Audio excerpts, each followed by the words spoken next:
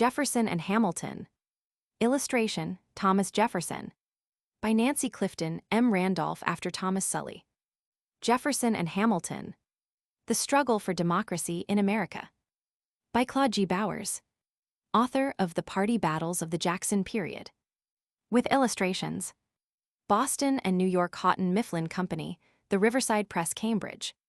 Copyright 1925 by Claude G. All rights reserved.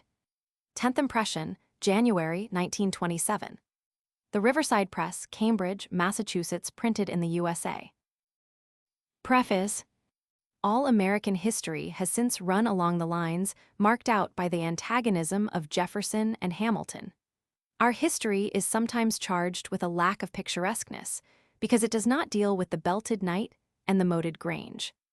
But to one who considers the moral import of events, it is hard to see how anything can be more picturesque than the spectacle of these two giant antagonists contending for political measures, which were so profoundly to affect the lives of millions of human beings yet unborn. John Fiske. It is the author's purpose, in developing the stirring story of the Plutarchian struggle of Jefferson and Hamilton, to show that without belted knights the period was picturesque and dramatic. The extraordinary men who gave and took lusty blows did not, as some would have us think, confine themselves to calm academic discussions of elemental principles. The dignified steel engravings of the participants, with which we are familiar, give no impression of the disheveled figures seen by their contemporaries on the battlefield. This battlefield was rich in movement and color. There was tragedy and pathos, much of comedy, something of the grotesque. Here we shall meet marching mobs, witness duels and fist fights, turbulent mass meetings, public dinners in groves and taverns, hangings in effigy, and champions of democracy in the galleries of theaters, pelting the aristocrats in the pits and coercing the orchestras into playing La Marseillaise. It was in the midst of such scenes as these that Jefferson and Hamilton fought the battle of the fundamentals. The struggle of these two giants surpasses in importance any other waged in America, because it related to elemental differences that reach back into the ages and will continue to divide mankind far into the future. The surrender at Yorktown ended one phase of the Revolution, but it was not complete until, after 12 years of nationhood, it was definitively determined that this should be not only a republic, but a democratic republic. That was the real issue between Jefferson and Hamilton. The passions of the period still persist, and much of myth has been built up by idolaters and enemies about both leaders. It has seemed possible to the author to tell the story of their struggle with complete justice to both. The part each played in the creation of the nation was essential. It has been the purpose to depict these two men and their associates as they really were in the heat of controversy, neither sparing their weaknesses nor exaggerating their virtues. To paint them as men of flesh and blood with passions, prejudices, and human limitations. To show them at close quarters wielding their weapons, and sometimes, in the heat of the fight, stooping to conquer. And to uncover their motives as they are clearly disclosed in the correspondence of themselves and friends. This has necessitated the demolishment of some fashionable myths, when myths have obstructed the view to truth. The facts as here set forth throw a vivid light on the causes of the collapse of the Federalist Party, which, in the average of its leadership, was, perhaps, the most brilliant and certainly the most attractive in American history. Men of wonderful charm they were, but they were singularly lacking in an understanding of the spirit of their times and country. They fell, as we shall find, because they neither had nor sought contact with the average man, and sternly set themselves against the overwhelming current of democracy. Even so, we shall find an explanation of their distrust of popular government in the illiteracy of the times, the exaggerated notions of freedom that prevailed, and the levity with which so many looked on financial obligations. It is easier to understand the Hamiltonian distrust of democracy than to comprehend the faith of Jefferson, a faith of tremendous significance in history. Quite as remarkable as his faith was the ability of Jefferson to mobilize, organize, and discipline the great individualistic mass of the towns, the remote farms along the savannah, the almost unbroken wilds of the western wilderness. With a few notable exceptions, he was forced to rely for assistance on lieutenants pathetically inferior to the group of brilliant men who sat on the Federalist Board of Strategy. He won because he was a host within himself, capable of coping single-handed against the combined geniuses of the opposition in the field of practical politics. A liberal use has been made of the newspapers of the period, not only of the descriptions of actual events, but of the false rumors and stories that entered into the creation of the prejudices that always play their part in the affairs of men. In determining why a given result was forced by public opinion, it is no more necessary to know what the truth was than to know what the people who formed that opinion thought the truth to be. Along with the struggles in Congress, the bickerings in streets, coffee houses, and taverns, the actions of mobs and mass meetings, it has been thought important to show the part society played in the drama, for it was a significant part. This was inevitable in a clear-cut fight between democracy and aristocracy. The elegant home of Mrs. Bingham was scarcely less identified with the Federalists than was that of Lady Holland with the English Whigs, or that of Madame Holland with the party of the Gironde. The pettings which the Otises and Harpers there received after the battles in the House were very real rewards to men of their temperament. The part played by men and women of fashion in the politics of the time will appear in the ostracism of Democrats from their charmed circle, when even Jefferson, snubbed, was driven for solace to the solitude of the library of the Philosophical Society. Throughout the struggle, we shall find the forces well-defined aristocracy against democracy, and sometimes we shall see it illustrated with theatrical exaggeration, as when the Philadelphia aristocrats of the army that marched against the whiskey boys, on prancing horses and in broadcloth uniforms, paraded their ragged, weather-beaten prisoners of the frontier through the fashionable streets for the delectation of the ladies at the windows. It is impossible to treat of this period without giving to John Adams a place apart.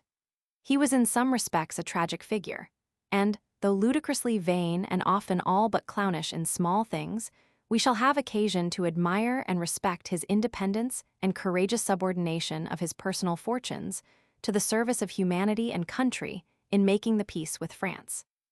If at times the mere recitation of his personal weaknesses seems like ill-natured ridicule, it should be borne in mind that this is necessary to the explanation of why a statesman and patriot, so able and deserving, was so unfortunate in his public career.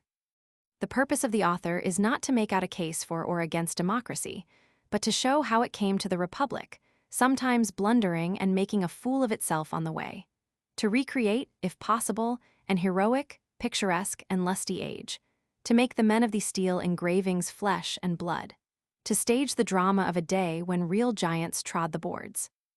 Claude G. Bowers. Contents: Days of Comedy. A depressing dawn pessimism of Ames and Madison petty jealousies and ambition's Federal Hall caliber of Congress Adams's triumphant entry his elation form and title's majesty. Or Excellency, Adams scorns, President what shall I be? Maclay's amusement Ellsworth puzzled how shall I behave? Carroll's discussed debate on titles Maclay's irreverence Fenno's plea for titles Washington's arrival and reception scene at the inaugural ball New York in 1789 streets, lights. Sanitation homes of celebrities auction block, and gallows funeral Bell's Tea Gardens Taverns Theater Washington, at the Play Maclay shocked the waxwork social climbers cost, of living luxury of society its Tory tone ball, at the French minister's the court, on Cherry Street snobbery, and pretense the Hamiltons, entertain the dinners of the Pennsylvanians Robert Morris's, stories the Wall Street, promenade the house of gossip Richmond Hill Washington's dinners Madison, seeks revenue trickery of the merchant center, the moneyed class power of removal Washington, and the Senate Hamilton's appointment.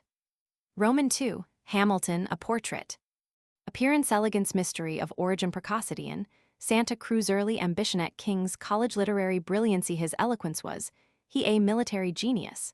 His aristocracy love of luxury government by gentlemen respect, for wealth contempt for democracy preference for monarchy his plan, for a constitution distrust of the one adopted never reconciled work, for its adoption his genius analyzed methods of work-fighting qualities moral courage personal integrity analysis of his strength and weakness as party leader lovable traits his conviviality fondness, for women his home life attitude toward religion toward Washington. Roman III, Hamilton in the saddle.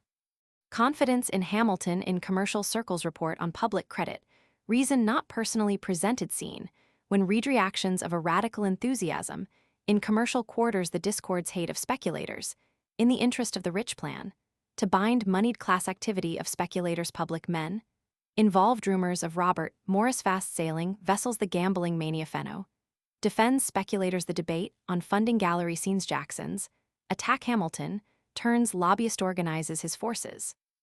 Newspaper attacks portrait of Madison he, proposes discrimination consternation gloom, at the Knox dinner Hamiltonians, attack the debate Sedgwick Smith Ames the gallery Madison, replies Maclay's plan an old Roe Madison snub discrimination, voted down abuse of Madison reaction, in the streets assumption a caucus, of Hamiltonians Robert Morris's interest opposition, appears revolt of Southerners the cause annihilation of states Walcott reveals Hamilton's, motives the debate Hamiltonians, pipe to quartersphere of vote rumors of vining activity of the lobby lame and sick carried to House Morris, approaches Maclay alarm of Hamiltonian scenes, in the Senate assumption voted down distress of Sedgwick, Wadsworth, Clymer, Fitzsimmons scenes in coffee houses Hamiltonian Senate, on a strike threats of disunion press comments bastard of Eastern speculators.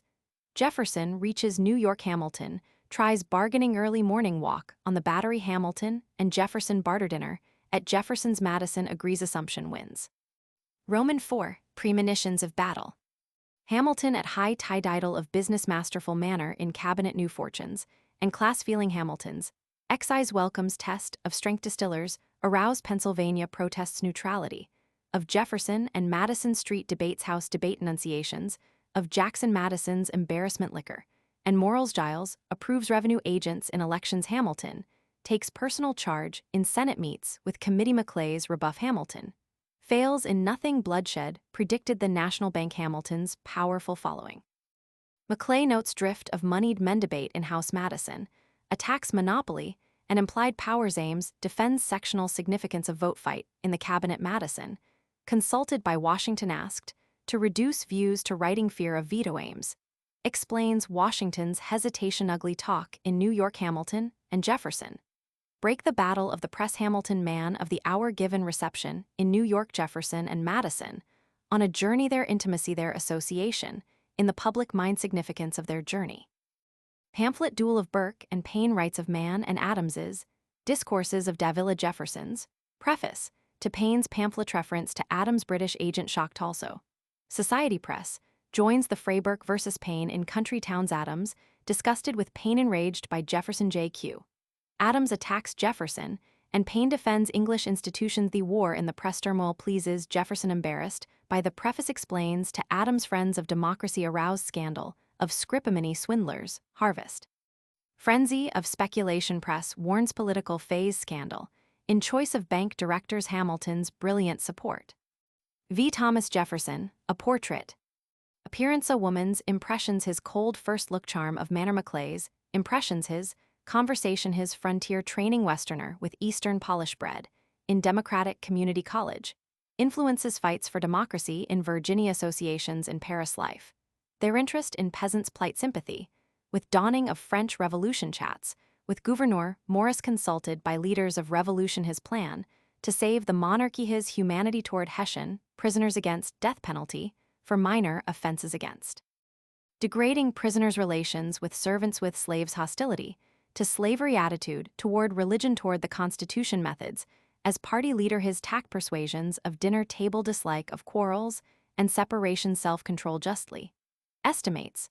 Opponents' strength relations with Adams his cunning the art of mining practical political method serenity, in storms the artistic phase music architecture the scientific phase interest, in natural history astronomy inventions passion, for agriculture life. At Monticello. Roman VI, the social background. Complaints of Philadelphia prices and manners the physical city streets and gardens halls of Congress offices of Jefferson, Hamilton, and Washington life in the taverns in boarding houses drinking places arrogance of the masses there, social life public garden streets, by night shops and shopping economic status of workers the aristocracy vanity of wealth elegance of dress entertaining heavy drinking, Risque's conversations Burr's wine a dinner at Clymer's Hamilton, and Mrs. Church portrait of Mrs. Bingham the Bingham mansion Mrs. Bingham's hectic life Monroe's social blunder judge, chases boorishness a reception at Mrs. Bingham's the Morayses Mrs. Walter Stewart. Mrs. Samuel Powell Mrs. Knox Mrs. Hamilton Mrs. Walcott Mary, Anne Walcott Pierce Butler Mrs. William Jackson Foreign Visitors a scene at the British Legation Country, places the Hunt Dancing Assembly the Theatre Washington, at the Play the Players the Circus home of Jefferson. Roman 7, Jefferson mobilizes.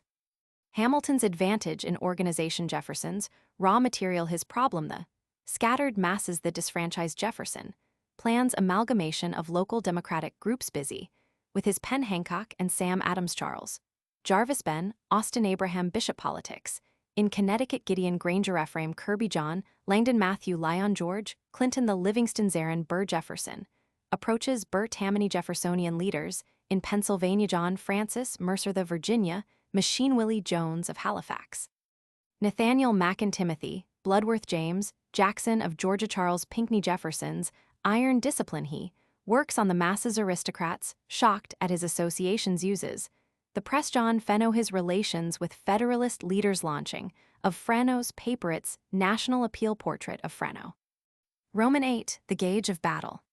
Hamilton's report on manufactures its reception Hamilton's plan for factories at Passaic Falls appears before New Jersey legislature. For charter visits site to select locations pamphlet attacks on his Passaic project admirers. Subscribe for Trumbull portrait of him he watches Freno's Paperit's early tone Brutus. Attacks funding system attacks on Freno's paperwork of foreigners of A. Junto Sidney. Assails Hamilton and his policies other assaults in Freno's paper Feno, to the defense demolished by Freno. Scene at the Morris House the rivals visit a factory Washington's hope for reconciliation Feno, regrets lack of King Feno versus Freno Feno, again crushed Hamilton's rage his, TL. Letter Freno's reply Hamilton's anonymous attacks on Jefferson seeks a fat of it from Boudinot Washington appeals. For peace Hamilton's reply Jefferson's Hamilton continues Madison. Attacks Hamilton's letter Feno fears duels Jefferson, holds aloof attack postpones, his plans to retire it.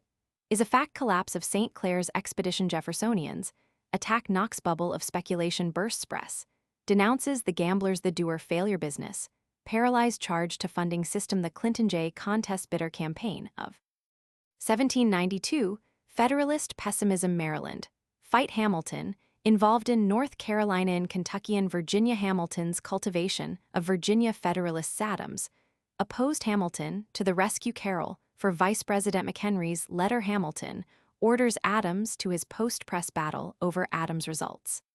Roman 9, Hamilton's Black Winter.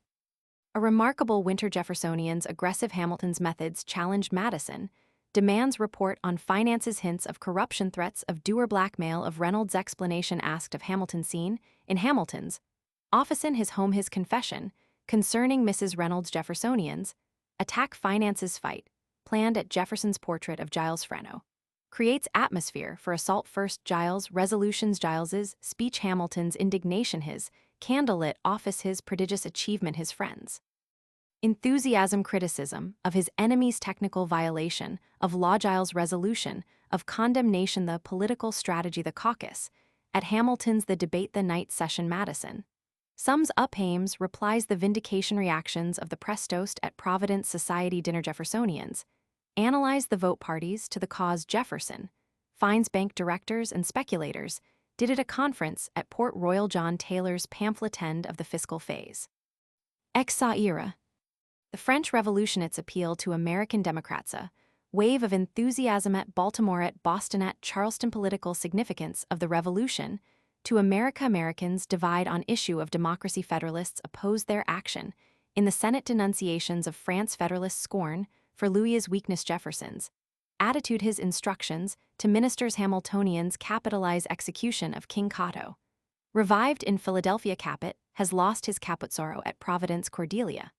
Urges Black Rose. For morning tide turns against the French Jefferson's discussed society, mourns Jefferson and Madison, on right to execute George Roman III joins, coalition monarchy versus democracy masses, swing back to France under, the Bingham Windows bitterness against England Hamilton's alarm summons Washington. From Mount Vernon Hamilton's misrepresentation of England's action he usurps Jefferson's, functions prepares questions, for cabinet council cabinet struggle neutrality, proclamation Madison's anger protests of the Streets generate his ovations. Jefferson and Madison pleased Hamiltonians. Plan cool reception. In Philadelphia, popular protests false. Report on Count de Noailles' hysterical reception. Washington. Cold press attacks neutrality of French craze. Mobs march the provocation scenes. In theaters, Federalists mock Democratic clubs there. Political significance. How neutrality fared. Jennert's madness. English outrages. Redcoats. Toasted pacifist. Jefferson orders Madison to reply attacks on Hamilton. The Little Sarah Jefferson. And Jennert's reactions against French. Madison meets at cabinet, confers on Jennert. Jefferson demands his recall. Society, pro-English party bitterness. Jefferson's social ostracism. He resigns. Washington's efforts to dissuade him. A near-duelist scare in Boston. Yellow fever. In Philadelphia, Hamilton stricken. Jefferson's report on commerce. A party document. He retires to Monticello. Hectic days. Madison's commercial resolutions there. Political purpose. English party aroused. Hamilton speaks by proxy. Madison avows retaliation. The debate. Ames's unfortunate speech. Arraignment of English outrages and defense. An English agent here. Press attacks on Madison. Jeffersonians call town meetings at Boston, at New York, at Philadelphia, at Portsmouth. Ames and Smith hung in effigy. Vogue of Smith's speech in London. Hammond and English. Jennert. British orders in council. Seizure of American vessels. Retaliatory measures. Hamiltonians plead for calmness. A mercenary patriot English minister insulted Jeffersonian press. Fans the flames. French outrage in Charleston. Clamor for war. Hamiltonians plead for negotiations. Prefer Hamilton to negotiate his intimacy with British minister and agent. No. 7 protests against Hamilton. A Federalist caucus. Hamilton selected Veer to J. His personality and character. His fatal admission fight against his confirmation. Popular protests. Hamiltonian caucus prepares Jay's instructions. He sails the Whiskey Boys. Their grievances. Insurrection. Political phase. Hamilton welcomes military measures demanding a law's repeal. Is urging its violation. Attacks on democratic societies. Their position that of the Jeffersonian press. Hamilton goes to war. Why Hamilton? Where is Knox? Hamilton plans a political effect. Cruelty to prisoners. The chariot wheels of the conqueror. East versus the frontier. Elections of 1794. Ames's close call. Livingston's triumph gives Ames the hype win. North Carolina. Fitzsimmons defeated Jefferson's summer doctor. Priestley arrives. Cobbett's attack. Life in Philadelphia. Theater. Mobs. Washington attacks democratic societies. Madison meets and defeats approval in House. The bitter debate. The press battle. Foreshadowings of alien and sedition laws. Roman 12. The marching mobs. Hamilton resigns. Fenno's tribute. Bacchus comment. Madison's Hamilton given dinner in Philadelphia and New York. Greenleaf on the banquet. Jay's negotiations. Hamilton's indiscretion. Jay's treaty. Hamilton's discuss Jefferson's why Hamilton would not reject his reservation. Senate debates in secret. Withholds treaty from publication. Hamilton doubts wisdom. Senator Mason. He gives treaty to press. Bacchus comments on the secrecy. Mob at Goldberry's Wharf. Philadelphia mob on the 4th. J. burned in effigy. Dinner on Frankfort Creek. Protest meeting in State House. Yard. Kick it to hell. Rival dinners in New York. Letter to Sir John J. Boston mobs. Charleston mob. Rutledge denounces treaty. Mass meeting at Richmond. Portsmouth mass meeting. Dinner to Langdon in Vermont. In Connecticut. In Rhode Island. In Delaware. J.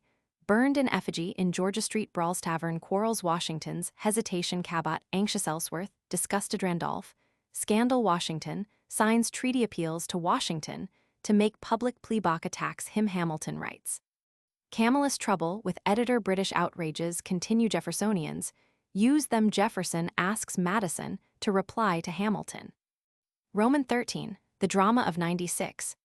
Senate rejects Rutledge. Jefferson's comment. Edward Livingston portrait of Albert Gallatin. The Livingston Resolution. A constitutional question. The debate. Cobbett's offensive action. Gallatin's speech. Sedgwick's sneer at the people. Resolutions adopted. Hamilton's concern. His advice to Washington. Fight on appropriations for treaty. Disunion threats. Jefferson and Madison on Washington's action. Still in leading strings. Organizing outside sentiment during debate. Insurance companies enter politics. Banks also. Boston mass meeting. Otis's sneer at Gallatin. Abuse of Gallatin. Intimidation. Federalist alarm. Portrait of Fisher. Ames. His physical collapse. The invalids slow journey to the Capitol. Warrior born on a stretcher. His sensational speech. Hamiltonians delight in the hands of Pitt. The vote. The effect. Jefferson during treaty fight. His health. The Mazzei letter. Presidential election. Patrick Henry sounded by Hamiltonians they choose Pinckney Thomas Pinckney Adams versus Jefferson Scurrility Adets letter Hamilton's scheme against Adams his dislike of Adams. Adams, or secession the results Hamiltonian distrust of Jefferson as Vice President Jefferson, cultivates Adams the undelivered letter Jeffersonian press complementary to Adams' Federalist displeasure. Roman 14, an incongruous portrait gallery. A treacherous cabinet portrait of John Adams of Timothy, Pickering of Oliver Walcott of James McHenry. Roman 15, comedy and heroics. The crisis with France portrait of Gouverneur Morris compared with Monroe-Monroe's difficulties in Paris Federalist intrigue, against him ignored. By Pickering deceived by J. French indignation over J's treaty Monroe's recall Pinckney refused Hamilton, proposes a mission suggests Madison, as one war party's opposition Hamilton, prevails Adams's objections to Jefferson for the mission he confers with Jefferson latter discourages, sending Madison Ames, proposes Cabot Adams names, Jerry thinks Hamilton, in a delirium Adams's message Harrison, Gray Otis Robert Goodloe Harper debate on reply to the message Livingston attacks English party Harper's war speech it is popular, in London British minister. Conspicuous on floor taps Harper on shoulder Dayton's compromise war party attacks him Lyon, shocks the formalists attacked his hot reply porcupine. Assails him mass attack on Jefferson his silence Luther Martin, attacks him as insulted at Harvard porcupines. Abuse Jefferson drops society English party jeers. Memory of Franklin hisses Paine first toast to women's rights abuse of Swanwick of Mrs. M. Lena of Giles Press comments on Hamilton's Reynolds pamphlet Brilliant Social Season for Federalist scene at Adams's dinner table porcupines. Gazette William Cobbetrival banquets discourtesy to Monroe dinner in his honor he confers with party leaders Gallatin's conclusions Lyon Griswold fight press comments. Roman 16, hysterics. Hamiltonians bent on war Hamilton runs the government bitterness of debates Harper's Wild War speech petitions against arming ships Adams's. Insane message Hamilton, in the Wing Sprig resolution Harper's blunderex, YZ papers partisan abuse Jefferson disheartened war, clouds lower Jefferson's view of XYZ Madison's Monroe's war hysteria Adams, greets young warriors of Capitola drunken mob attack on Bacchus house Adams alarmed the terror of fast day. Hail, Columbia resented by Jeffersonians.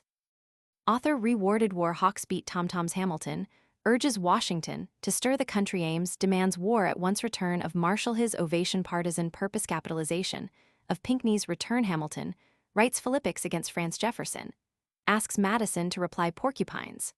War propaganda war party, keeps presses busy with Harper's speech other war pamphlets clergy joins war hawks why, so much anger in the heart of a divine?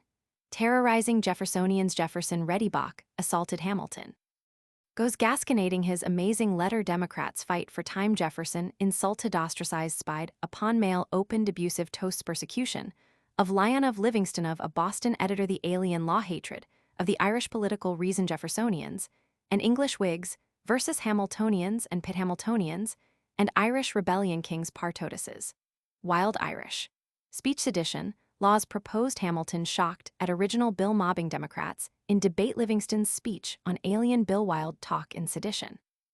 Bill debate yellow fever again Dr. Rush death of Fenno of Bach elections of 98 Washington, an active and extreme partisan marshals, campaign opposes alien and sedition laws porcupines. Common train of terror begins college degrees for Federalists patriot, mobs Jeffersonians discharged from jobs a bishop's sermon. Roman 17, the reign of terror.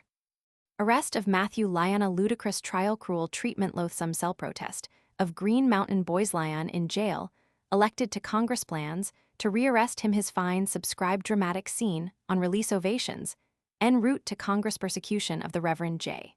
C. Ogden imprisoned assaulted by soldiers arrest of Anthony, Haswell his offense brutal treatment trial ovation, on release case of David Brown the comedy case, of Richard Fairbanks Ames's plea persecution of Adams of the Chronicle resentment. Of public trial Dana's bitter charge Adams in jail visited by Sam Adams William Duane the St. Mary's Church.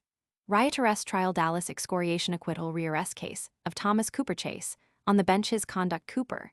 Imprisoned refuses pardon dinner on release the calendar case chases, boast his conduct lawyers, refuse to proceed case of Judge Peck public sentiment, aroused political effect case, of Charles Holt. The list of victims' use of alien law case of John D. Burke of Morrow de St. Mary's toasting alien. And sedition, Laws Harper's jeer mass meetings demanding repeal congressional speakers for repeal Mobda conference at Monticello portrait of John Breckinridge, Kentucky, and Virginia resolutions as viewed at the time answers of legislature's fight in Massachusetts by Senator John Bacon and Aaron Hill. Abuse of Bacon stoning of Hill's House. Porcupine preaches right of secession. Roman 18, Adams pulls down the pillars. Hamilton's war. Hamilton for Commander Adams's veto cabinet conspired for Hamilton against Adams. McHenry's trip to Mount Vernon. The trick turned Adams's revolt. Hamilton's activities. Walcott's the Essex juntos working on Washington. His letter to Adams. Latter's retort exclusion of Jeffersonians from commissions. Washington in accord. Hamilton's charge. Adams overruled on Burr and Muhlenberg. Moderate Federalists protest extremes. Jeffersonian sarcasm. Hamilton organizes for war. His difficulty scolds McHenry. Decline of war spirit. Jefferson fears insurrection over taxes. 8% interest. Damned army will ruin the country. Jeffersonians capitalize 8% fries. Rebellion. Hamilton in Philadelphia. Soldier outrages on Jacob Schneideron. Duane Porcupines delight. Militarism rampant. Recruiting lags clergy to the rescue. Attempt to revive war fever. Army for domestic purposes. Desertions. Discussions on executions. Logan goes to Paris. Federalist alarm. War unnecessary. Why Otis knew it. Cries of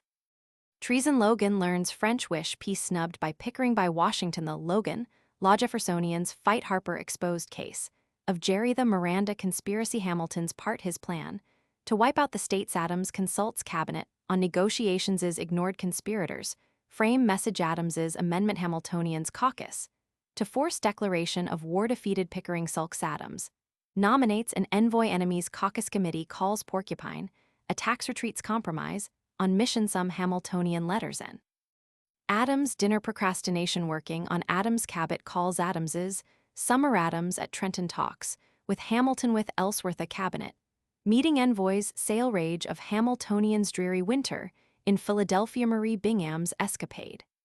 Roman 19, the grapes of wrath. Enter John Marshall. The Ross bill withheld from public. Duane gets and prints it. Protests Marshall's disaffection. Working on Marshall. He wrecks the bill in the House. What Jefferson had done. His platform. Jeffersonian leaders in South Carolina. I House plot Jefferson at home. New York election. Aaron Burr compared with Hamilton. Hamilton takes charge. His plan. His caucus and ticket. Burr's system of espionage. His personal machine. Tammany caucuses at his home. Plans assembly ticket of national figures. Labors with Gates, Clinton, and Livingston. Wins consent. Shock to Hamilton. Attacks on Clinton and Gates. Merchants mobilized. Burr organizes his brilliant work campaigning with the lowly. The election. Hamilton's proposal to J. Burr for vice president. Federalist losses in New England caucus agrees on Adams and C. C. Pinckney. Adams's rage over New York scene with McHenry. Pickering dismissed Hamilton's letter to Pickering. His excitement. Reactions of Hamiltonians. They plan defeat of Adams. Adams toasts proscribed patriots and anti-Adams session. The Cincinnati. Hamilton's New England tour. His political purpose. Sees Governor Gilman in New Hampshire. Meets rebuff in Rhode Island. Meeting of the Essex junto at Salem. At Ipswich. At Newburyport. Hamilton's unfortunate statement. Jeffersonian ridicule. Hamilton grasps the situation. Roman 20, Hamilton's rampage. Hamilton plans coercion of Federalist electors. Letter to Carroll. Enemies in Adams's camp. Walcott's treachery. Cabot. Doubtful. Noah Webster deserts Hamilton for Adams. Attitude of press. Jeffersonians attack Hamilton. Their campaign. The Dayton scandal. Adams, a monarchist. Langdon signed statement. Corroboration from New Haven. Webster's slur at the Porphenno's fatal pamphlet. Secession talk of Federalists. Walcott's father. Letters of Pelham. Those of Burleigh. Reply of Rodolphus. Jeffersonian progress in New England. In Connecticut. Abraham Bishop. His Phi Beta Kappa oration. Political preachers. The Reverend Cotton Smiths slander Jefferson's comment. The Reverend Dr. Abercrombie. Duane attacks Dr. Lynn. Electioneers for Pinckney. Rebuked by Jeffersonian woman. Persecution of Jeffersonian clergyman. Pamphlets on Jefferson's religion. Ridicule of Federalists. Religious pose. Diary of Phaeton. Federalists seek Catholic votes. Hamilton plans personal attack on Adams. Seeks aid of Adams's cabinetrites. Pamphlet. Burr gets and publishes. Editor of New York Gazette explains Hamilton's case against Adams. Cabot's criticism. Major Russell's floundering Jeffersonian press attacks Hamilton pamphlet replies Hamilton eager to answer friends dissuade election, tricks in Pennsylvania. Roman 21, democracy triumphant. Washington City Morris's cynical description misses Adams's the physical town lodging social life Jefferson, calls on Adams his lodgings at Conrad's others at Conrad's Federalist conspiracy, to elect Burr Hamilton's indignation his attempt to dissuade his party a drama in Letters Morris. And J. join Hamilton others Desert Harper calls on Morris plan to prevent an election Burr's aloofness he hears from Harper Burr's letter to General Smith Hamilton wins McHenry Pickering's preference for Burr Bayard's embarrassment. Sedgwick for Burr Federalist caucus agrees on Burr Hamilton, makes serious charge his depression the serenity at Conrad's Jefferson's non-political letters visitors, pack the town Federalist press in the contest Gallatin, surveys the field Jefferson's secret plan he writes, Burr writes scientific friends on Bones Hamilton's final shot at Walcott dinner a Washington snowstorm Nicholson, carried in bed to Capitol scenes, during all-night voting the drama of the struggle Jefferson, during the voting approached by Morris conspirators. Surrender Adams notified Jefferson takes leave of Senate Morris's resolutions of thanks the diehards protest inaugural crowds creating, new judges Adams rewards Walcott Adams's flight Sedgwick's breakfast at Conrad's Jefferson sworn in by martial all Federalists, all Republicans misses. Smith pours tea epilogue.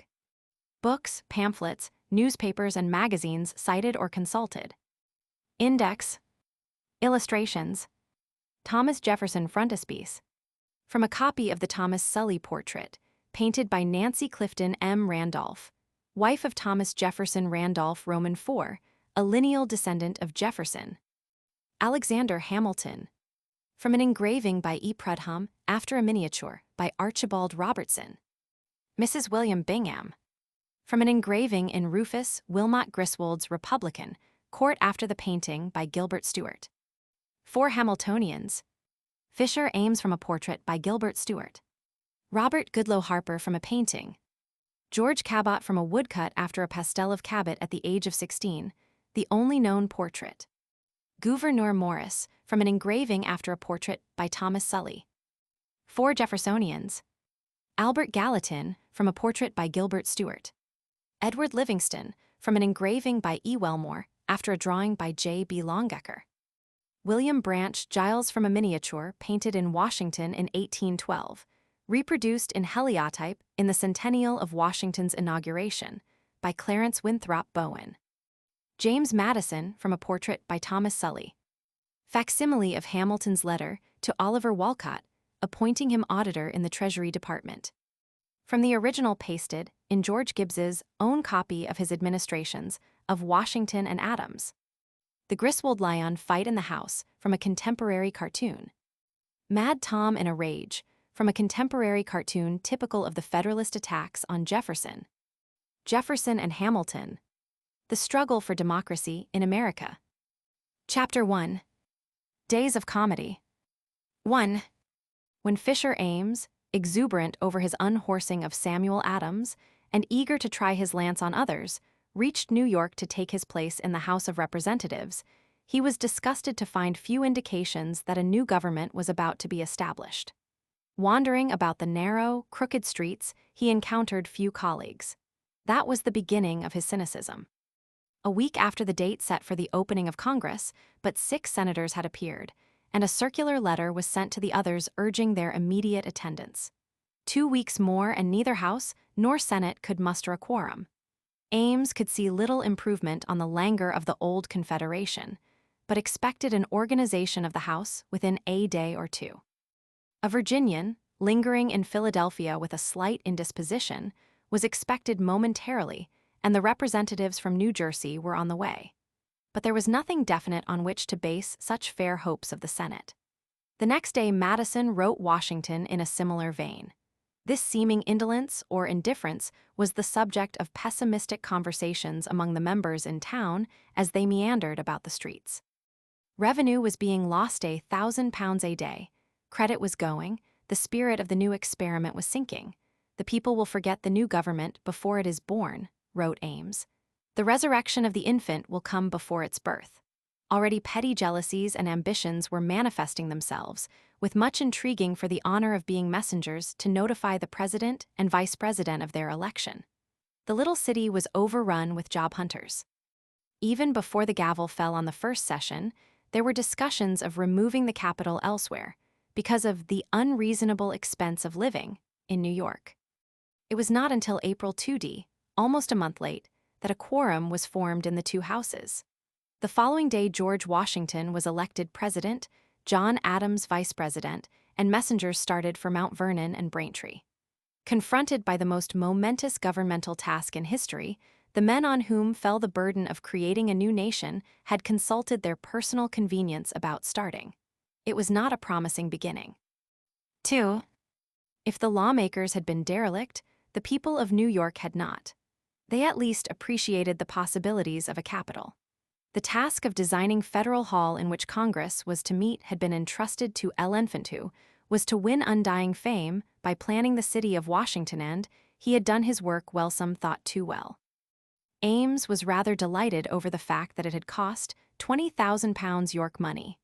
But Ames was a lover of luxury, and the more democratic Wingate, while conceding that the city had exerted itself mightily, was afraid it had done so excessively.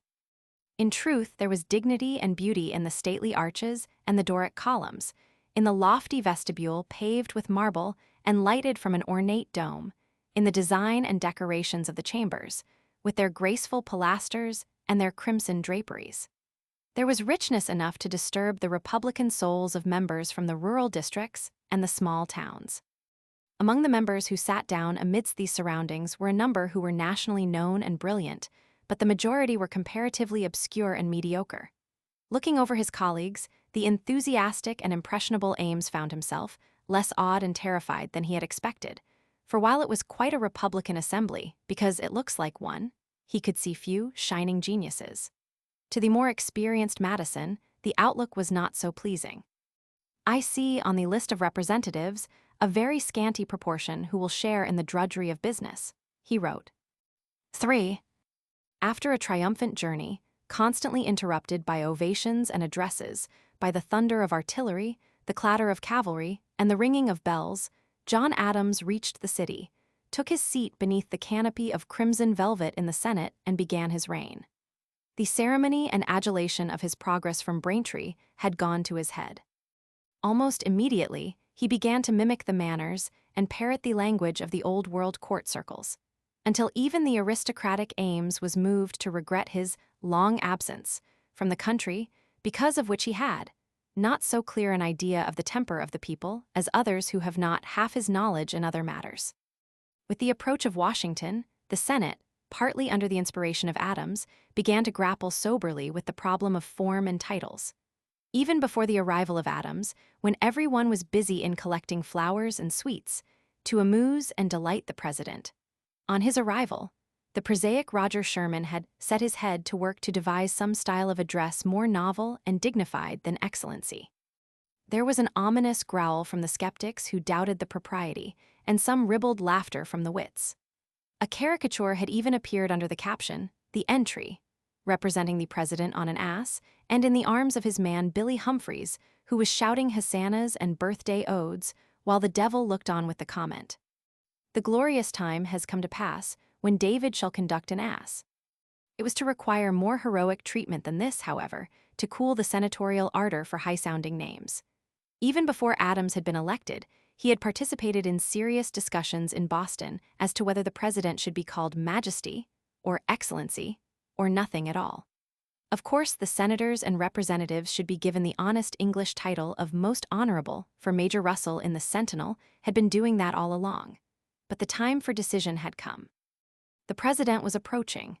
It had been decided that on his arrival at the Senate chamber for his inauguration, he was to be met at the door by Adams, conducted to a chair, and informed that both houses were ready to attend him when he took the oath. But how should he be addressed? Should it be as Mr. Washington, Mr. President, Sir, may it please your Excellency, or what? Adams took his troubles to the Senate. Should it be as Excellency, as in the Army? Adams was free to admit that he preferred it to Mr. President, which would put him on a level with the governor of Bermuda. There were senators who instantly caught the importance of the point. One proposed the appointment of a committee to determine. But these troubles came, not singly, but in battalions. What was Mr. Adams to do when Washington was in the chamber? He did not know whether the framers of the Constitution had in view the 2 kings of Sparta or the 2 consuls of Rome when they formed it. He could not tell whether the architect of the building, in making his chair wide enough for 2, had the Constitution before him. He was vice president, but he was also president of the Senate. When the president comes into the Senate, what shall I be? He asked plaintively. I cannot be president then. I wish gentlemen to think what I shall be. It was a solemn moment. Adams, with an air of distress, sank into his chair. The silence was depressing. The leveler from the frontier of Pennsylvania, Maclay, found the profane muscles of his face in tune for laughter, but controlled himself. Ellsworth, a practical man, was seen feverishly turning the pages of the fundamental law. At length he rose to announce the result of his research. It was clear enough that wherever the Senate was, there, sir, you must be at the head of them. But here he looked aghast, as if some tremendous gulf yawned before him. But further, sir, I shall not pretend to say. Thus the great day arrived to find the Senate caught unawares by a new crisis. Adams had just risen to explain that Washington would probably address the Congress, and to ask instructions as to how I shall behave. It was a congenial subject for discussion. Lee of Virginia rose to explain the ways of the Lords and the Commons. Izard of South Carolina, who had been educated abroad and wished it understood, told how often he had been in the Houses of Parliament. Lee had observed that, while the Lords sat, the Commons stood. True, admitted Izard, but there were no seats for the Commons. Adams here interrupted to tell the Senate how often he too had been in Parliament. Old Carroll of Carrollton, who lived like a lord but did not think like one, grumblingly suggested that it did not matter what the English did. And just then consternation. The clerk of the House was at the door. How should he be received? The discussion was feverishly resumed. Lee, getting his cue from the Commons again, was sure that he should be met at the door by the sergeant-at-arms with his mace on his shoulder. Confusion worse confounded the Speaker, and members of the House were now at the door. Members left their seats in their embarrassment. The doors were opened. The House filed in. Someone had blundered. Meanwhile, with increased animation, the debate over the title for the president was resumed. Of course there should be titles, said Lee. Venice, Genoa, Greece, Rome all had them. Ellsworth began to find virtue in kings. Izard was impressed with the antiquity of kingly government. Old Carroll, grumbling or laughing as usual, did not care for kings. But the president's title, what should it be? Ellsworth thought president common. Adams eagerly added that there were presidents of fire companies and cricket clubs. Excellency, suggested by Izard. Highness, proposed by Lee. Elective highness. At length it was settled His Highness the President of the United States and protector of the rights of the same. Adams was disgusted. What will the common people of foreign countries, what will the soldiers and sailors say to George Washington, President of the United States? They will despise him to all eternity. The rabid Republicans began to laugh. Speaker Muhlenberg dubbed Maclay, Your Highness of the Senate. Maclay himself, usually sardonic, grew facetious in debate, and thought the title satisfactory if the president was really high and gloriously greased with a great horn of oil to make him conspicuous. Even Robert Morris complained that the Congress was also protector of the rights of the people. But alas, it was a case of love's labor lost, for when the ponderous title reached the House, James Madison quietly announced that the Constitution had given the head of the state a title President of the United States. And so it has been from that day to this. The more thoughtful had witnessed the tempest in a teapot with some misgivings. Madison thought the success of the Senate plan would have given a deep wound to our infant government, and Ames thought it a very foolish thing to risk much to secure, and wished that Mr. Adams had been less disguised. But they who continued for 12 years to refer to the court were not content. A correspondent of Fenno's Gazette, the court journal, continued to plead for titles of distinction, and to pray piously that Congress would not leave the important subject to chance, to whim, caprice, or accident. 4. In the midst of these acrimonious discussions of the flubdebary of ceremonials, and with Adams proposing that the sergeant-at-arms be called Usher of the Black Rod, Washington reached New York. A black mass of humanity awaited him in the rain at the waterfront, peered down upon him from roofs and windows. The roaring of cannon and the pealing of bells apprised the crowd that the ornate barge the city had provided to waft His Excellency across the bay had been sighted. The 13 pilots in white uniforms who manned the barge were conspicuous as it moved on to the accompaniment of cheers to the Wall Street wharf. As it swept alongside the landing, bands on the banks joined in the noisy welcome of the cannon and the bells. When Washington, in a plain suit of blue and buff, rose to descend, the stairs covered with crimson trapping, the shouts of the populace drowned the combined noises of the mechanical devices. Declining the use of carriages, he proceeded with his party and the committee on foot down Wall Street to Pearl, then Queen, and up the full length of that then fashionable thoroughfare, which boasted a sidewalk that would accommodate 3 walking abreast, to the house prepared for him on Cherry Street. The crowd followed, men, women, and children, masters and men. There at the house they left him, and a few moments later he returned down Pearl Street to the home of Governor George Clinton to dine. That night the houses of the city were illuminated. The monarch had entered his capital. To the masses, he was the maker of a nation. To the world of fashion, he was the creator of a court. The day of inauguration found the city fluttering with flags, colorful with decorations, Wall Street fairly screaming with the spirit of festivity. Wreaths and flowers hung from windows. A reverential throng packing Wall, Broad, and Nassau streets watched the great man enter the hall, and a few minutes later he appeared upon the balcony of the Senate chamber, a gallant figure in deep brown, with metal buttons, an eagle on them, white stockings, a bag and sword to take the oath. The keen eyes of Alexander Hamilton surveyed the scene from his home across the street. Thence back to the Senate chamber, where the inaugural address, in trembling hands, was read with difficulty because of the shaking paper. The erratic but loyal Maclay was pained to find that his hero was not first in everything. Thence back to the house on Cherry Street.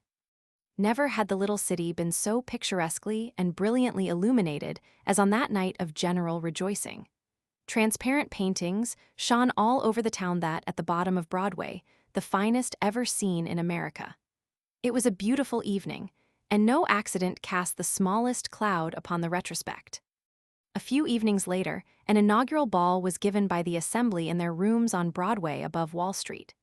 The president was pleased to honor the company with his presence, and every pleasure seemed to be heightened as a result. There, too, was His Excellency the Vice President, and members of Congress with their families, officers of the Army, the ministers of France and Spain. Joy, satisfaction, and vivacity was expressed on every countenance. Each lady, passing the ticket-taker, was presented with a fan made in Paris, with an ivory frame containing a medallion portrait of Washington in profile. A numerous and brilliant collection of ladies it was, according to the impressionable reporter, all dressed with a consummate taste and elegance. Society awoke that night to the fact that a nation had been created, and a capital established on the Hudson, and it fairly titillated at the prospect of the gaiety of a court. 5. Now let us take a turn around the city and familiarize ourselves with the setting of the drama. It will not take long, for the little city of 35,000 was compactly built. Broadway, the most promising and pretentious of the thoroughfares, was paved only to Vesey Street beyond that mud. The houses, most of them modest, were surrounded by gardens. From the west side of Broadway to the west side of Greenwich, the town was well built up from Bowling Green to Reed. Beyond that, only the hospital and a few widely scattered houses. On the east side, building extended as far north as Broome. Were we on a shopping expedition, we should seek Nassau and William, the heart of the retail district, passing on the former many attractive homes, including that of Aaron Burr. Were we bent on a promenade, to meet the ladies and the dandies, we should betake ourselves to Wall, where, notwithstanding the auctioneers, the shoemakers, the grocers, the tailors, the confectioners, the peruke makers, we should pass handsome homes. Perhaps we should jostle the statesmen emerging from the boarding houses along the way. These narrow, crooked streets we should find more tolerable by day than by night. The street lamps were at wide intervals and frequently unlighted. If we escaped a highwayman in the night, we should be lucky to escape the mud of the poorly paved sidewalks, and if we did not bruise our shins by collision with the town pumps, we should be fortunate not to stumble over a pig. Off somewhere in the darkness, we should probably hear the curses of some unfortunate wanderer fallen over an obstruction, the grunting of hogs rooting in the gutters, the barking of innumerable dogs. The long line of Negroes bearing burdens toward the river might pique our curiosity, did we not know that they were the sewage carriers of the city doing their nightly routine work. Even by day we should find traveling not without its risks, for many of the streets were torn up for improvements. Thus the Hun. Mr. Hooger, thrown from his sedan chair and painfully bruised, lays claim to immortality in the pages of Maclay and in the yellowing sheets of Fenno's journal. Faring forth in search of the political celebrities, we should not have far to go, for most were herded in boarding houses. Hamilton lived comfortably at Broad and Wall Streets, Burr around the corner on Nassau. Jefferson was soon realizing his dream of comfort on Broadway after living in a little house in Maiden Lane. Randolph, the Attorney General, had found a modest place in the country for $250 with an excellent pump of fresh water. Knox was living beyond his means on Broadway, and Adams was at Richmond Hill. But most of the lawgivers found boarding houses more congenial to their purses. Thus, within a few steps on Great Dock Street, we should find Robert Morris, Caleb Strong, Pierce Butler, Fisher Ames, and Theodore Sedgwick. In Maiden Lane, James Madison, on Smith Street, Charles Carroll, and on Water Street, Oliver Ellsworth. Turning from the celebrities to the lowly and the base, we could visit the slave market, which was then active, for there were more than 2,000 Negroes in bondage in the city. While the orators at Federal Hall were speaking reverently of liberty, the hammer of the auctioneer was knocking down Negro girls to the highest bidder, and the local papers were running rewards for the capture of runaway slaves. Were we in the mood to walk to the end of the pavement on Broadway, we could regale ourselves, in the grove where the City Hall now stands, with a view of the gallows enshrined in a Chinese pagoda, where the executioners competed successfully at times with the debaters in attracting the curious. There, too, stood the whipping post in the midst of so much that was grim. Little wonder that the statesmen resented the frequent ringing of funeral bells. The gentlemen from the country complain exceedingly of this noisy, unmeaning, and absurd custom, wrote a citizen to his favorite paper. This is the moment to abolish it, and give an evidence of a disposition to please them. But it is not of record that the gentlemen from the country were permitted to interfere with the privileges of the dead. Were we to turn from these grim specters to amusement, we could get a conveyance at one of the city's 6 livery stables to carry us into the country to the Florida Tea Gardens on the North River, thence to Perry's on the present site of Union Square, or to Williamson's, near the present site of Greenwich and Harrison. But were our mood of darker hue, we could find no dearth of entertainment at the taverns. When Congress quarreled and struggled at Federal Hall, and Washington dwelt on Cherry Street, 131 taverns were licensed in the city to which flocked all manner of men. There, with liquor or ale, we could enjoy a cockfight and pick the winner, or gather about the table and gamble at cards. Laborers, loafers, sailors, criminals infested these dives, and if we preferred cleaner company, we might get an invitation to the Black Friars, the one social club in the city. Or, if more intellectual entertainment were desired, it could be found in the wooden building painted red on John Street, a stone's throw from St. Paul's Church where Washington had his pew, where the old American company regaled the people of the pit, the boxes, and galleries with the plays of Shakespeare, Sheridan, Goldsmith, Garrick, and some of indifferent merit. Here, The Father, by William Dunlap, the historian of the American theater, had its first presentation, a notable event, since Washington, a spectator, was seen to laugh at the comedy. Indeed, his health permitting, the president was frequently seen in his box which bore the arms of the United States, and the press was not amiss in keeping the public informed when the great man went to the play. He had been in the house on Cherry Street but a few days, when, disregarding the frowns of the purists, he went to see the School for Scandal. 2 days before, the Daily Advertiser had gaily hinted of the prospective visit. It is whispered that the School for Scandal and The Poor Soldier will be acted on Monday night for the entertainment of the president, it said. And then it added, by way of gentle admonition to the players, Mrs. Henry ought on this occasion to condescend to give passion and tenderness to Maria.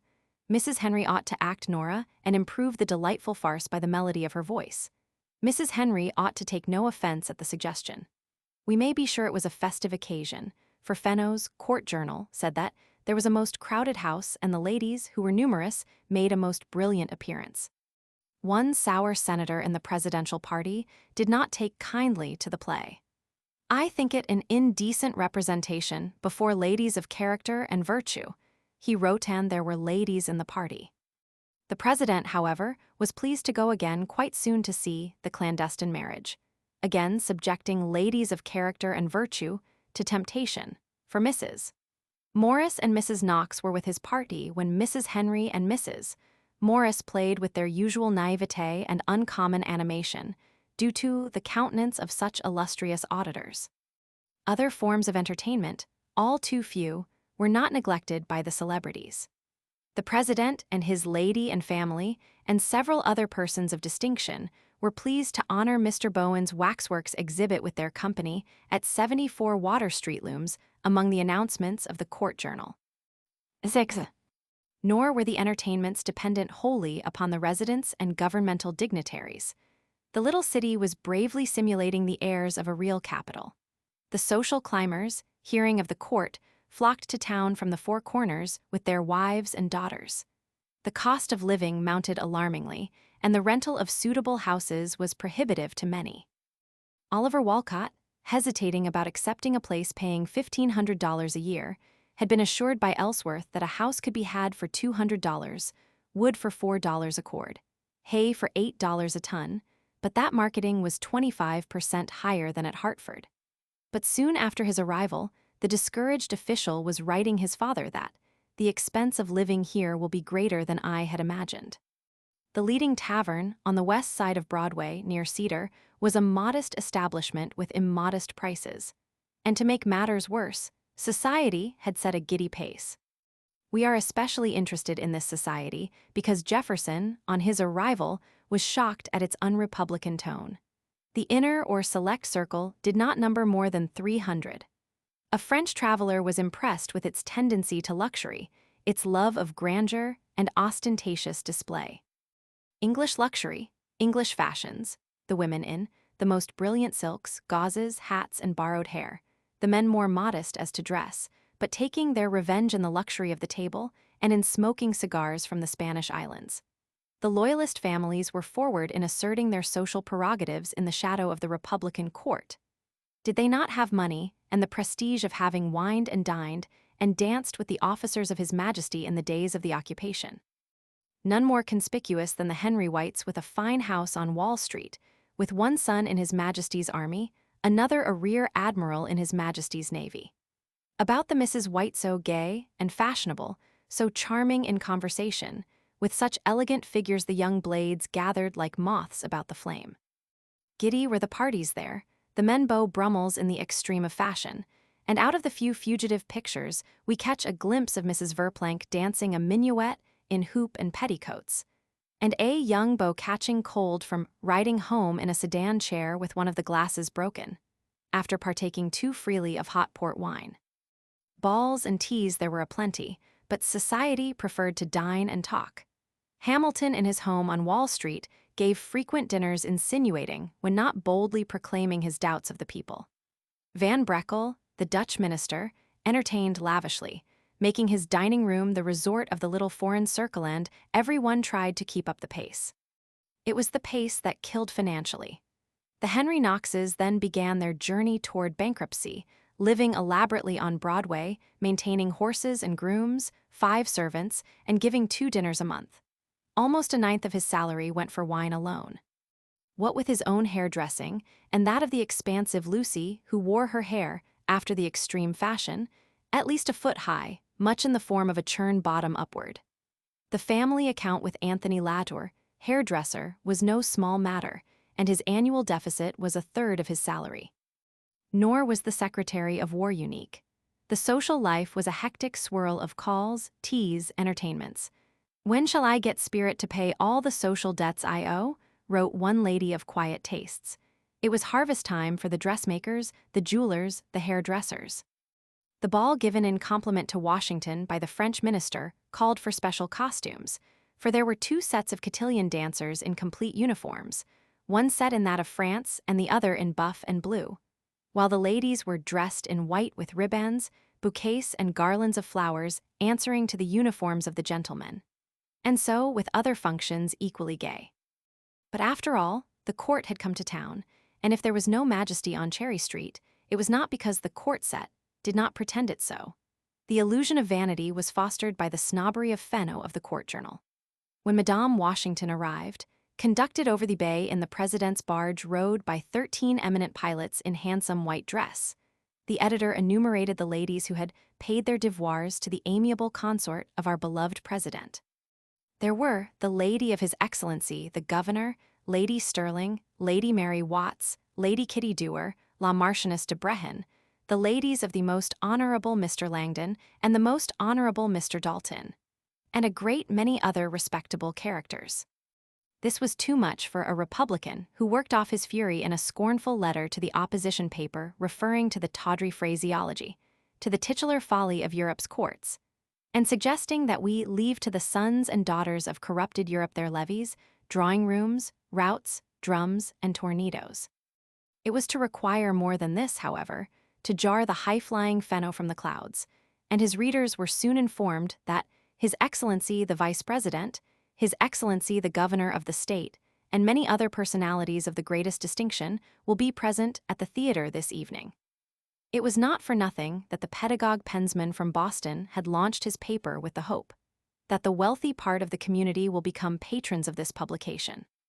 The inconveniency of being fashionable was impressed upon one senator on finding a colleague, who, having set up a coach, and, embarrassed in his plans by the irregular adjournments, was wont to sit alone in the chamber, in a state of ennui as much as 2 or 3 hours waiting for his carriage, to take him 300 or 400 yards. But while there was much of this ridiculous affectation, society was not without its charms. For Mrs. Hamilton had her days for receiving, and her drawing-room was brilliant, and all the more interesting because her vivacious sister, Mrs. Church, just back from London, bringing with her a late abominable fashion of ladies, like washwomen with their sleeves above their elbows, was there to assist. And all the men were not on stilts, for it is on record that the congressional delegation from Pennsylvania would occasionally break through the court circle to dine from 3 to 9, and indulge in a scene of bestial badness, with Robert Morris proving himself certainly the greatest blackguard in that way. There was the usual small gossip to bring the sorers to earth. The cream served at the table of Mrs. Washington was not the best. Mrs. Morris had been compelled to rid herself of a morsel of spoiled food there, but Mrs. Washington ate a whole heap of it. Mrs.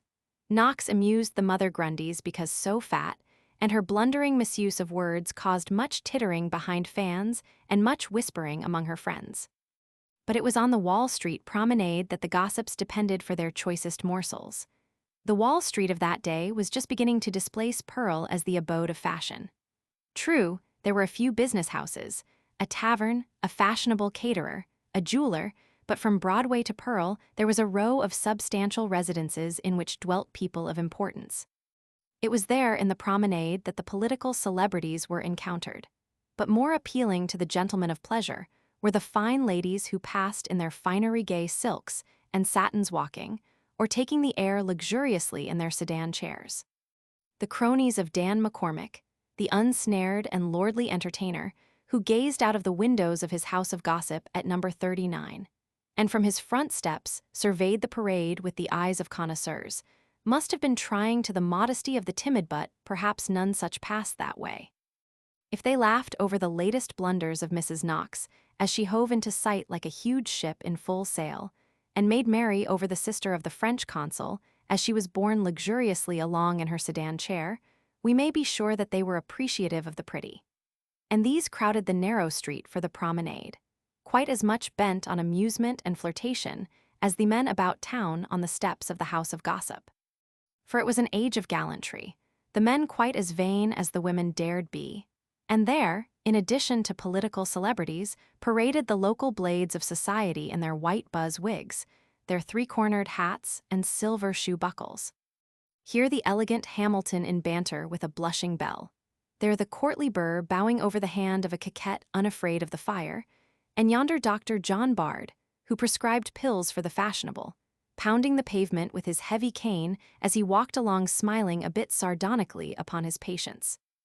And swinging along like a symphony, a dandy in a scarlet coat with mother-of-pearl buttons, a white silk waistcoat embroidered with colored flowers, black satin breeches, white silk stockings, and a cocked hat, an Irish miniature painter out for an airing and to give the ladies a treat.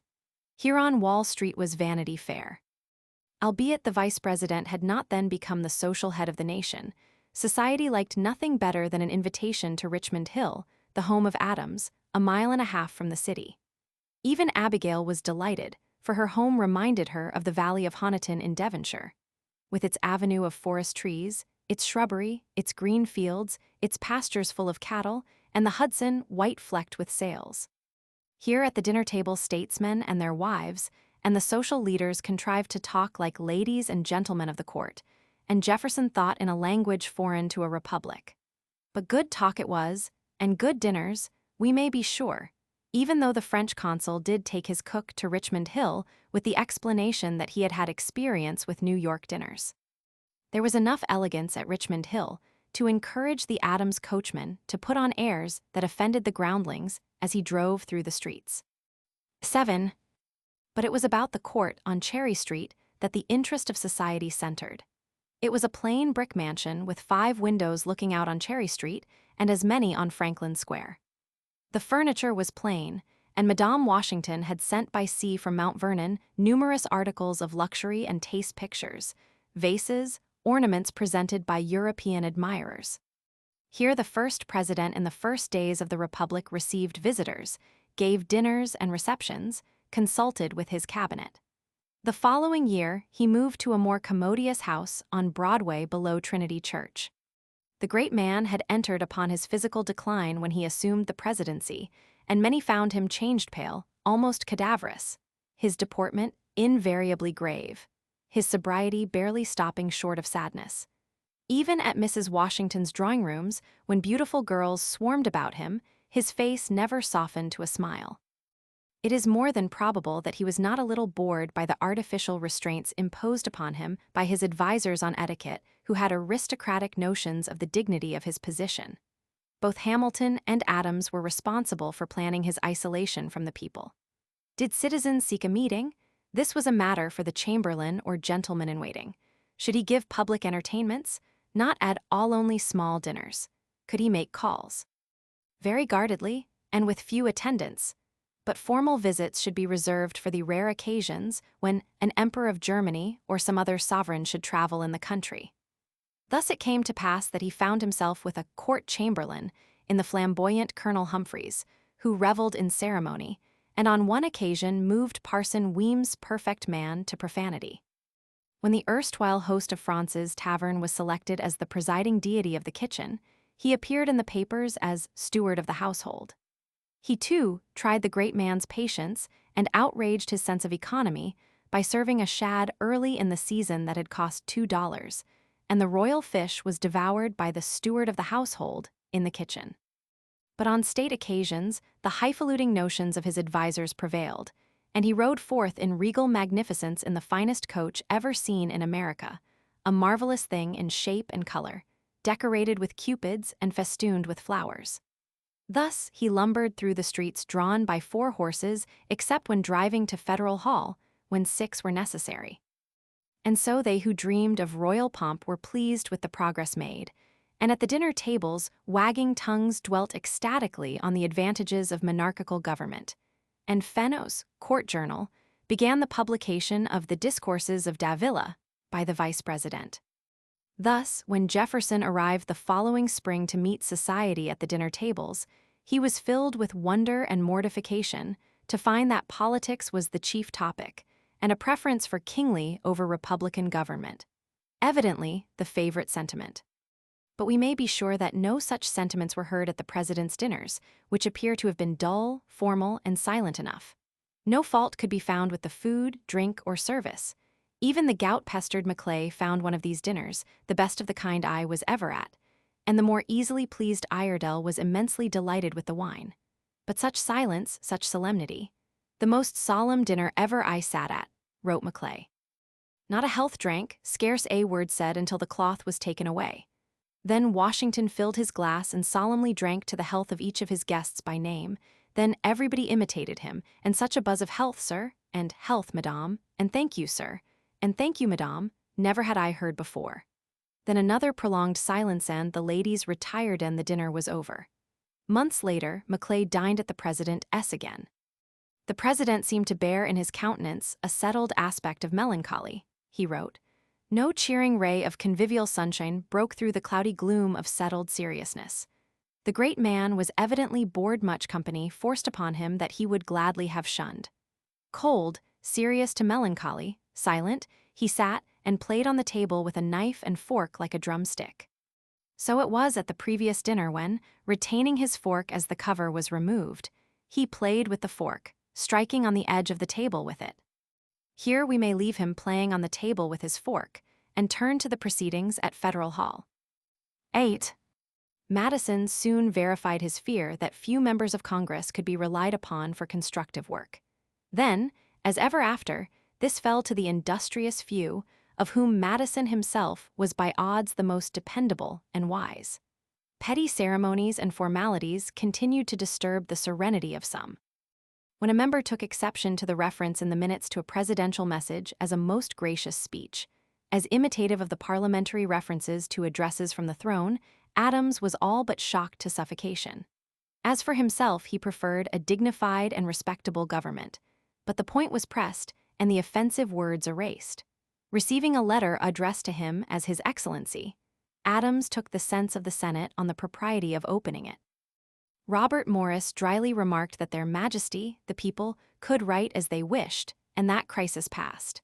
When a bishop was mentioned in the minutes as Right Reverend, and Maclay snorted his disapproval, Adams, in righteous wrath, informed him that the government will never be properly administered until titles are adopted in the fullest manner.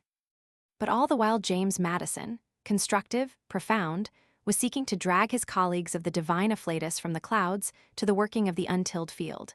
Money was needed more even than titles, and precious time was being squandered. In an earnest appeal, he begged for the postponement of the consideration of a permanent fiscal system in the hope of persuading the suppliants for tariff aid to wait a while. But it was of no avail. Privilege entered the halls of Congress in the very beginning. When at length a measure was framed, the merchants of New York, Philadelphia, and Boston made common cause to hold it back. They had ordered heavily in anticipation of such a law and were determined to prevent its enactment until their goods arrived. The whole thing smacked of scandal. The merchants had already added the amount of the duties to the price of the goods on their shelves, increasing their profits while depriving the government of the necessities of life. With the government starving for revenue, the mercantile interest, with the aid of members, held it off until July 4th, and then it was passed with the proviso that it should be inoperative until August 1st. Many, says a noted historian, thought this the first instance of a series in which the action of government turned in favor of the moneyed class. The creation of the executive departments next called forth acrimonious discussions. Should the finances be in the hands of a man or a commission, where could be found a single man capable of such a task, the republic would be endangered were one man to have command of 3 or 4 millions.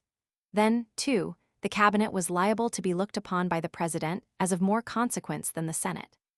A system of favoritism would be established, and oligarchy confirmed, the liberties of the people destroyed. And the power of removal, who should possess that? Some wanted to lodge the power in the president, others in the Senate. Madison favored the former, but others could not see it that way. What, exclaimed one statesman, give the power to the president? Why, ministers would obtrude upon us to govern and direct the measures of the legislature and support the influence of their master. A new Walpole would arise. Good God, cried another, authorize in a free republic. By your first act, the exertion of a dangerous royal prerogative in your chief magistrate. The result was the striking out of the authorization of the president to remove on the ground that it was implied in the Constitution. Madison took this view, and it was to rise against him in his later battles with Hamilton over the implied powers. This jealousy between the executive and legislative departments soon found some justification in the action of Washington himself. It was late in the summer of the first year that he appeared in the Senate with General Knox to get advice and consent to some propositions respecting a treaty with the Southern Indians. With cold dignity, he took his place beside Adams, with Knox near at hand. The latter passed him a paper which he, in turn, gave to Adams, who began to read. The windows were up, and the purport was all but lost in the rumble of carriages on Wall Street. "Do you advise and consent?" asked Adams. A senator suggested that in a matter of importance new to the Senate, it was the duty of senators first to inform themselves. Storm clouds appeared on the presidential countenance. Someone moved postponement of action on the first article, then the second and third. Finally, the motion was made that the whole be referred to a senatorial committee. Up Washington started in a violent fret. The motion defeated the purpose of his coming. He had brought along the Secretary of War who knew all that it was necessary for the Senate to know. The reference to the committee would mean delay, and time was pressing. Then, making a virtue of necessity, he agreed to the postponement and withdrew with sullen dignity. "I cannot be mistaken," wrote a senator that evening in his boarding house. "The president wishes to tread on the necks of the Senate. Commitment will bring the matter to discussion, at least in the committee, where he is not present. He wishes us to see with the eyes and hear with the ears of his secretary only. The secretary to advance the premises, the president to draw the conclusions, and to bear down our deliberations with his personal authority and presence. This will not do with Americans." This fear, accentuated by the incident referred to, was to grow into a conviction a little later, when a more domineering and masterful figure than Washington or Knox appeared upon the scene. By many, his advent had been eagerly awaited. To the leaders, his identity was known, for the genius of Alexander Hamilton as a financier had been established, and his ambition was surmised. His aspirations were supported by the mercantile interests generally and the political forces they controlled. Even they who were to become his political enemies were favorable to his selection, preferring him to John Jay, who was considered. There is something of irony in the letter written to Jefferson by Madison to the effect that Hamilton was best qualified for that species of business, and on that account would be preferred by those who know him personally. To most he promised to be a successful administrator of finance, and only the few among his intimates foresaw his rapid rise to the brilliant leadership of a powerful party. Certainly, there could have been but few to take alarm on reading in the Daily Advertiser, on September 12, 1789, the simple announcement of one of the most momentous events in the political history of the country. The President of the United States has been pleased to make the following nominations of officers for the Department of the Treasury: Alexander Hamilton, Esquire of the City, Secretary; Nicholas Everly, Esquire of South Carolina, Controller. And the Senate of the United States, having taken the said nominations into consideration, were pleased to advise and consent to the same. Chapter 2. Hamilton, a Portrait. 1. The genius for whom the nation had been waiting, who walked briskly and with a martial air into the Treasury, and sat down at the almost effeminate mahogany desk with the women's faces carved upon the legs, to bring order out of chaos, looked the leader. Not that he was of commanding stature, for he was but 5'7" in height, with a figure of almost boyish slimness. It was rather in his soldierly erectness and the dignity of his bearing that he impressed. If his carriage suggested the camp, the meticulous care of his dress hinted of the court, for he was something of an elegant in his attire. We have one striking picture of him in a blue coat with bright buttons, the skirts unusually long, with a white waistcoat, black silk smallclothes, white silk stockings, another in fine lace ruffles. It is quite impossible to think of him as unfit for an instant summons to a court levee or a ladies' drawing-room, albeit Walcott, who saw him first in his office, thought him a very amiable plain man. It was an age of frills and fancies among the men of the aristocracy, and his very conservatism would have dissuaded him from the slightest departure from the conventions. It was his head and features that denoted the commander. His well-shaped, massive, and symmetrical head, with its reddish-fair hair turned back from his forehead, powdered and collected in a queue behind, was not so likely to attract attention as his pronounced features. These were unique in that rarest of all combinations of beauty and strength.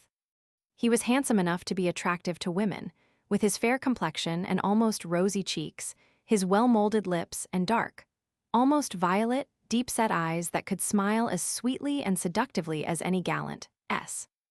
And yet these lips could be firm and stern, and the soft, mirthful eyes could freeze and flash. If women were to observe the softer nature, the politicians were to note the man of relentless will disclosed in the firm, strong jaw. Graceful and debonair, elegant and courtly, seductive and ingratiating, playful or impassioned, he could have fitted into the picture at the Versailles of Louis Roman 15 or at the dinner table at Holland House. No one born in the atmosphere of courts could have looked the part more perfectly. And yet, such was his origin that the envious Adams could sneer at him as the bastard brat of a Scotch peddler. And it was not without reason that Gouverneur Morris, meditating his funeral oration and his illegitimate birth, contrived a mode to pass over this handsomely. Even the sympathetic researches of Mrs. Atherton have failed to lift the mystery of his origin and family. All we know is that he was born of an irregular relation, without the intervention of the clergy, between an unprosperous Scotch merchant of the West Indies and a brilliant and beautiful daughter of the French Huguenots. Even his parentage by the man named Hamilton was doubted, on circumstantial evidence, by so ardent a friend as Pickering, who thought he had found the father in a physician.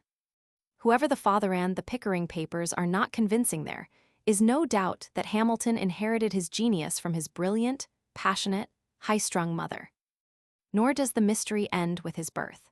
Pickering was half persuaded that the mother lived into the manhood of her son, but the church records at St. Kitts bear out the claims of the family that she died in 1768. It is not easy to account for the rather morbid relations later between Hamilton and his father and brother. Both appear to have been a worthless sort. For years, Hamilton was ignorant of his father's whereabouts, which does not appear to have bothered him much. Later, there was some correspondence looking to a possible reunion in America, out of which nothing came. At intervals, money passed from the great man in America to the indigent old man in the West Indies, but at no time does it appear that Hamilton had any thought of visiting his father in the isle of his childhood. It was a long cry from the squalid life in the West Indies to Mrs. Bingham's drawing room, and the genius turned his back upon the past. 2. There is nothing so inexplicable in this amazing man as the precocity of his genius. There is a suggestion of it in the younger Pitt, but he had sat from infancy at the feet of Chatham. To the easy-going natives of his natal isle, this passionate, fiery-tempered, supersensitive boy, dreaming of power, must have seemed an exotic. As a mere child, he appeared to sense that his field of conquest lay across the sea. He was planning a career while his companions were absorbed in childish games. His early range of knowledge and reading was remarkable. In his passion for literature, he was unconsciously molding one of the weapons for his successful assault on fame. Through the pages of Plutarch, he was lifting himself above the drab, slothful surroundings to the companionship of the great. Sometimes fate was serving his destiny when he felt himself a captive beating against his cage. Thus, in the counting room at Santa Cruz, he was mastering business methods and absorbing the commercial spirit on which he was later to predicate his philosophy of government. The business letters he wrote were preparations for the framing of his report on the public credit. Even then, it was a peculiarity of his genius that he could write on business matters without clipping the wings of his fancy. He seemed born with a mastery of words, a rare gift of expression. When a hurricane swept the islands, the description he wrote for a paper became the talk of the West Indies. Only a little while before he was rebelling against the groveling ambition of a clerk, and passionately writing that he would willingly risk his life, but not his character, to elevate his station. These were the aspirings of a boy not yet 13. I shall conclude by saying, I wish there was a war. Here we have a vivid light upon his character. The description of the hurricane made his fortune. Dreaming of rising by the sword, it was his pen that rallied friends who raised the money to send him to America for an education. Through all his days, he was to aspire to glory through the sword, little knowing that he was winning immortality with his pen. The little Corsican touching the soil of France, the little West Indian landing in America there, is a striking analogy. Both dreaming of martial glory in the land of strangers. Both obsessed with a morbid ambition sustained by the rarest powers of application. The records of the years preceding the Revolution are but vague, though we get glimpses of the genius forging his weapons in the boy at the grammar school at Elizabethtown poring over books till midnight, to rise at dawn to continue his studies in the quiet of a nearby cemetery, practicing prose composition, writing an elegy on the death of a lady, composing the prologue and the epilogue of a play, and, at King's College, Columbia, amazing his companions by the energy of his mind, and puzzling pedestrians by talking to himself as he walked for hours each day under the great trees of Bateau Day Street. Here, too, an occasional display of the eloquence of maturity, enriched by the glow of genius, set him apart. Then came the revolution. "I wish there was a war," cried the boy of 13, and war came to find the lad of 19 as eager to seize its opportunities as was the Corsican youth when ordered to clear the streets of Paris. 3. The war was to prove his genius, not as a soldier, but as a writer and constructive thinker on governmental matters. He was a natural journalist and pamphleteer, one of the fathers of the American editorial. His perspicacity, penetration, powers of condensation, and clarity of expression were those of a premier editorial writer.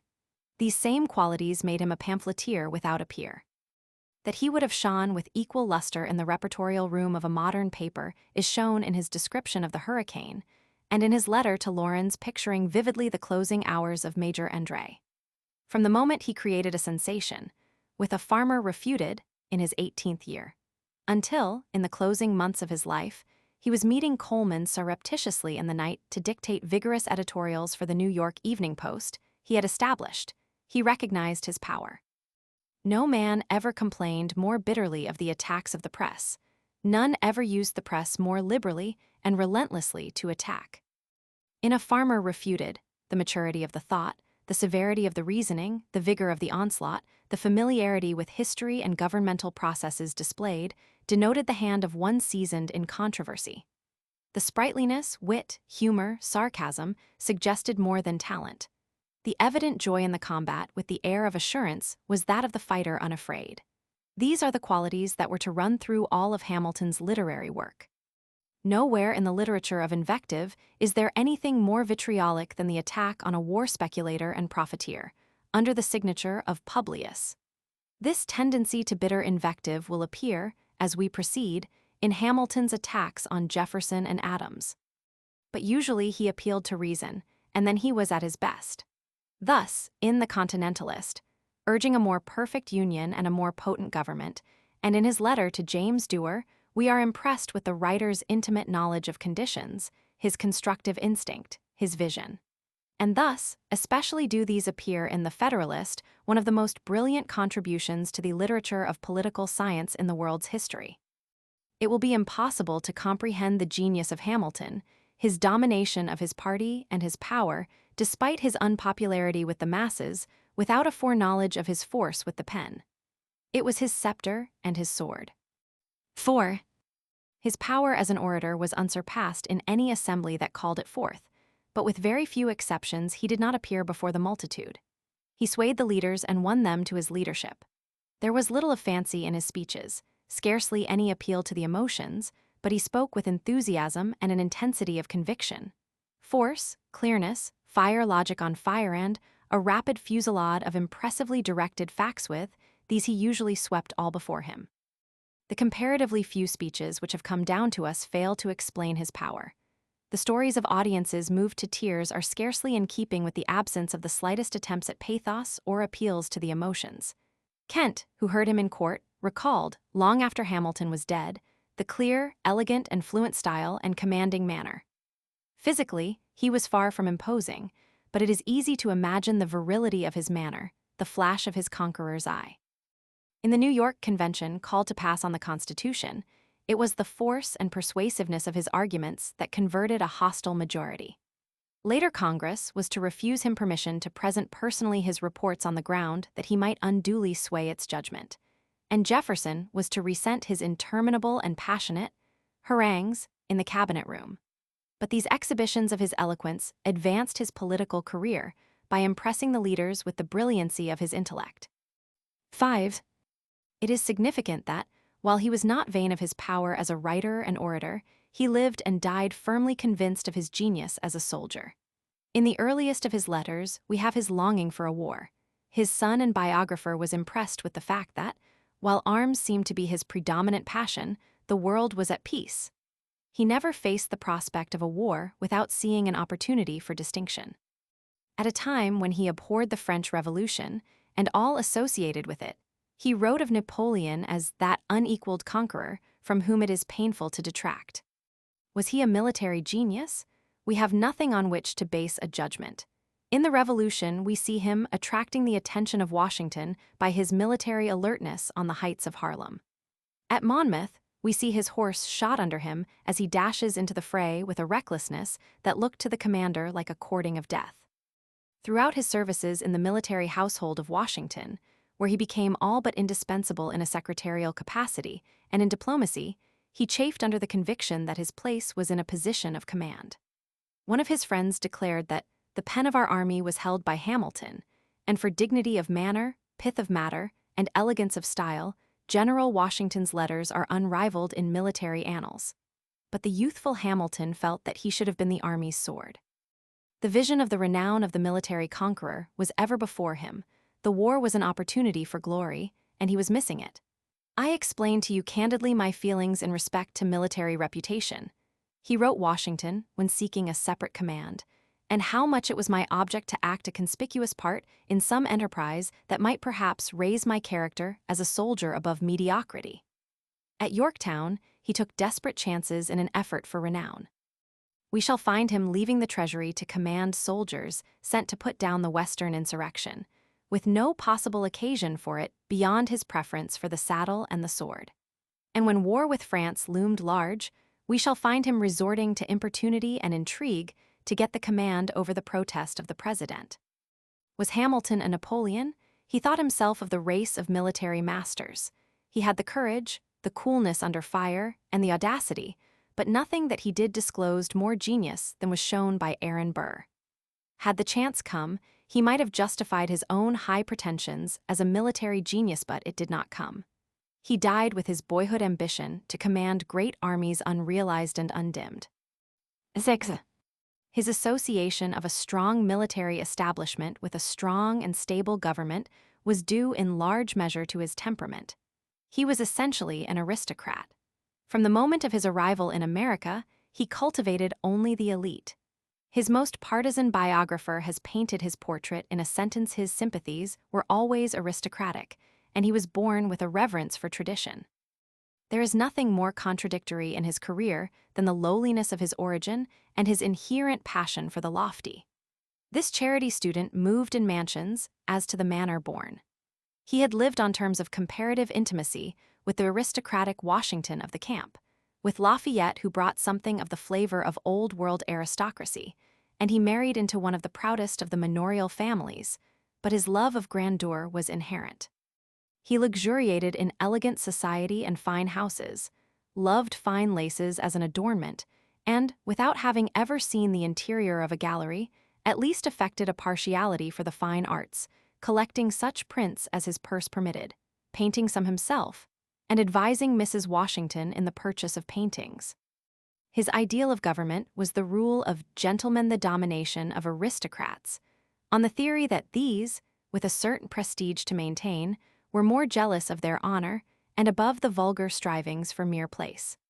Thus, it was impossible for him to conceive of a strong and capable government over which the aristocracy did not have sway. Long before the Constitutional Convention, we find him writing Morris on financial matters, setting forth the importance of creating an alliance between government and men of wealth.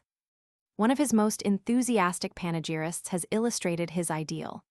The nearest approach to it is the popular conception of the Empire of Japan, a mass of intelligent humanity, reckless of their lives, yet filled with the joy of life, eager for distinction, hungry for success, alert, practical, and merry, but at the same time subordinate, humbly and piously subordinate to a pure abstraction. But this abstraction had to be aristocracy, never democracy, for he believed that democracy could only lead to anarchy. Temperamentally hostile to democracy in the beginning, maintaining that attitude to the end, he never appreciated and always despised public opinion, and in 1794 he frankly confessed to Washington that he long since learned to hold public opinion of no value. This distrust of the people, contempt for democracy, and reliance on strong government supported by wealth, and, if need be, sustained by standing armies, were carried by him into the Constitutional Convention, and there proclaimed with all the tremendous force of his personality. 7. Unless we divest ourselves of the Hamiltonian myths in reference to the Constitution, an intelligent comprehension of his political character will be impossible. We must rid ourselves of the fallacious notion that he was satisfied with the Constitution or believed it adequate. No one contributed more mightily to making the Constitutional Convention possible. In the preliminary convention at Annapolis, no one did more to crystallize sentiment for it, and it was his persuasive pen that wrote the history-making address they're determined upon. About his dining table in New York, he did yeoman service in coaxing skeptical and reluctant members of Congress to call a convention.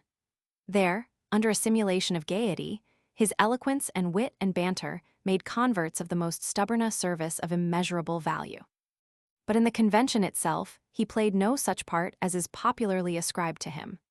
After the presentation of his own plan in the early stages, he played an inconspicuous part, and much of the time he was not only absent from the convention, but out of the state. This was not because of indifference to the event, but to a realization that he could accomplish nothing for his plan. This plan was a direct contradiction of that which was adopted. There is nothing conjectural about that fact. The records are indisputable. We have the plan, the brilliant 5-hour oration in its behalf, the brief from which he spoke. These have come down to us, not from his enemies, but from his partial biographers, his son the editor of his works, and the report of Madison on the authenticity of which he himself passed. This plan provided for the election of a president for life, for senators for life or during good behavior, and by electors with a property qualification, and for the crushing of the sovereignty of states through the appointment by the president of governors with a life tenure and the power to veto any act of the state legislatures, though passed unanimously.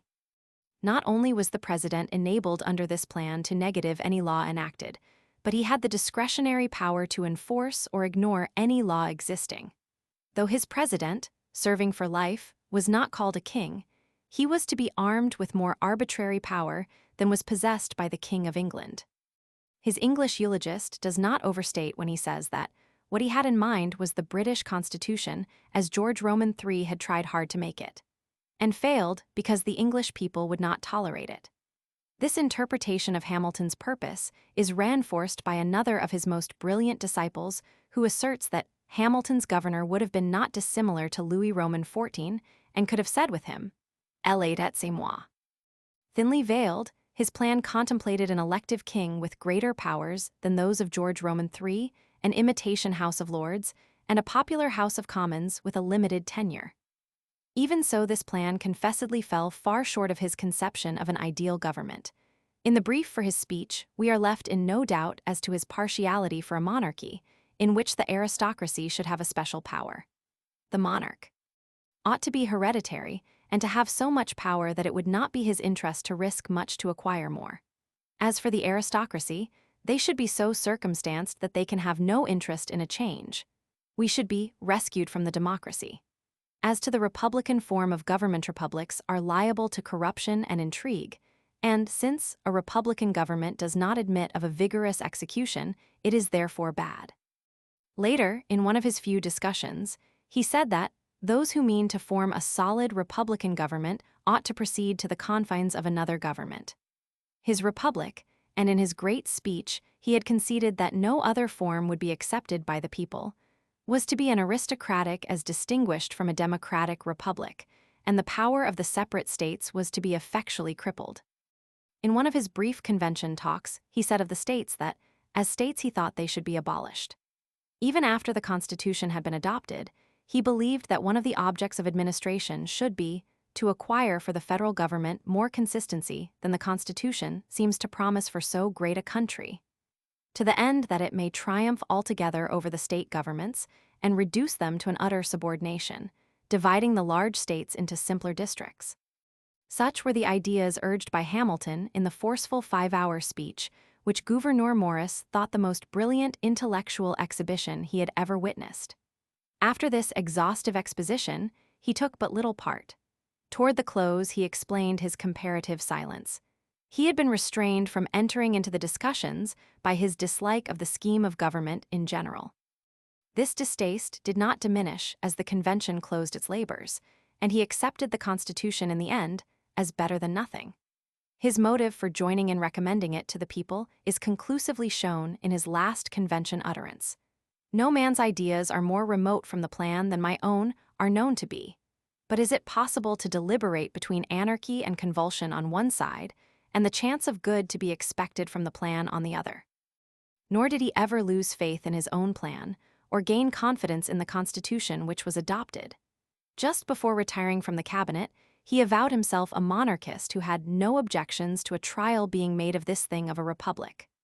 2 years before his death, he wrote bitterly to Morris of his support of a constitution in which he had never had faith from the beginning, in which he described it as a frail and worthless fabric.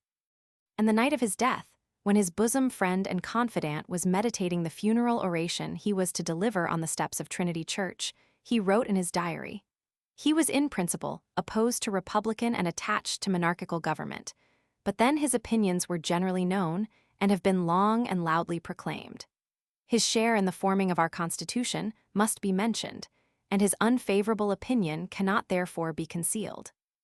If, however, he was a tremendous factor in making any constitutional convention possible, he was to be even more essential in securing the ratification of the document he disliked, and it is here that he rises to the pinnacle of patriotic statesmanship and earns the eternal gratitude of the Republic." When on that summer day, on a packet floating lazily down the Hudson, he subordinated his personal preferences to the public good and sat down to the writing of the first number of The Federalist, he reached the very acme of his greatness. Had he done nothing else, his fame would have been as eternal as the nation he helped to make.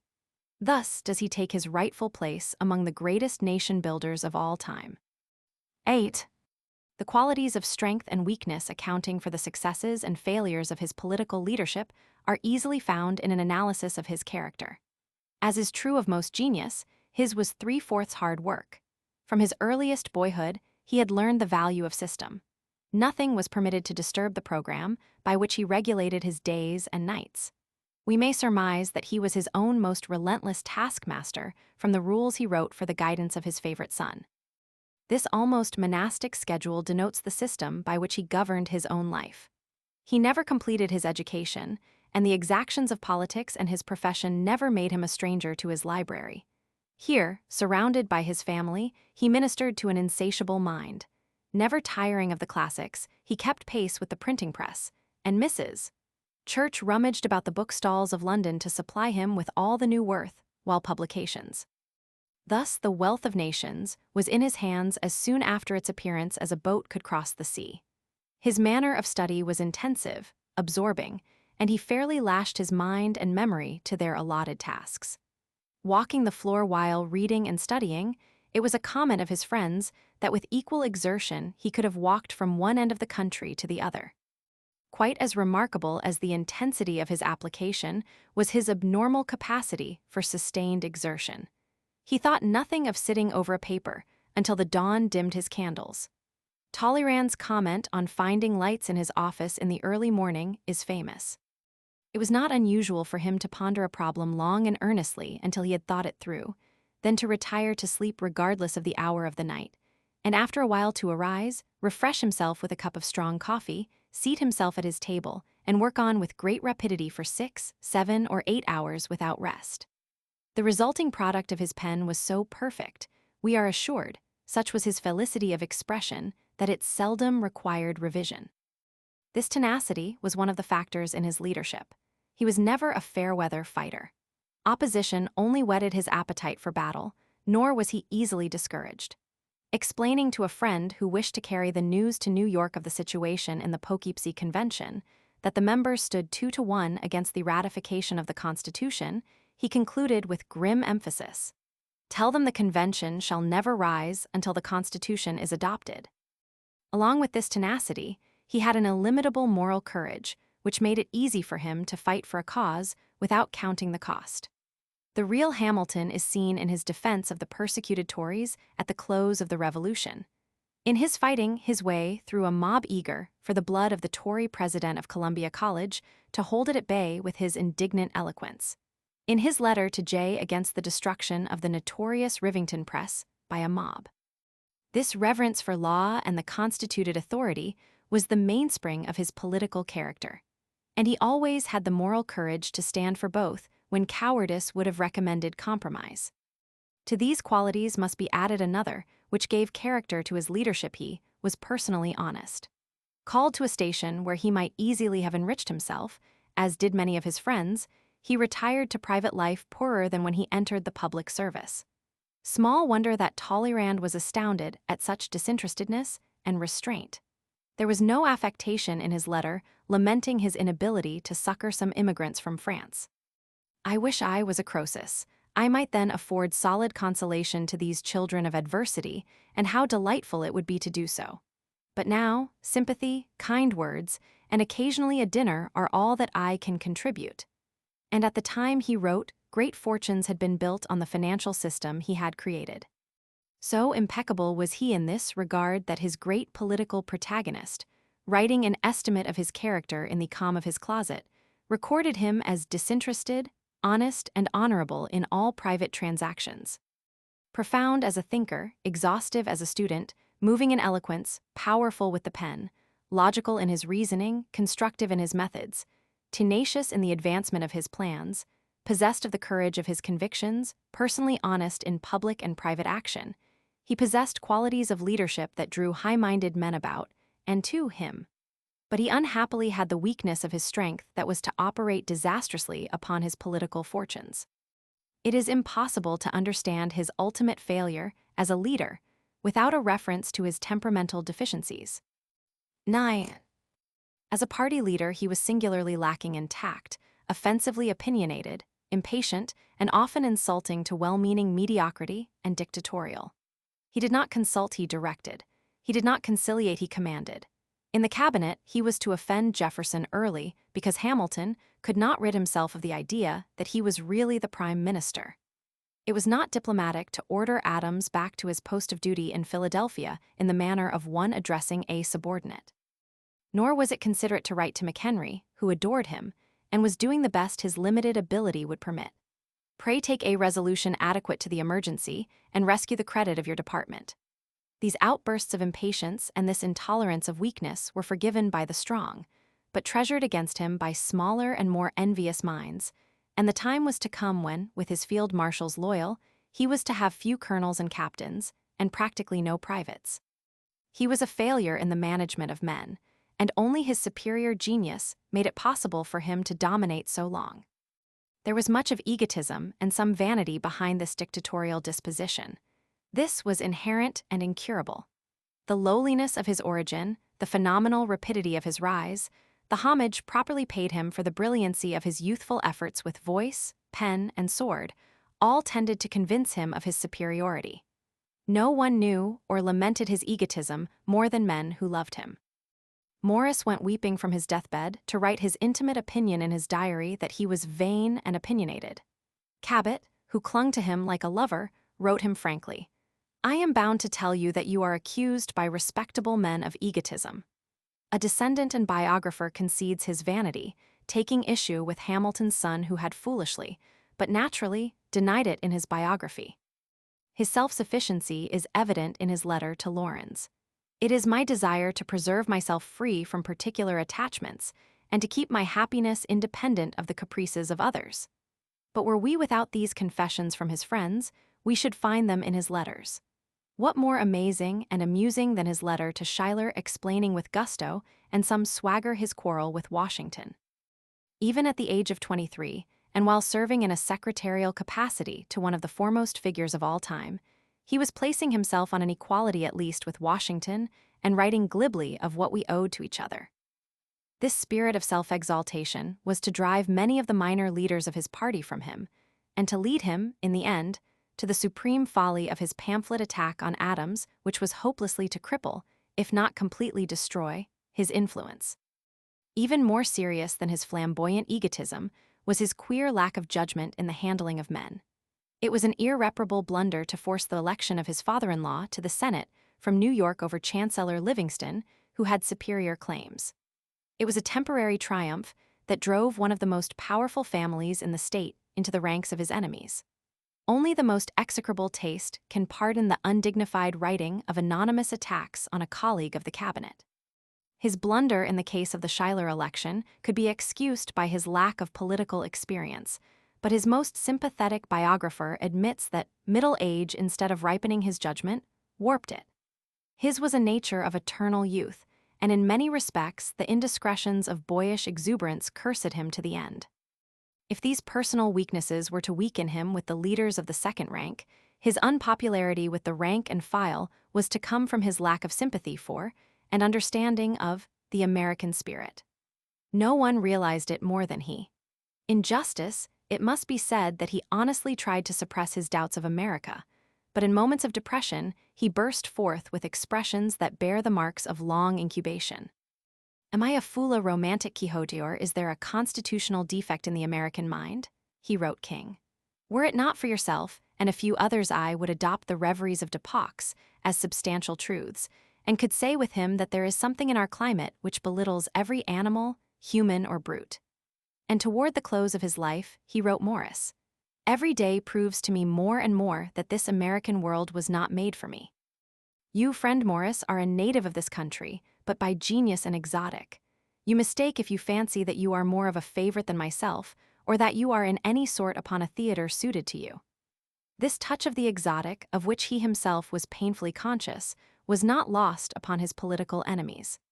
Thus ignorant of the character of this nation, of Pennsylvania, and of his own city and state of New York, was Alexander Hamilton, wrote Ames.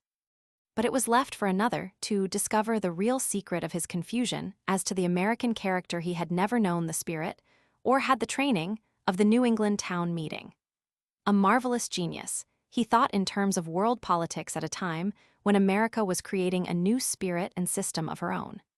It was not to weaken his work as the creator of credit, but it was to dim his vision as an American leader. 10. If he possessed traits that made him thoroughly hated by some, he had other qualities that bound his friends to him with bonds of steel.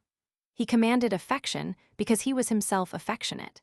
His letters to his wife were uniformly tender and playful. He was idolized by his children. His comrades in the army loved him because he not only shared their hardships, but at times helped them to necessities out of his own all but empty pockets. He was sensitive to the sufferings of many refugees in Philadelphia and New York, and he would often direct his wife to send money and delicacies to the women and children.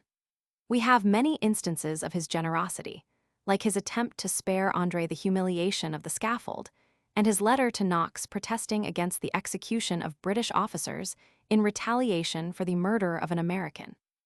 Among the young French officers, he was idolized because of his merry disposition and the cleverness and brilliancy of his conversation.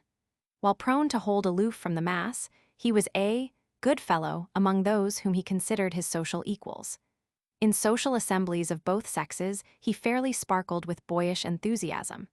In stag affairs, where he was immensely popular, we may be sure that he was nothing of a prude. It is not of record that he often drank to excess, but like most men of his time, he loved his wine, and we have it on the best authority that he sometimes took a wee bit too much. On these convivial occasions, he could always be prevailed upon to sing his one and only song. "We're going to war, and when we die we'll want a man of God nearby, so bring your Bible and follow the drum." His one serious weakness was an inordinate fondness for women, which was to involve him in the one serious scandal of his career. It was McHenry who wrote to Pickering, another friend, "Far be it from me to attempt to palliate his pleasures, the indulgence in which Mr. Hamilton himself publicly lamented." It was Otis who wrote of his liquorish flirtation with a married woman at a fashionable dinner party. It was Lodge who, in touching on his overpowering passions, refers to his relations, which had an unenviable notoriety. It is Oliver who says that his private shortcomings cannot be denied, and that, in private life, Hamilton was not always vigilant. It is the historian of the Republican court who records that it is true that Hamilton was something of a roué. And it was reserved for a descendant to remind us of the story of the alleged relations with the celebrated Madame Jumel, who, in old age, made an unsuccessful attempt to live with Aaron Burr, and of the gossip, which he discredits, that his relations with his sprightly sister-in-law, Mrs. Church, were more tender than they should have been. This same descendant, writing with professional authority, explains these moral delinquencies on the theory that, like other men of genius and great intelligence, He was prone to impulsively plunge into the underworld in obedience to some strange promptings of their lower nature. And yet, such are the strange inconsistencies of the temperamental nothing could have been more beautiful than his home life. His endearing traits are evident in the passionate devotion of all who knew the Hamilton of the hearth. If the ties that bound Angelica Church to him were not more tender than they should have been, her letters indicate something akin to love. His wife, who must have suffered tortures over the confessions of the Reynolds pamphlet, clung to him with a faith born perhaps of an understanding of how much he must have resisted. If he sometimes broke his vows, there can be no doubt that the shrine of his heart was at his hearth. Colonel Beckwith tells me that our dear Hamilton writes too much and takes no exercise and grows fat, wrote Angelica Church to Mrs. Hamilton from London. I hate both the word and the thing, and I desire you to take care of his health and his good looks. Here we have the suggestion of another frailty, which makes all the more notable the intensity of his sustained efforts and the magnitude of his achievements, the delicacy of his health. The first, and possibly the last, medical service rendered by McHenry on becoming a member of Washington's military family was to prescribe for Hamilton and make suggestions as to his diet. Early in the war, he who was never robust contracted a malarial infection from which he suffered every summer throughout his life. His correspondence is sprinkled throughout with references to his health. While in no sense an invalid, the magnitude and multiplicity of his labors, despite a chronic physical disability, measure the power of mind over matter, and indicate something of his unyielding will. 11. In view of the sincere or simulated interest in religion shown by Hamilton where political interests were involved, it would be interesting to know just what he thought and felt. The records here are slight. During his youth, he passed through the period of religious exaltation not uncommon in the average life. Not only was he attentive to public worship, but he prayed fervently and with eloquence in the seclusion of his room. About this time, he wrote a hymn, "A Soul Entering into Bliss," which is said to have had some literary merit. We hear no more concerning his religious fervor for many years until he pretended, if he did not feel, an intense indignation against the revolutionary reaction aimed at the church establishment in France. He was shocked that equal pains have been taken to deprave the morals as to extinguish the religion of the country. A few years more, and with the fall of his party, he outlined to Bayard a plan of conduct for Federalists with a view to its rehabilitation, and proposed an association to be denominated the Christian Constitutional Society, having for its objects the support of the Christian religion and the support of the Constitution. This hints strongly of the old world idea of the union of church and state. In Connecticut, the clergy had been the shock troops of federalism, and it is quite possible that the political advantage of an alliance between the church and his party appealed to Hamilton. At any rate, he was a member of no church. One of his descendants assures us that he was a man of earnest, simple faith, quite unemotional in this respect, so far as display was concerned, but his belief was very strong. Strong as it was, it never led him to the altar. Leaving his idol's deathbed, Oliver Walcott wrote his wife that Colonel H. in late years expressed his conviction of the truths of the Christian religion and his desire to receive the sacrament, but no one of the clergy who have yet been consulted will administer it. At length, life ebbing away, a bishop consented after being earnestly solicited the second time. Thus, in his dying hour, Hamilton declared, "It has for some time past been the wish of my heart, and it was my intention to take an early opportunity of uniting myself to the Church." The natural deduction from the meager information we have is that his intensive political and professional activities and consuming ambitions gave him little time to meditate on religion. He certainly never gave it the consideration of his greatest political opponent, whom his party attacked as an enemy of Christianity. But he used the Church, whenever possible, to advance his political views and with effect. Quite as problematical as his religious feeling was his attitude toward Washington. It was the policy of the Federalists to capitalize politically the popularity of the man of Mount Vernon, and they succeeded, as we shall find, to a marked degree. Even so, some of Hamilton's most partial biographers have commented on the absence of any deep affection between the two, and Dr. Hamilton is not convincing with his observation that his ancestor signed his letters to Washington, very affectionately. As a matter of fact, none of his letters to Washington denote real affection. This would be more impressive, however, but for the singular absence of the note of affection in all his political correspondence. But in one of his letters, we find the very opposite of either affection or admiration. This was his letter to General Schuyler on the occasion of Hamilton's withdrawal from Washington's military family, and it does not speak well for the reliability of his son's biography that he deliberately mutilated the letter. It was in this that he wrote that he had found his chief, neither remarkable for delicacy or good temper, and complained of his self-love. Here we have the confession that, for 3 years past, I have felt no friendship for him and have professed none.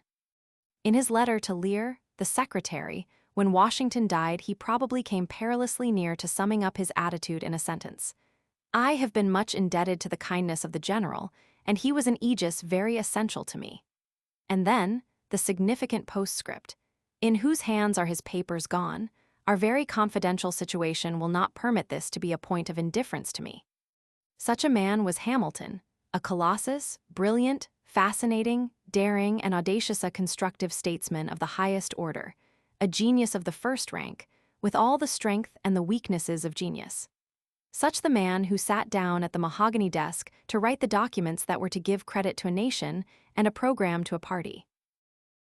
Chapter 3. Hamilton in the Saddle. 1. There was quite enough in the picture of the handsome, penniless Hamilton, at the age of 32, striding upon the national scene with the air of a conqueror, to undertake the solution of the problem on which the existence of the young republic depended, to appeal to the popular imagination. The mystery and romance of his history, the dash in his manner, the shimmer of his genius, interested all and fascinated many of his contemporaries. The audacious gaiety with which he faced his task imparted a feeling of confidence to those who did not know, as many did, just what was in his mind. He set to work with an enthusiasm that smacked of inspiration, for it was a task to his taste. With the startling effect of a magician at his tricks, he created the machinery of his complicated department, selected his assistants with discrimination, trained them with meticulous care in their duties, outlined his plans for revenue immediately required, and sat down with joy to the preparation of his report on the public credit, which was to proclaim the public faith and establish the nation's credit. The mere presence of this youthful figure at the mahogany desk commanded confidence. Here was a man who was primarily interested in the rights of property, who believed in the sanctity of contracts, and had the courage of his convictions. Even as he was writing his report, he loomed large as the man of the hour. His close associates foresaw the nature of his recommendations. The mercantile and financial interests plumed themselves upon a triumph. Within a month after his appointment, a contemporary rhymester put in verse the counting-room conception of the man. Young Hamilton's unshaken soul the wayward hosts of anarchy control, and while the Senate with his accents wrung a full conviction followed from his tongue.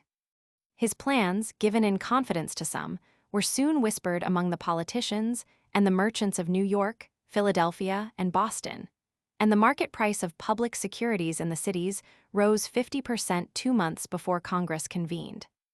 It was not until in early January that the report was read in House and Senate. His wish to present it personally was denied, not by his political enemies as his partial biographers contend, but by the supporters of his plan. In the galleries of the House, eager speculators were closely packed. They overflowed and filled the lobbies. Some were drawn by mere curiosity, some were the original creditors who had waited long for their reward, but the greater number were speculators, who, in anticipation of such a recommendation, had bought freely of the skeptical holders at ridiculously low prices.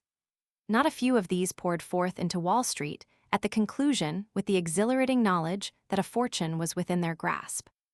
In the Senate, the report was heard in secret and in awful silence, for the elder statesmen met behind doors closed and locked. Most of these listened with approval, but the rheumatic Maclay, who had been puzzled for some time with the extraordinary rise in public securities, wrote that night in his journal that Hamilton recommends indiscriminate funding, and, in the style of the British minister, has sent down his bill. There were some complaints that a committee of speculators and certificates could not have formed it more to their advantage. In truth, It occasioned many serious faces, and Maclay himself was struck of a heap. But the prevalent note was one of jubilation. In New York, enthusiasm in the coffee houses; in Boston, great applause; in other commercial cities, Philadelphia, Charleston, Baltimore, approbation, with reprobation for objections. All men of honor sympathized with the purpose of discharging the debt. The repudiationists were among the ignorant and the vicious. Few at the moment found fault with the funding system, though some would have preferred a speedy liquidation through the sale of the public lands. Then suddenly a low murmur of protest, followed by acrimonious attacks. Thousands of the original creditors had been swindled out of their certificates for a song were these, who rendered revolutionary services, to be taxed to ensure exorbitant profits to the speculators.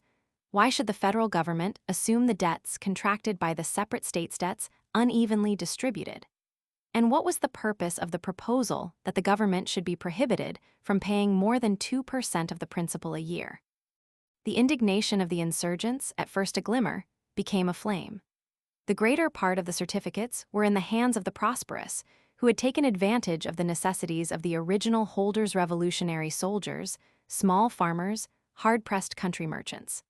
The funding system would tax all the people to pay to the rich 100 cents on the dollar for evidence of debts that had cost them 15 and 20.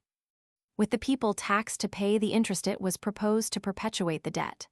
Thus, for generations, perhaps, as many reasoned, the government would operate for the enrichment of the few already rich, and the masses would pay the piper.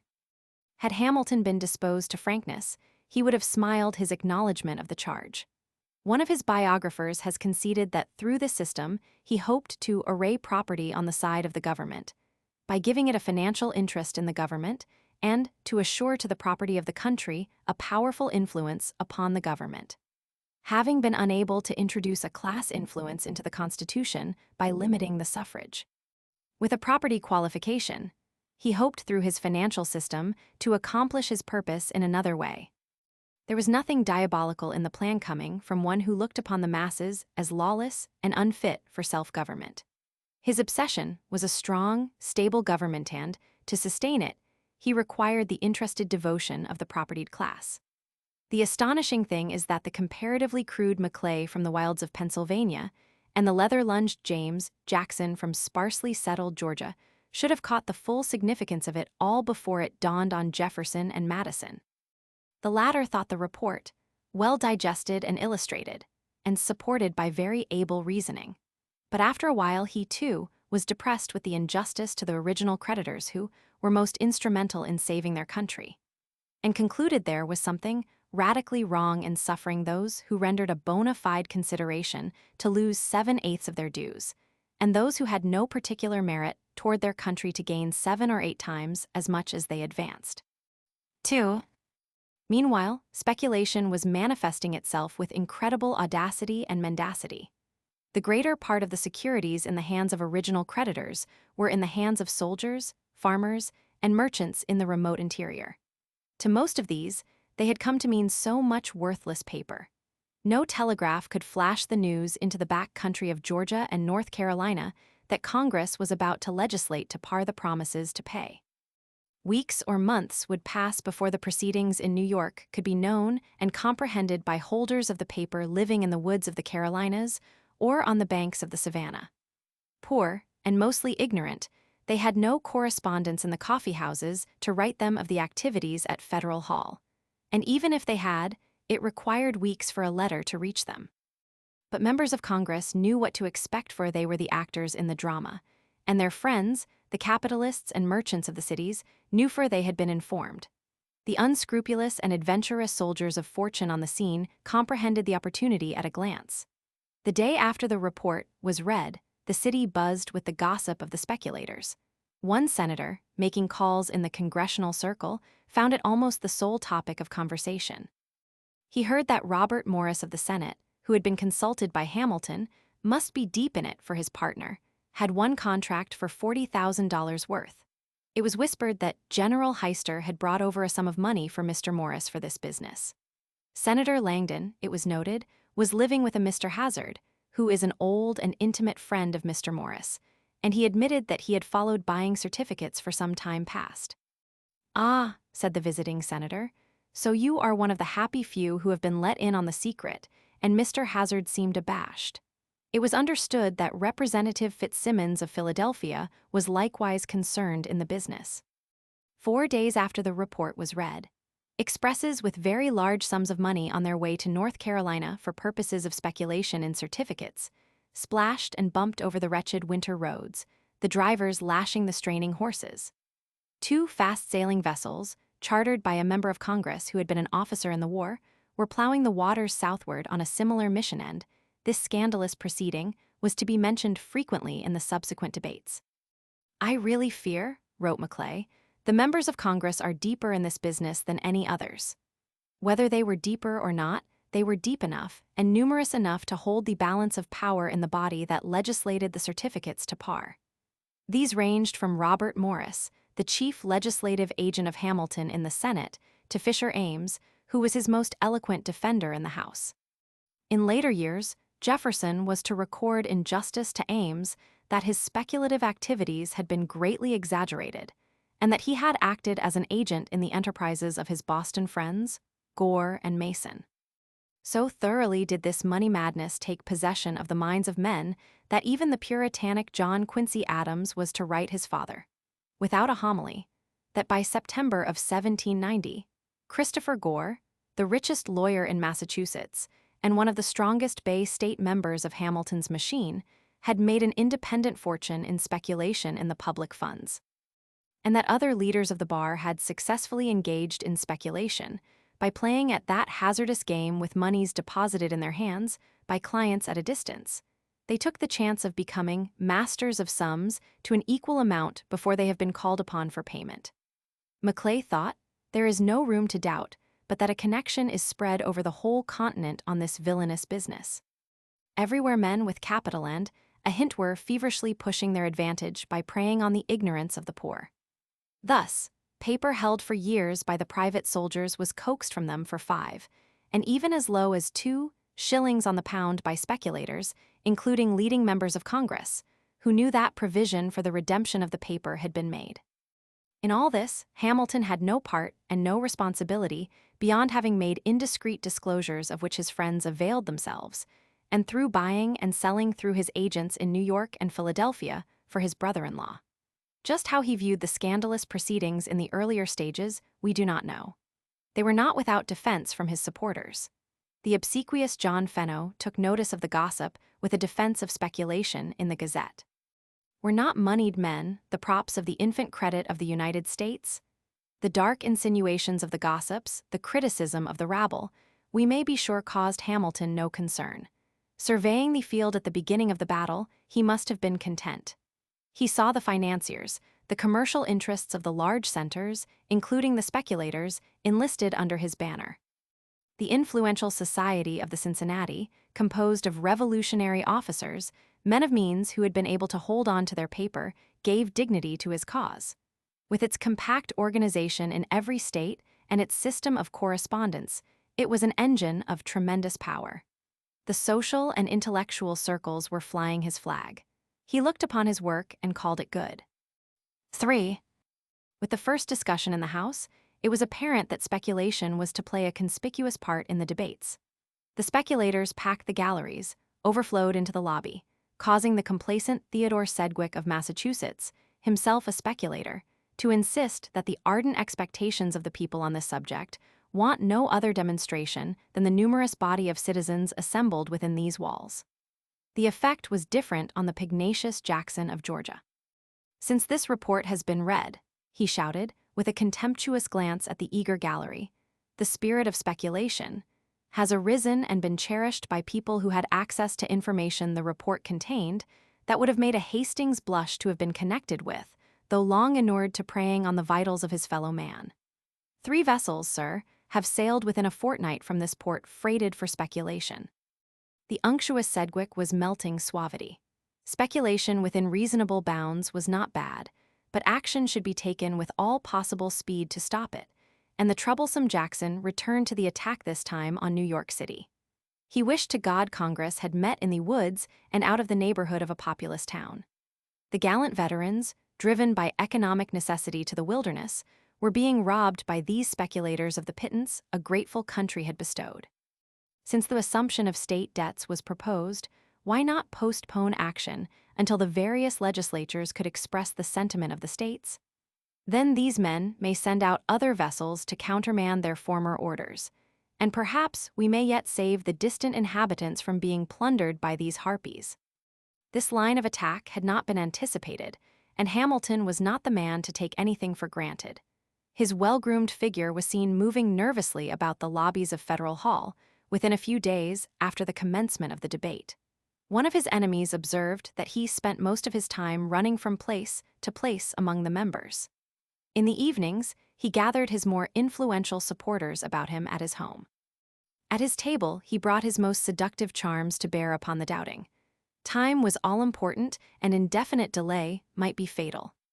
With the thunder of Jackson's ugly charges reverberating through the streets, taverns, coffeehouses, Hamilton was moving heaven and earth for his funding system. The commercial interests and the members of the Cincinnati hastened to join the lobby, which began to seek out the wavering or the doubtful in their lodging houses.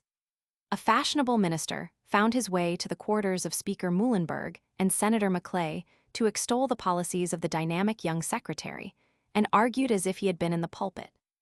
Time, too, for a redoubling of effort, for there were rumors that Madison, the strongest man in the House, had been unpleasantly impressed with the fast-sailing vessels and the expresses jolting over the roads southward. A bitter attack had appeared in one of the papers, which gossip ascribed to the popular George Clinton. In the house still harping were the foes on speculation, when with a benevolent expression Sedgwick rose with saccharine urbanity to regret the vice of speculation and declare himself totally disinterested, albeit he was financially concerned. It was only his distress over speculation that admonished him to speedy action to minimize the evil. It was really unfortunate that so much heat had been engendered. After all, were not a great and respectable body of our citizens creditors of the United States? It would be tragic were these animosities to create factions among the people. "A danger there?" bellowed Jackson, the incorrigible infant terrible. "Do not gentlemen think there is some danger on the other side? Will there not be grounds for uneasiness when the soldier and the meritorious citizen are called upon to pay the speculator more than 10 times the amount they ever received from him for their securities?" Meanwhile, the fight was spreading from Federal Hall to the newspapers, where congressional courtesy imposed no restrictions on the temper. Sinister stories were finding their way into print. Several officials, in conjunction with Robert Morris and wealthy contractors, were at the bottom of this new arrangement. If it succeeded, Robert Morris would benefit $18 million, Jeremiah Wadsworth would profit $9 million, and Governor George Clinton would make $5 million. It was under these conditions, with the speculators packing the galleries, with the lobbyists, legitimate and illegitimate, buzzing through the corridors, with the most amazing rumors floating about the streets, that James Madison, who had remained silent heretofore, rose in a crowded house to fire the first fun in the Jeffersonian War on the financial policies of Alexander Hamilton. 4. Here was a man at whom the Federalist leaders dare not sneer. A stranger, looking down from the gallery, would have been at a loss to understand the deference with which members hung upon his words. His personal appearance was disappointing. The short little man, dressed in sober black with a bald head and a little protuberant in front, whose lower limbs were slight and weak, was surely not meant to ride on the whirlwind and direct the storm. The impression of physical weakness he conveyed did belie the fact. In the mild blue eyes there was much to suggest the meditative philosopher, nothing to hint of the fighter. His voice was so weak that even in the cozy little chamber he could scarcely be heard. He spoke in low tones, without gesture or excitement, almost like a man communing with himself in the seclusion of his closet, and yet he commanded a hearing vouchsafed to few. It was the triumph of character. Here, too, was a man with a background second to none in the infant republic. An ailing body had obsessed him in youth with the premonition of an early death, and, feeling the futility of entering on any pursuit, he had sought consolation in his books. He not only consumed, he assimilated. He not only read, he thought. Thus he became something more than a learned man. He developed into a political philosopher, worthy to rank with Montesquieu and Locke. At the time he rose to propose an amendment to Hamilton's plan, there was not a man in America who was his peer in the knowledge of constitutional law or history. Nor was there a man, either, whose support Hamilton more eagerly coveted. Even the jealous Ames conceded him to be our first man, consoling himself for the concession with the comment that I think him too much of a book politician and too timid in his politics, and that he speaks decently as to manner and no more. But the ill-natured jealousy of the more ornamental Ames failed to take account, as most of his colleagues did, of the important practical use to which he had put his knowledge of the battles he had fought and the victories he had won. No one in either branch of Congress or at the head of any of the departments had approached his services in the framing of the Constitution. It was his genius that conceived the Virginia Plan, which became the basis of the agreement. At many critical junctures, his speeches had dissipated the gathering darkness with their light. His pen, unknown to many at the time, had recorded the story of the convention. His contributions to the Federalist had been quite as important, if not so numerous, as those of Hamilton. And the fight he waged in the Virginia Convention for ratification was quite as titanic and conclusive as that of Hamilton in New York. But with this difference, Hamilton was confronted by Melancthon Smith, while Madison had to cross swords with Patrick Henry, with the powerful George Mason and the accomplished Pendleton. He was not an orator of frills and fancies, magnetic and dramatic, appealing to the passions and emotions, but he was formidable in debate. In the speeches of none of his contemporaries is found such erudition, more driving logic, such tact and moderation of statement, or greater nobility of sentiment, fairness, justice. If they are a bit heavy in their sobriety, the occasion called for something remote from theatrical frivolity. His grace was in his reasoning, not his rhetoric, and yet his style would have given him a foremost place at St. Stephen's. It is not surprising that such a man should not have been a favorite with the crowd. There was a diffidence in his manner, a formality and precision in his method, a quiet dignity in his bearing that discouraged familiarity. He was too absorbed in his work to fit in with the social festivity of his time.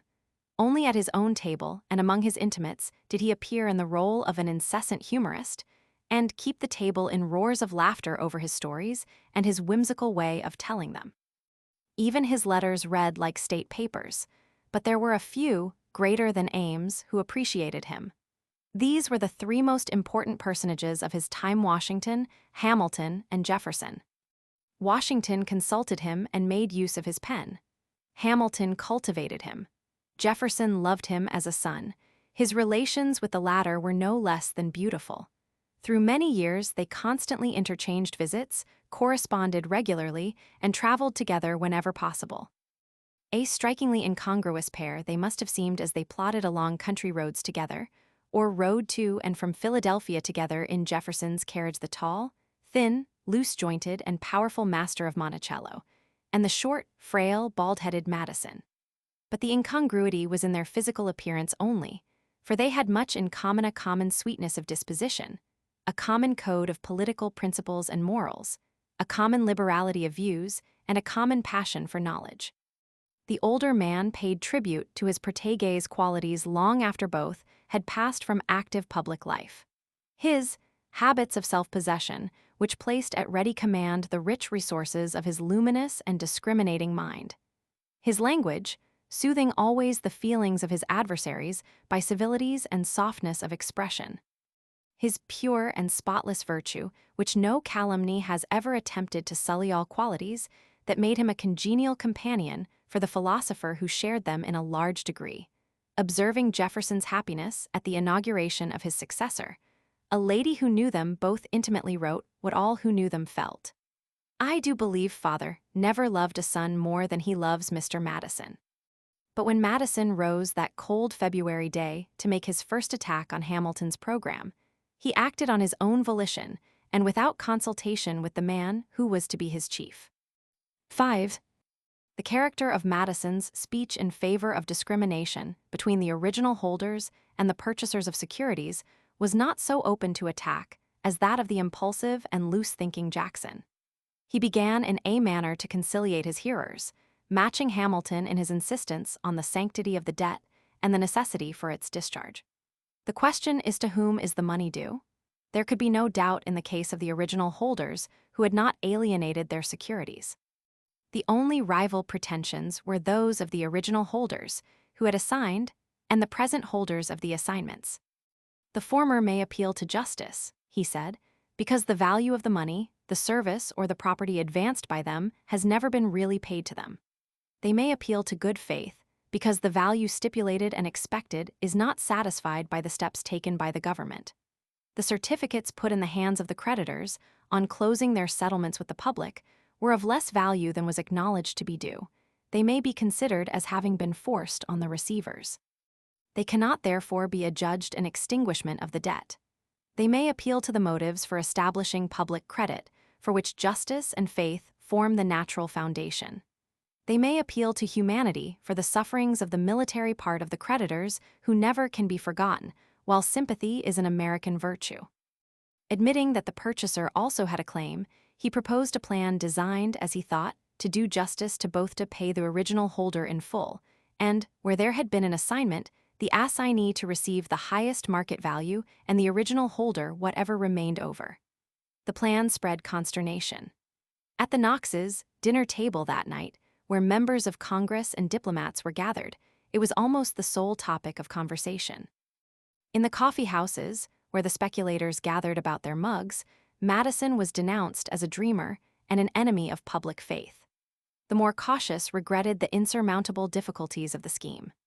This was felt by Madison as the one legitimate argument in opposition, and writing Jefferson 3 days later, he made the admission with the suggestion that they might be removed by one-half the exertions that will be used to collect and color them.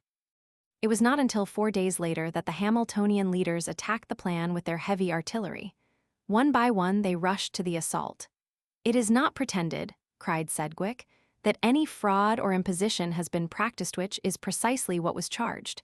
If the original holders lost, it was their own fault. It was too bad. He really sympathized with their misfortunes, but business was business." "There was no fraud on the part of the holder," echoed Lawrence of New York, who knew that the town was humming with the charge. "At any rate, the general opinion of men of property is in favor of it." No public bodies like chambers of commerce were against the Hamilton plan.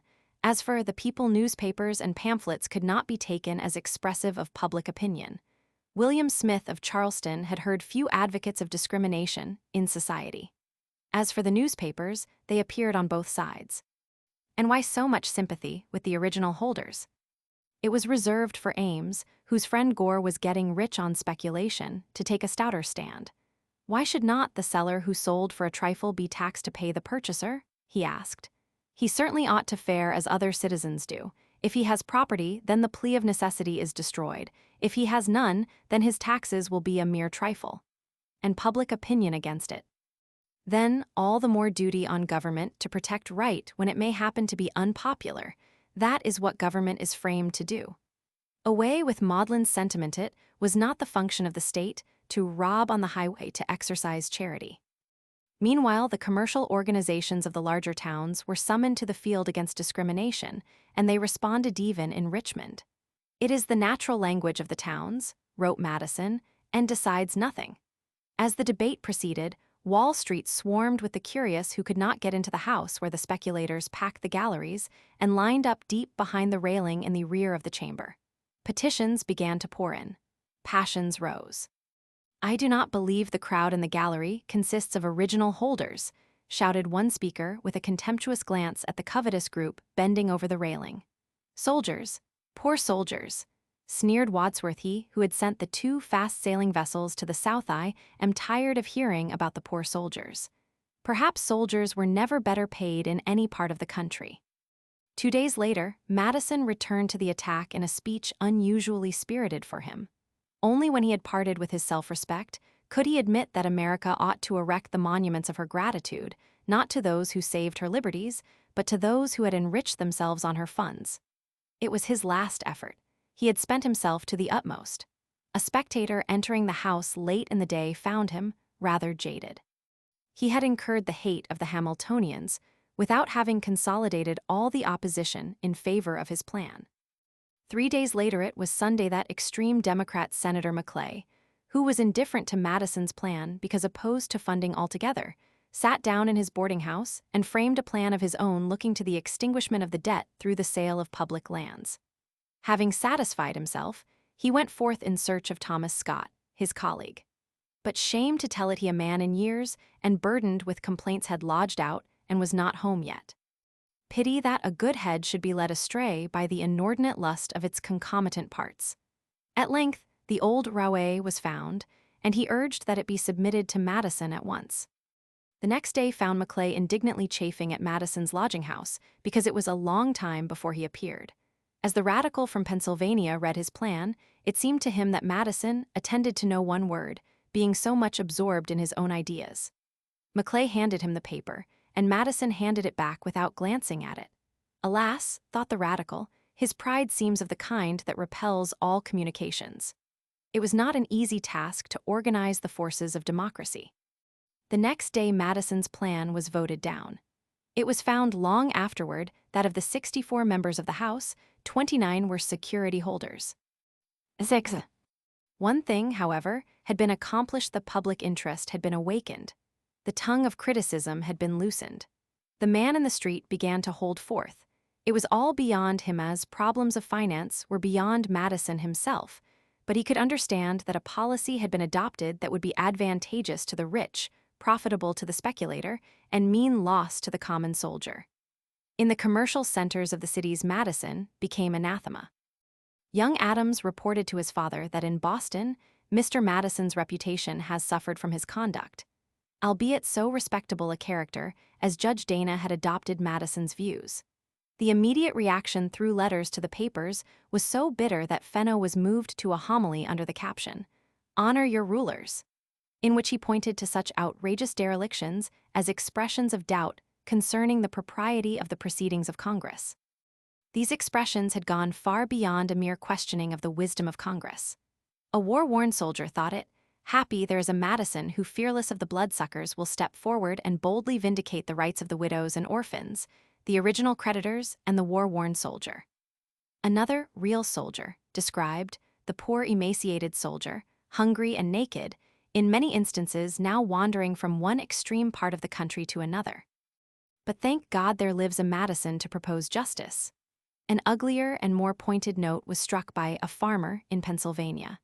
"Would it not be a good regulation," he wrote, "to oblige every member of Congress, to lay his hand on his heart and to declare that he is no speculator, and that he did not come forward to claim for himself the price of the blood or the limb or the life of the poor soldier." Another wrote to "gentlemen who by superior wealth have monopolized the public securities, that if honor and public faith called for the maintenance of the paper at par, then there was more occasion for it, when they were in the hands of those poor people to whom they were justly due, who had implicitly pinned their faith on your sheaves." An old soldier recalled Washington's pledge to see justice done the common soldier. Ample means are said to be now about to be provided, not for their relief, but to enable 800 or 900% gain on the purchase money of the speculator. "Ah well," wrote a citizen of Boston, "Madison, Jackson, and others in favor of discrimination in funding the public debt have probably immortalized their memories. Their letters probably reflect the talk among the workers on the wharves, the pioneers on the fringe of the forests, the gossips of the taverns." Rightly or wrongly, a spirit of resentment had been aroused, a feeling in the breast of many that their interests were being subordinated by the government. This sentiment was to grow and to increase the trouble of Hamilton in the next step toward the adoption of his funding system. 7. With the easy victory, however, the Hamiltonians entered with gaiety upon the next step, the assumption of the state debts, determined to rush it through.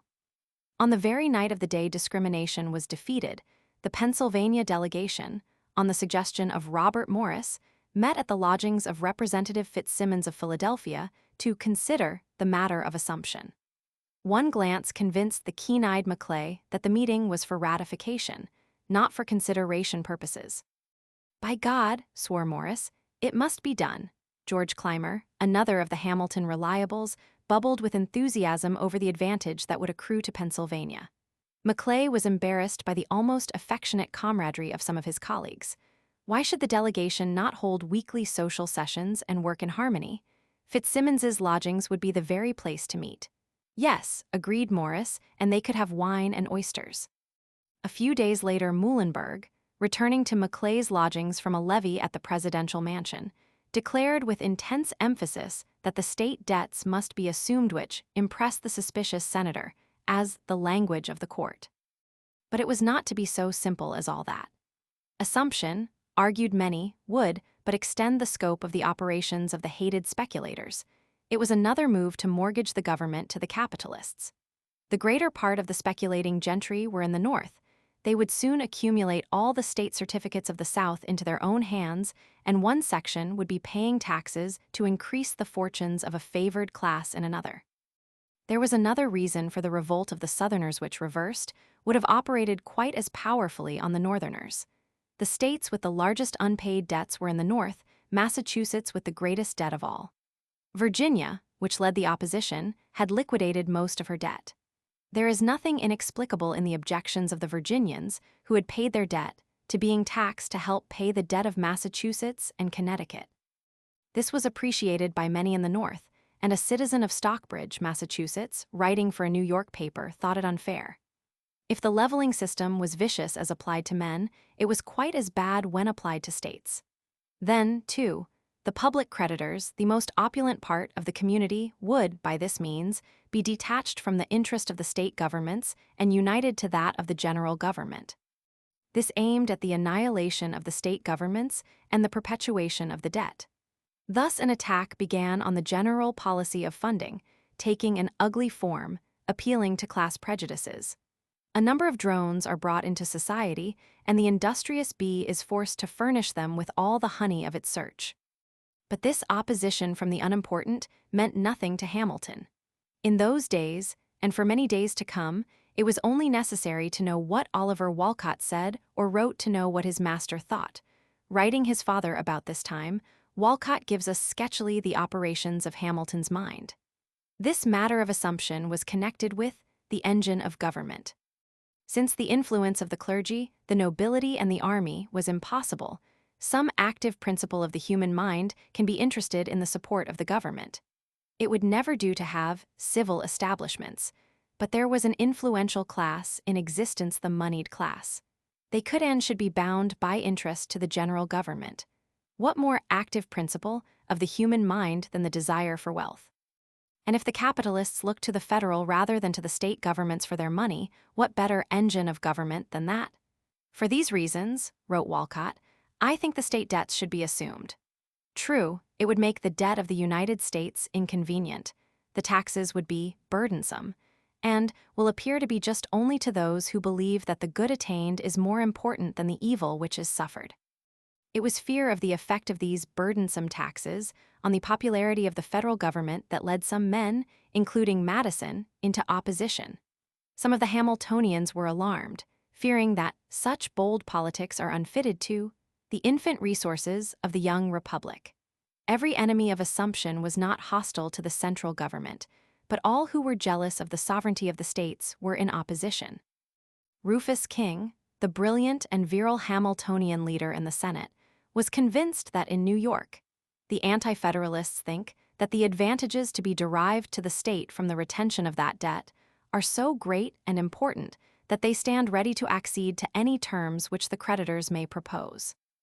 About the same time, the unreconciled Patrick Henry was writing James Monroe that it seems to be a consistent part of a system I have ever dreaded, and that the subserviency of Southern to Northern interests are written in capitals on its very front. Such was the atmosphere in which the second battle began. 8. On the opening of the debate, one champion of assumption let the cat out of the bag with the statement that, if the general government has the payment of all the debts, it must of course have all the revenue, and if it possesses the whole revenue, it is equal, in other words, to the whole power. Yes, cried the irrepressible Jackson in stentorian tones, if it lulls the Shays of the North, it will rouse the Sullivans of the South End. The fight was on. Almost immediately assumption became confused with the whole system of funding, and a week after Madison had made his argument against the former, he was compelled to return to a defense of the latter, not as something he desired, but as a necessity imposed by unescapable conditions. Madison was too much of a statesman to be a demagogue. Very soon, Maclay, watching the proceedings in the House with ferret eyes, thought he observed the rendezvousing of the crew of the Hamilton galley. He found that all hands are piped to quarters. The plan to force a vote on March 8th was abandoned toward evening, and that night he heard it was to await the arrival of Representative Vining of Delaware, and to give Hamilton time to prepare him properly. There was some mystery about Vining, and wild rumors were afloat that someone had said that he would give the new arrival 1,000 guineas for his vote. 1,000 guineas, snorted Maclay, with a twinge in his gouty knee. They could get him for a tenth that sum.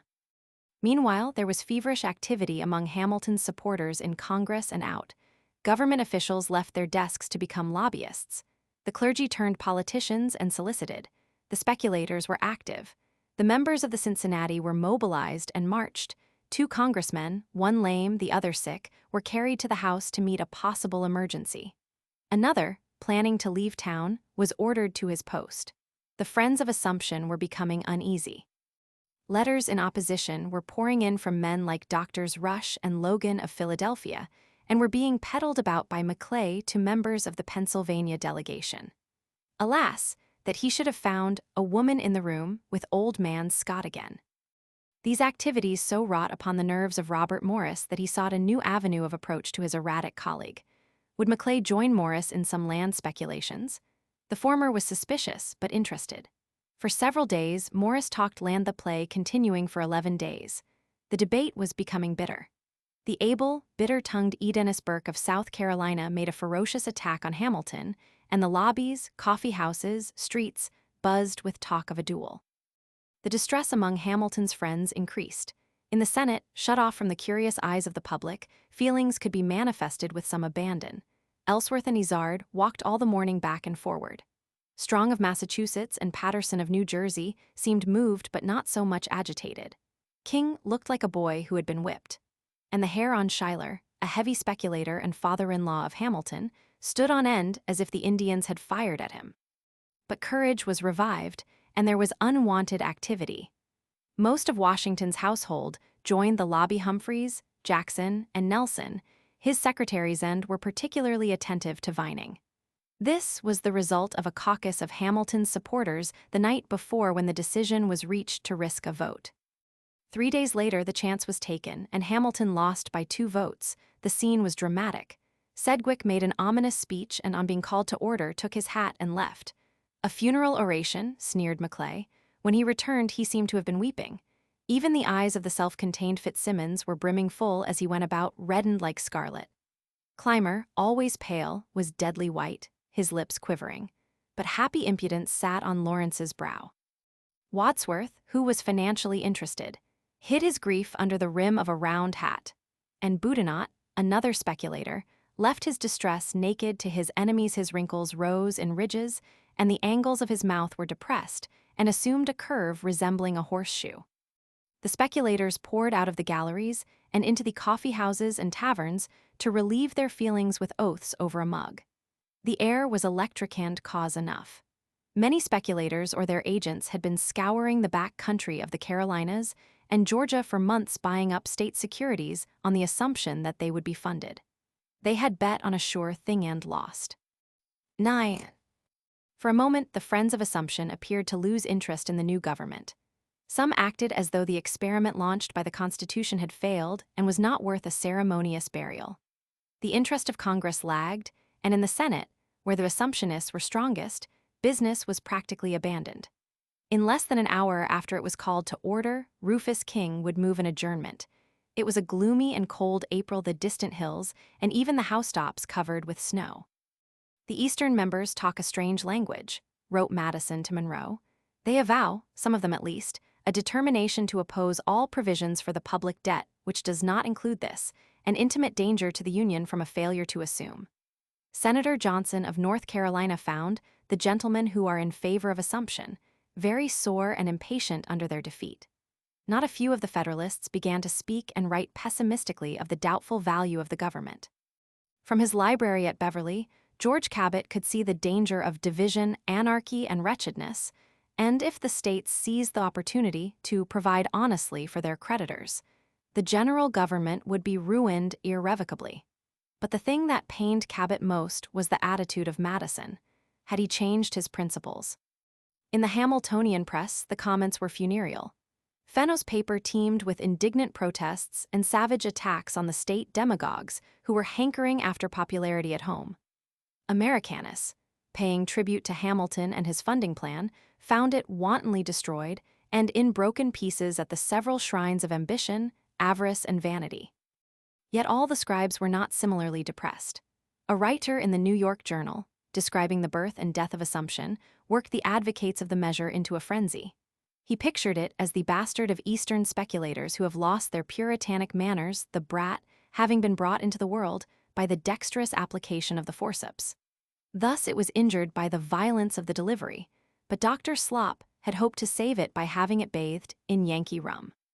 The unfortunate child was presented to the baptismal font by Granny Fitzsimmons, and Mr. Sedgwick, who is gifted with canting talents, officiated as priest, baptized the infant, and his name stands on the parish books as Alex der Assumption.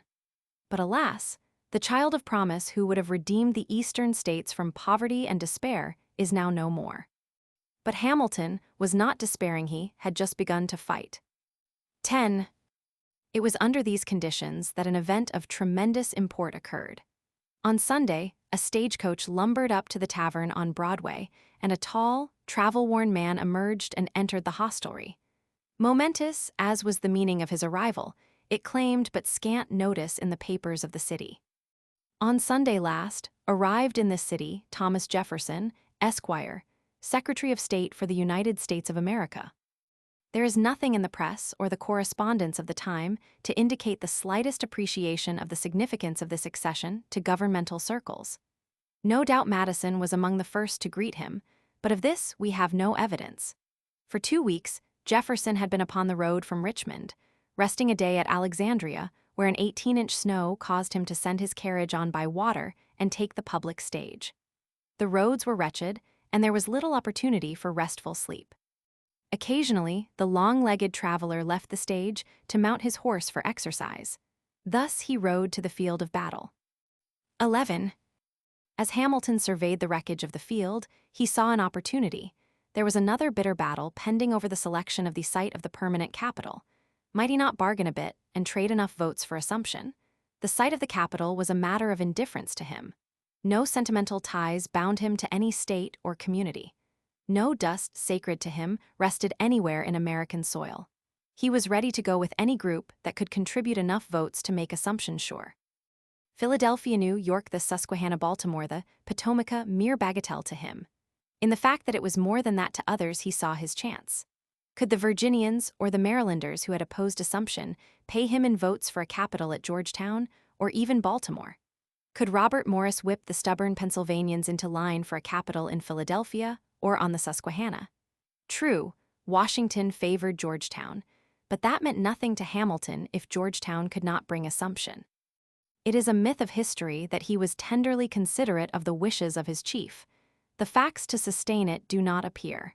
Far more important to him was the fact that Madison and Carroll favored Georgetown. They had votes. The intense bitterness over the struggle called for infinite diplomacy and sagacity in negotiation. The papers of the country were filled with ill-natured letters on the fight, which was no more in evidence in Congress than in the barrooms of the competing cities. Ames, like Hamilton, cared little about the site if he could but get Assumption, and was disgusted with the despicable grog-shop contest, whether the taverns in New York or Philadelphia shall get the custom of Congress.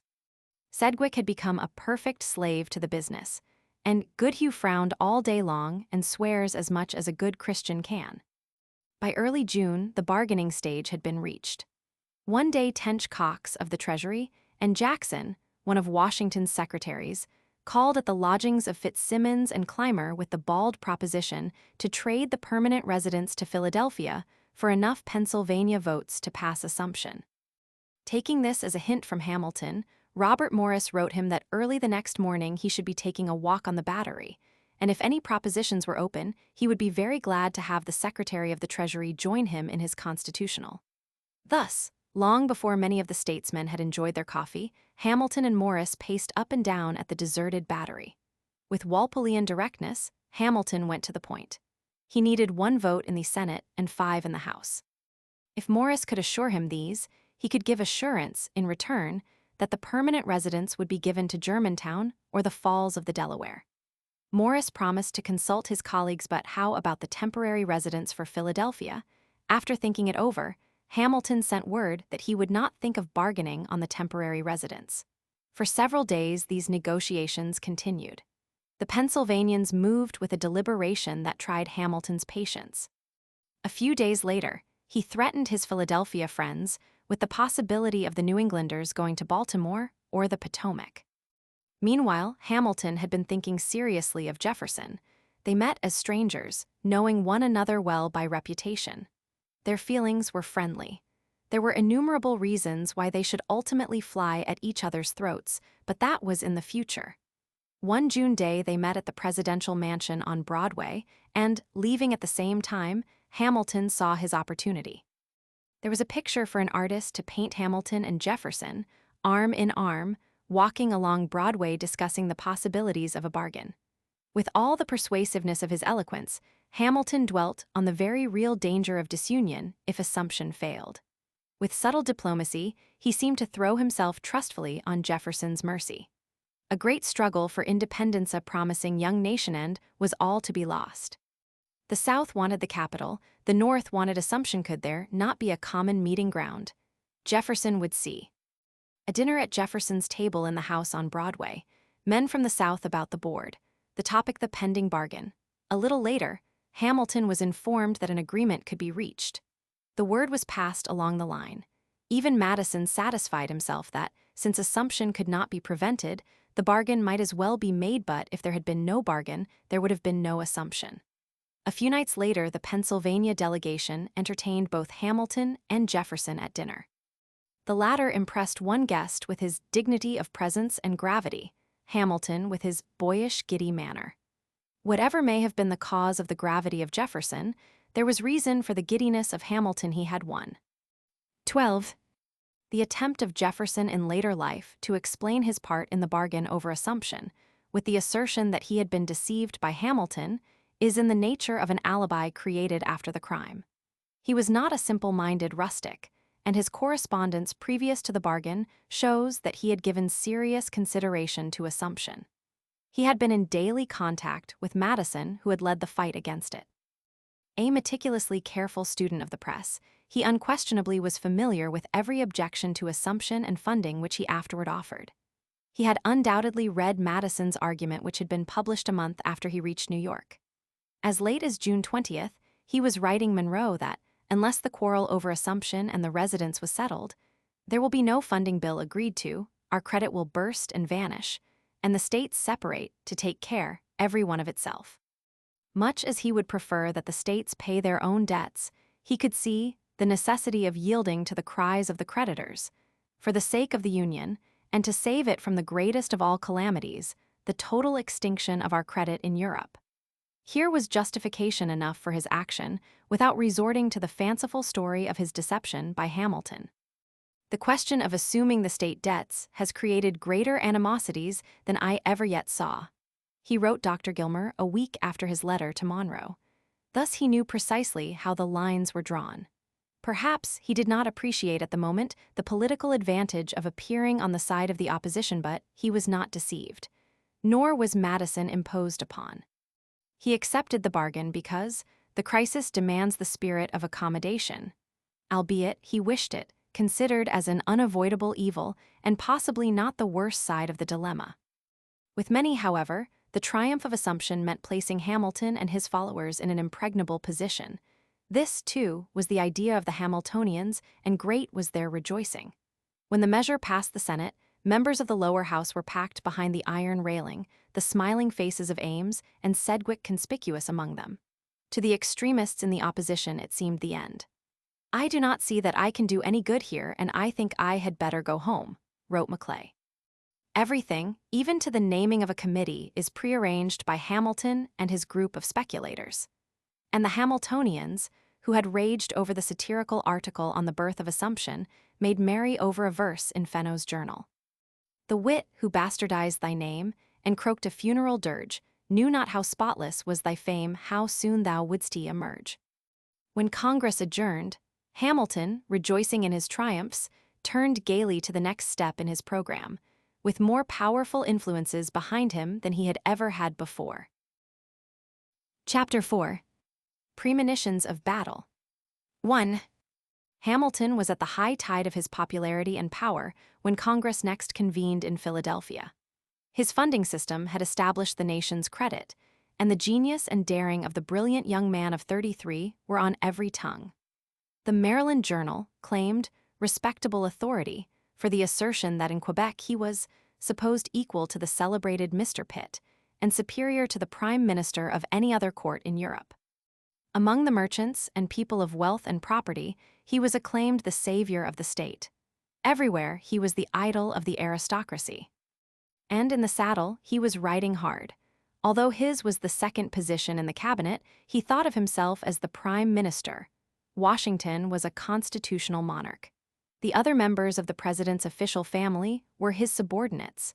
His policies were the policies of the government, and to question them was hostility to the state. In the cabinet meetings, his manner was masterful to a degree. Considering himself prime minister, he felt no delicacy about interfering in the departments of his colleagues. Even Knox, who adored him, resented his determination to make all the purchases for the Department of War. When the War Secretary resisted, Hamilton had a compliant Congress pass a law giving him that privilege and absurdity that continued as long as he was in the cabinet.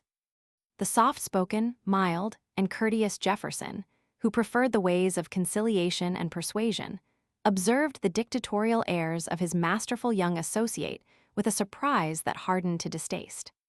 But the feeling awakened among the masses by the failure to discriminate in the matter of the securities, and by assumption, was increasing in intensity. The common soldier had not profited by these policies. The farmer and the mechanic could see no benefit to themselves, but among speculators, some of them members of Congress, they observed evidence of newfound wealth. These were building finer houses, riding in coaches where they had previously walked, and there was an ominous rumbling and grumbling beneath the surface, to which the Hamiltonians were oblivious or indifferent. After all, this was merely the whining of the ne'er-do-wells of the taverns and the illiterates of the farms. The work was only begun, and there could be no turning back now. The assumption of the state debts called for the tapping of new sources of revenue. This would increase the burdens of the people, but what would they have? They could not eat their cake, and have it too could not have a strong government without paying the price. Utterly unmindful of the complaining of the people of no importance, Hamilton turned resolutely to his task and prepared his excise tax for the consideration of Congress. 2. In raising money to meet the obligations of assumption, it was the purpose of Hamilton to resort to direct taxation as little as possible, and to make luxuries bear the burden. This directed his attention to the domestic manufacture of spirits, luxury to some, but a very real necessity to others. This was particularly true in the states where distilleries were plentiful. That it would call forth a protest from some quarters, he had no doubt, and he rejoiced in the certainty of combat. Strong man that he was, he went forth in shining armor to establish the right of the government to an internal revenue. He knew that excise taxes were obnoxious, albeit necessary, and he sought the chance to vindicate the right of the government to do the necessary, unpopular thing. Instantly, the challenge was accepted in Pennsylvania, where whiskey stills abounded in the Alleghanies. Some of the state's representatives in Congress were instantly on their toes, denouncing the plan as arbitrary and despotic. In the legislature, Albert Gallatin, a remarkable young man, soon to prove himself the only member of the opposition capable of coping with Hamilton in the field of finance, framed a reply, denouncing the plan as subversive of the rights, liberty, and peace of the people. In the midst of excitement the legislature sat in Philadelphia, the reply was debated and adopted by an overwhelming majority. But the opposition was comparatively weak. Jefferson and Madison were hostile to the principle, but there had been a bargain on assumption to which they were parties. They could not deceive themselves as to the necessity. If Jefferson raised a finger to prevent the passage of the bill, he covered his tracks. Even Giles, soon to become the most vehement leader of the Jeffersonian party, at first looked upon it with some favor. Madison could see no escape. Among the masses throughout the country, however, the obscure orators were busy in the barrooms, on the streets, and at the crossroads. The character of the discussion among the people is indicated in imaginary conversations by a writer in a Baltimore paper. A friend of the excise fares forth into the streets and meets its enemies. "An outrage," cried one. "Had we not gone to war with England on a tax?" "Ah, but," says the defender, "then we were taxed by another country and without representation, while here we tax ourselves through our chosen representatives." "Yes, but," says rumor, "under the Excise Act men can break into the people's houses." "Wrong," says the defender, "the law provides no such arbitrary power." "But," persists the enemy, "we shall be eaten up by excise officers." "Silly," says the defender, "numerically these officials will be unimportant." Then the defender encounters one candid enemy of the measure. "I hate the excise," he cries, "because it strengthens the government by providing effectually for its necessities, and the government which lays it because it is a government of vigor." Whereupon the defender praises him as an honest man. The moment the excise bill was presented in the House, the ever-alert Jackson was ready with emotion to strike out the essential part of the first clause. The mode of taxation was odious, unequal, unpopular, and oppressive, more particularly in the southern states, where under the hot southern skies spirituous liquors were more than salutary, they were necessary. Why deprive the masses of the only luxury they enjoy? Why impose upon the American people an excise that had been odious in England from the days of Cromwell, and which had been reprobated by Blackstone? Yes, added an indignant Virginian, it will convulse the government. It will let loose a swarm of harpies, who, under the domination of revenue officers, will range through the country, prying into every man's house and affairs, and like a Macedonian phalanx bear down all before them. The mercantile interests were paying their duties with promptitude. He was tired of these encomiums. The increase in the revenue has served to enhance the value of the public securities, of which it is well known they hold a very considerable portion. On the second day, Madison went on record as opposed to the principle and in favor of the measure. The only question to be considered was the necessity for the revenue end that was indisputable. He personally would prefer direct taxes, but the majority of the people were against them. Of all forms of the excise, that on ardent spirits impressed him as the least objectionable. But demanded Jackson, disappointed at Madison's failure to join in the assault, why not other taxes on salaries, pensions, lawyers? Because, answered Lawrence, the assumption calls for revenue, and this is the best way to raise it. True, added another, and he had not found a single person against it, and this in Philadelphia, where the legislature was sitting. "What?" exclaimed Timothy Bloodworth of North Carolina, "why people to the southward universally condemn the tax." "Yes, indeed," contributed another, "especially in North Carolina, where the consumption of ardent spirits is 10 times greater than in Connecticut." Uprose Sedgwick in conciliatory mood. He was not impressed with the considerations of morality, and could not think that the tax would be attended with any sensible inconvenience. There certainly was no thought of using military force in its collection.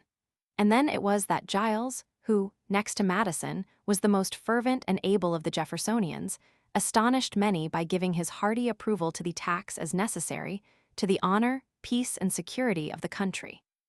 Thus for days the debate continued with its reiterations, until a new note was struck with a proposed amendment, aimed at Hamilton, whose audacious methods and successive successes were causing grave concern in some quarters, to prohibit revenue agents from interfering in elections. "These officers in their work," said Samuel Livermore, "will acquire such a knowledge of persons and characters as will give them great advantage and enable them to influence elections to a great degree. Impolitic in respect to law, repugnant to the Constitution, and degrading to human nature," protested Ames. "It would prevent self-respecting men from taking the places," added Sedgwick. When the vote was taken, the amendment was defeated with both Madison and Giles voting against it. It was not until the House took up the duration of the tax that the great battle began, and under the leadership of Giles, who had hitherto given it his support. But Madison was not impressed, and in the vote on placing a limitation on the operation of the bill, he was found with the Hamiltonians, and there he stood on the final vote. Even in the Senate, the attempt to defeat the measure was continued, and while Hamilton was strongest in that body, the energetic young secretary took nothing for granted. It was not enough that the committee considering the bill had been packed with his supporters. he took personal charge. For several days, he walked briskly into the room and took his place at the table, after which the doors were closed and locked. The worried Maclay, who was preparing the case against the measure on behalf of the distillers, sensed a conspiracy. When Adams hastened an adjournment of the Senate while the committee was sitting, the victim of the gout put him down as deep in the cabals of the secretary. Preparing a list of distillers who would be affected, on which to base an argument, Maclay knocked at the committee room. The door opened, and the eager eye of the senator caught a glimpse of Hamilton at the table before Robert Morris closed it, as he stepped outside. With his suspicions confirmed, the gruff old Democrat left his papers with his colleague and turned away. "I suppose no further use was made of it," he commented. When the bill passed 4 days later, he thought war and bloodshed the most likely consequence, and concluded that Congress may go home, since Mr. Hamilton is all-powerful and fails in nothing he attempts. The same conclusion had been reached by Jefferson before. Just after the passage of the bill, he was writing a friend of his fears of the effect of the policies of the Treasury upon the people. Even though they were right, more attention should be paid to the general opinion. The excise had passed the bank bill would pass. Perhaps the only corrective for what is corrupt in our present form of government would be an increase in the membership of the House, so as to grant a more agricultural representation which may put that interest above that of the stock jobbers. Jefferson had reached the end of his patience, and was preparing to challenge the pretensions, policies, and power of his ardent and dictatorial young colleague. 3. It was inevitable that a national bank should be a feature of Hamilton's financial system. Long before a national government loomed large as a probability, he had conceived the plan, and with the temerity of youthful audacity had solemnly outlined it in letters to Robert Morris. With the opportunity before him, he moved with confident strides to his purpose, and the day after his recommendation of an excise reached Congress, his report on the bank was read. His rare familiarity with the principles of finance, the history of banking, and the banking experiences of nations made his report a persuasive document. Its adoption was as inevitable as its submission. He was on the very peak of his power. Commerce and wealth in all the cities were saluting him, for his policies were in their interest, and the professional and intellectual class had been won by the dazzling success of his daring undertakings. In House and Senate, he numbered among the registers of his will the greater part of the strong and the brilliant. Somehow, too, the impression was prevalent that he was the favorite instrument through which Washington wrought his plans. If the small farmers and the mechanics seemed acquiescent, it only meant that they were inarticulate, but inarticulate they were, as this dashing figure moved on from triumph to triumph with a shouting multitude of merchants, lawyers, politicians, and speculators in his wake. Thus, when the bank bill reached the Senate, Maclay expressed the general feeling in the comment that it is totally in vain to oppose this bill. 10 days later, he was all the more convinced at a dinner where he met Morris and sat between two merchants of considerable note, and observed, on mentioning the bank, that they were magnetically drawn to the contemplation of the moneyed interest. If the bill passed the Senate without a conflict, it was not to get through the House without a skirmish which was to mark, as some historians think, the definite commencement of party warfare. The House debate was brief but sharp, though pitched upon a higher plane than some preceding discussions.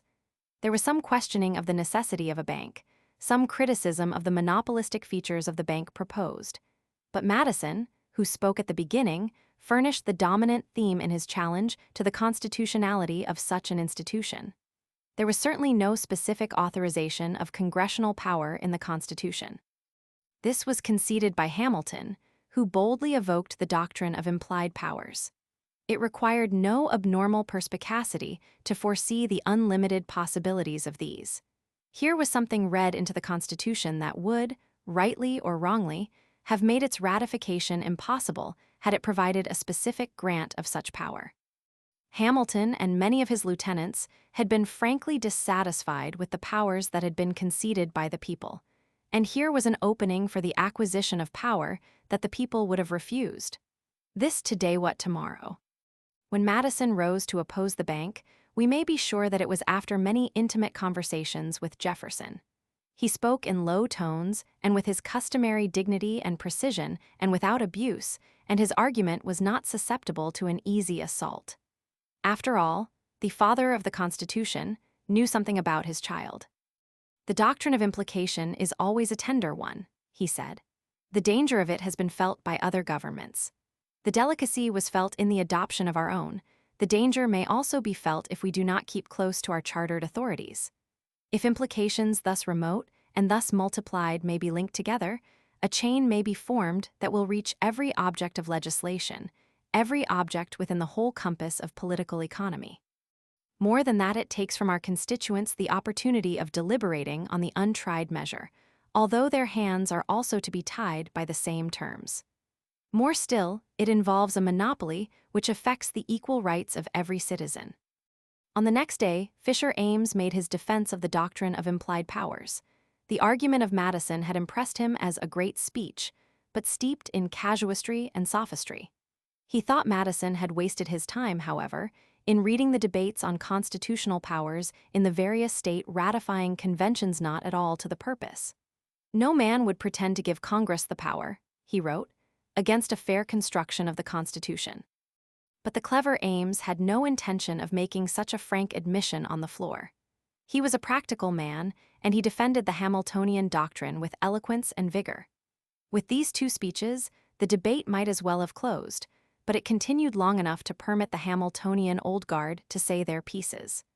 Giles argued and Jackson raved in opposition, and the measure passed with a margin of 19 votes. It is significant that 19 of the 20 votes in opposition were those of Southern members, the only Northerner in the list being Jonathan Grout of Massachusetts, a Democrat who did not return to the next Congress.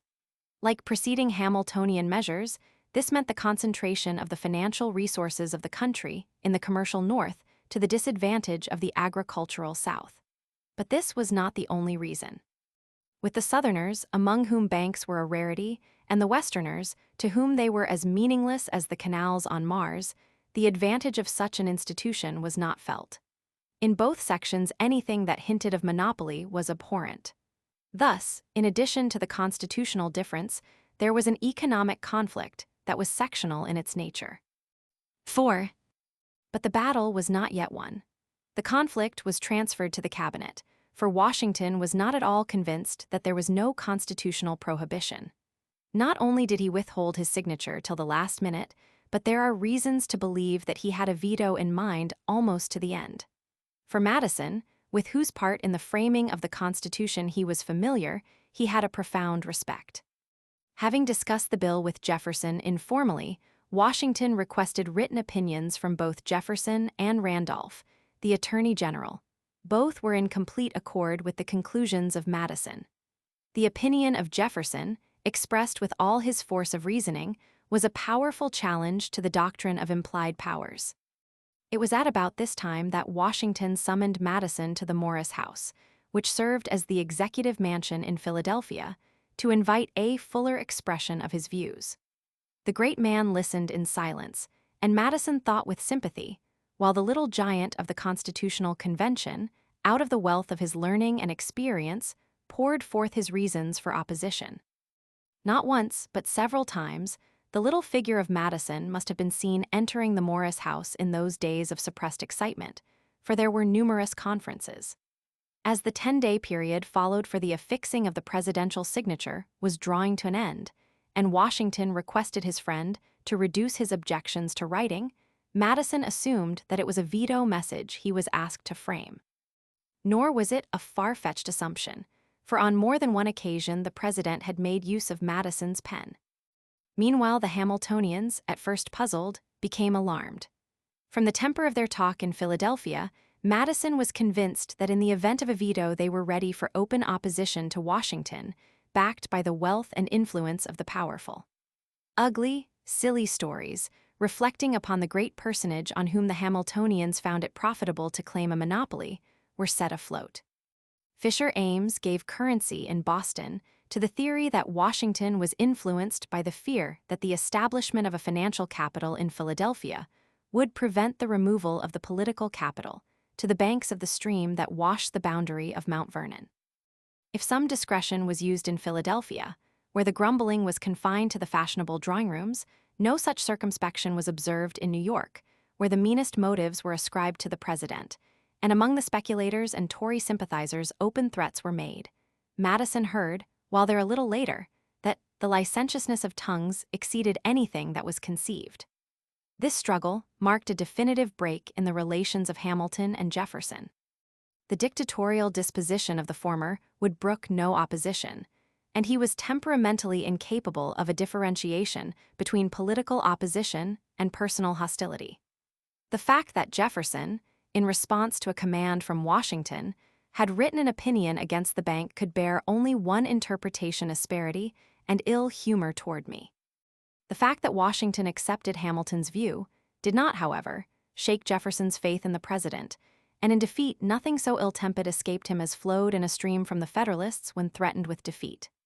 Within a month after Hamilton had won his fight, Jefferson, in commenting to a friend on what he conceived to be a dangerous trend, wrote that, "It is fortunate that our first executive magistrate is purely and zealously Republican, the highest praise he could bestow." The press was not verbose in its comments on the bill, albeit Freno fought it in the Federal Gazette. The Pennsylvania Gazette was ungraceful in defeat. Denouncing the bank as a proposition made to the moneyed interest, it commented on its preparations to subscribe and found the terms so advantageous that no equal object of speculation is perhaps presented in any quarter of the globe. Fenno offered his best in a verse. "The states as one agree that this is right, let pygmy politicians rave and write." Thus the first Congress closed its labors with no little rhapsodizing in the press over the results. A New York paper offered an epitaph of glorification, which a Boston paper condensed into the simple comment that it had established public confidence and credit, reconciled the jarring interests of discontented states, and cemented the people in the bonds of harmony, peace, and love. One man, at least, had cause for jubilation. In 2 years, Hamilton had risen to a position of commanding power, proved his genius in constructive statesmanship, accomplished everything he had set out to do, made himself the idol of the wealthy and the powerful, the recognized leader of the influential commercial class, the acknowledged head of a brilliant and militant party. His friends were comparing him to Pitt, then in the heyday of his power, and he was only on the threshold. So great was the enthusiasm in commercial circles that he made a special trip to New York to accept the homage of the Chamber of Commerce at a reception, to linger a week among his worshippers, and to return to Philadelphia reinvigorated by the wine of idolatry pressed to his lips. At that moment, he was on the top of the world. 5. Meanwhile, Jefferson and Madison drove out of Philadelphia together on one of those journeys of recreation during which politicians so often plan the strategy of war. Historians have found more in this journey than is to be discovered in the record. The trip through New England probably had no other object than that of pleasure and enlightenment. The relations of these two men were beautiful and went far beyond a mere congeniality in political opinions. There was a marked similarity in their characters. Both scholarly in their tastes, the books that interested one were certain to appeal to the other.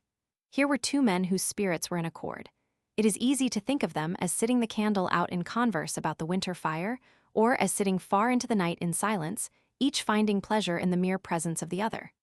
Such a relationship had grown up through the years. They thought alike, found similar enjoyment in agricultural pursuits, and in the many little things of common life. "What say you," wrote Jefferson just before the beginning of the much-discussed journey, "to taking a wade into the country at noon? It will be pleasant above head at least, and the party will finish by dining here.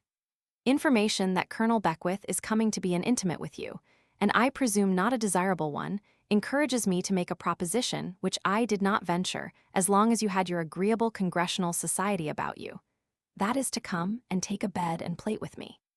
To me, it will be a relief from the solitude of which I have too much, and it will lessen your repugnance to be assured that it will not increase my expenses an atom.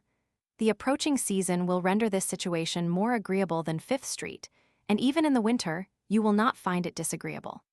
It required no assiduous and cunning cultivation by Jefferson to wean Madison away from Hamilton. The relations of the first too far antedated those of the last. Madison had agreed with Hamilton on the necessity for a more permanent and substantial union. They had fought together for the ratification of the Constitution, But such were their temperamental differences that the breach which quickly appeared was inevitable when it came to the determination of the policies of that union. While Jefferson was still in Paris, Madison, without consulting his friend, was foreshadowing the policy of the future Jeffersonian Party in his fight for discrimination against England in the revenue measure of the first congressional session. He proposed discrimination between the original creditors and the speculators before he had the opportunity to discuss the subject with Jefferson. If there was an accord with the latter, it was due less to the influence of one upon the other than to the similarity of their thinking. The little man with the mild, almost shy expression, who rode out of Philadelphia with Jefferson that spring of 1791, was much too big to have been led around by the nose by any of his contemporaries. As early as the spring of 1791, the names of the two were associated in the minds of many as the prospective leaders of a party that would challenge the purposes of the Federalists. Answering a series of articles in the Maryland Journal, someone advised the author of how to make his opinions worthwhile. Keep always before your eyes the steps by which Jefferson and Madison have gradually ascended to their present preeminence of fame. Like them, you must devote your whole leisure to the most useful reading.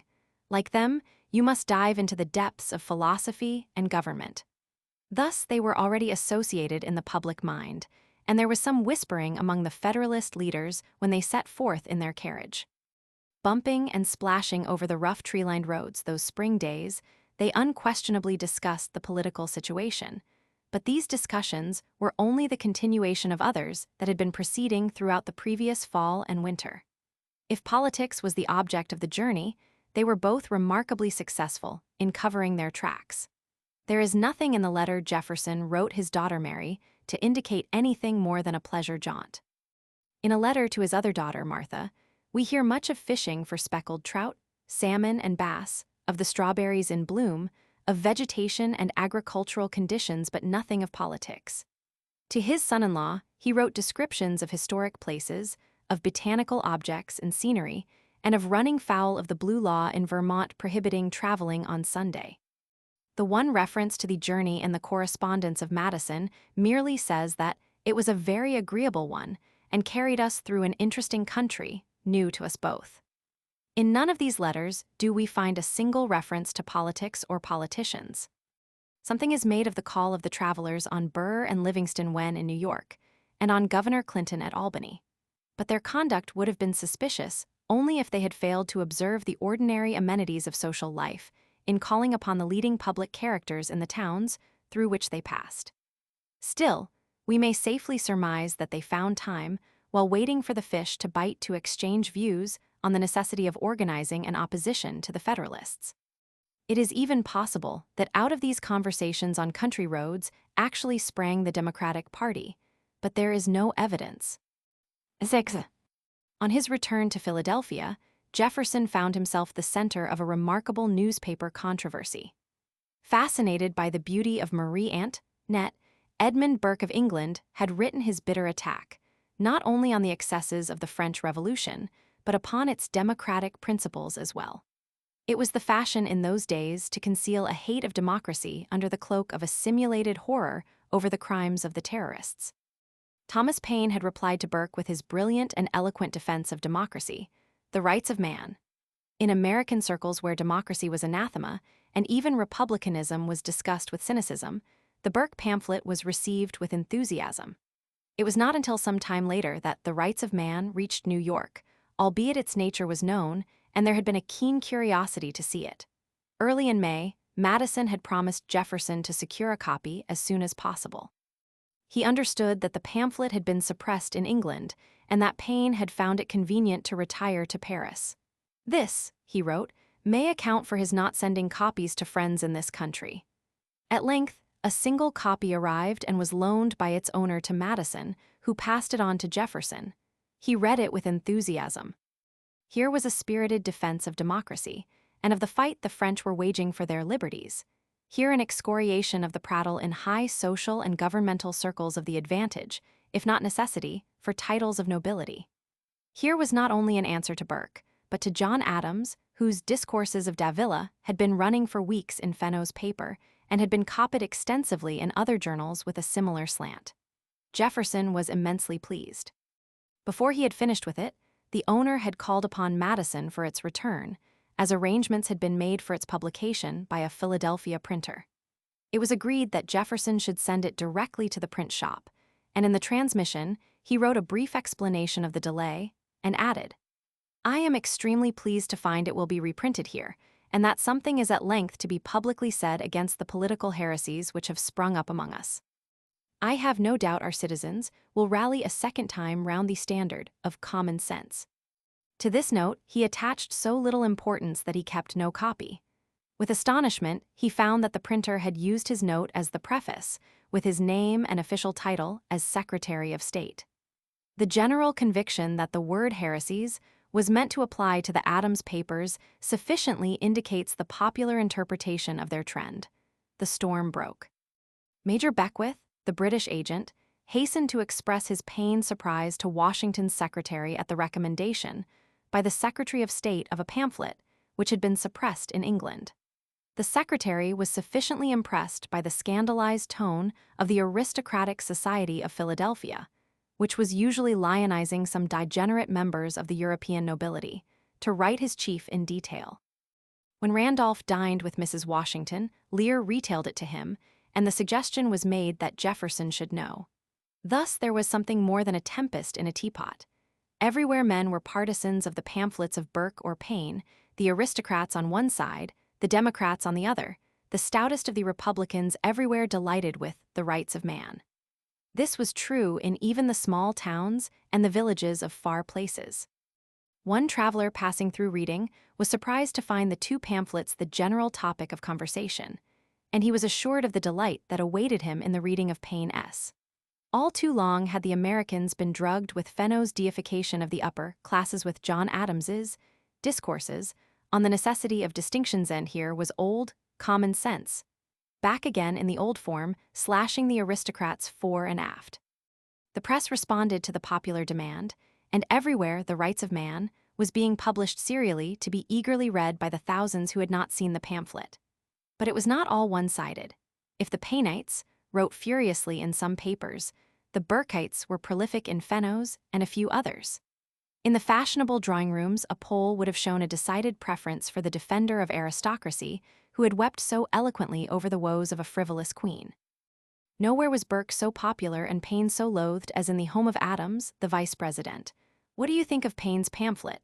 asked Dr. Rush, to whom society was cooling because of his democratic tendencies. The second official of the Republic hesitated as if for dramatic effect, and then, solemnly laying his hand upon his heart, he answered, "I detest that book and its tendency from the bottom of my heart." Indeed, most of the Federalists were frankly with Burke. Although Mr. Burke may have carried his veneration for old establishments too far, and may not have made sufficient allowance for the imperfections of human nature in the conflict of the French Revolution, wrote Davy to Judge Iredell, yet I think his letter contains a sufficient amount of intelligence to have rescued him from the undistinguishing abuse of Paine. With most of the Federalist leaders in sympathy with Burke, few ventured to attack Paine in the open. Not so with Adams, who was spluttering mad over the Jefferson preface. He was positive that the publication of Paine's pamphlet in this country had been instigated by his former colleague at Paris. To him, the pamphlet of Paine, the preface of Jefferson, the acclaim for both on the part of the people, was but a devilish conspiracy of Jefferson's to pull him down. More of Jefferson's subterranean tricks. And with this conviction, John Quincy Adams, the Sun, then in Boston, took up a trenchant pen to write the articles of Publicola for the Sentinel, sneering at the Jeffersonian note to the printer, assailing Paine and democracy, and stoutly defending the governmental forms of England. So well did he discharge his filial duty that his articles were published in pamphlet form in England by the friends of Burke, and many of the Federalist papers reproduced them as they appeared. Then the newspaper battle began in earnest. Many indignant Democrats rushed to the attack of Publicola with all the greater zest because of the belief that Publicola was none other than Davila himself. "America will not attend to this antiquated sophistry," wrote one, "whether decorated by the gaudy ornaments of a Burke, the curious patchwork of a Parr to which all antiquity must have contributed its prettiest rags and tatters, or the homely, ungraceful garb which has been furnished her by Mr. John Adams. Another suggested that Publicola would soon cease to write since the time for the new election is approaching, although the discourses might be continued without danger since dullness, like the essence of opium, sets every reader to sleep before he has passed the third sentence. As for Publicola, his letters were being brought forward to persuade the people that an hereditary nobility, and of consequence, high salaries, pomp and parade are essential to the prosperity of the country. In Boston, where the letters were appearing, Agricola and Brutus began spirited replies in the rival paper. Other writers with less grace and force joined in the fray. Who are to constitute our nobility? Demanded Republican, our moneyed men the speculators. If so, dukes, lords, and earls will swarm like insects gendered by the sun, and the worn-out soldier who had been tricked out of his paper would have the satisfaction of bowing most submissively to their lordships while seated in their carriages. But Adams was not without his defenders. An American declared that all the abuse was designed as a political ladder by which to climb. Miserable creatures. Ages after the tide of time has swept their names into oblivion, the immortal deeds of Adams will shine on the brightest pages of history. The plowman indignantly resented the insinuation that Adams had written the Publicola letters. In truth, his friends considered Dr. Adams as being calumniated by having such sentiments ascribed to him. To all the hornets that were buzzing about Adams, Fenno felt he could be indifferent, for they had no stings. They were merely nonentities trying to give consequence to their scribblings by appearing to be answering the vice president. Meanwhile, Jefferson was keenly enjoying the turmoil. We wish it were possible to trace it all to his contrivance, for nothing could have served his purpose better. To have foreseen that the writing of a few simple lines would have awakened the militant republicanism of the country and have aroused the democratic impulses of the inert mass would have been complementary to his political genius. But this is not the only instance where a clever politician with the reputation of a magician has stumbled forward. There is no doubt that Jefferson was astonished and embarrassed on learning that the printer had made an unauthorized use of his personal note. He admitted to Washington that he had Adams's writings in mind, but that nothing was more remote from his thoughts than of becoming a contributor before the public. However, he was not impressed with the reflections on his taste. Their real fear, he added, is that this popular and Republican pamphlet is likely to wipe out all the unconstitutional doctrines which their bellwether, de Villa, has been preaching for a 12-month. This explanation was enough for Knox, who wrote accordingly to Adams, but not enough for Jefferson, who sent a frank explanation to Adams with an expression of regret.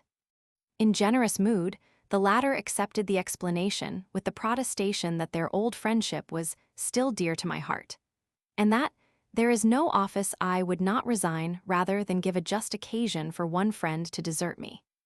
Madison, to whom Jefferson had sent a similar explanation, had assumed that there had been a mistake or an imposition, but he could see no reason for indignation on the part of Adams or his friends.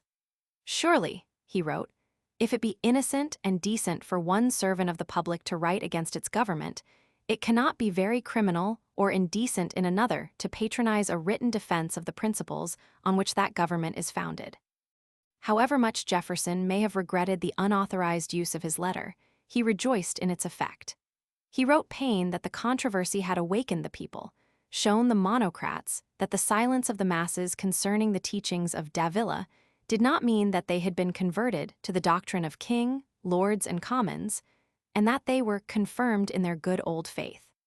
The incident had established Jefferson in the public mind as the outstanding leader of democracy, had set the public tongue to wagging on politics again. More was involved in the pamphlets of Burke and Paine than differences over the French Revolution.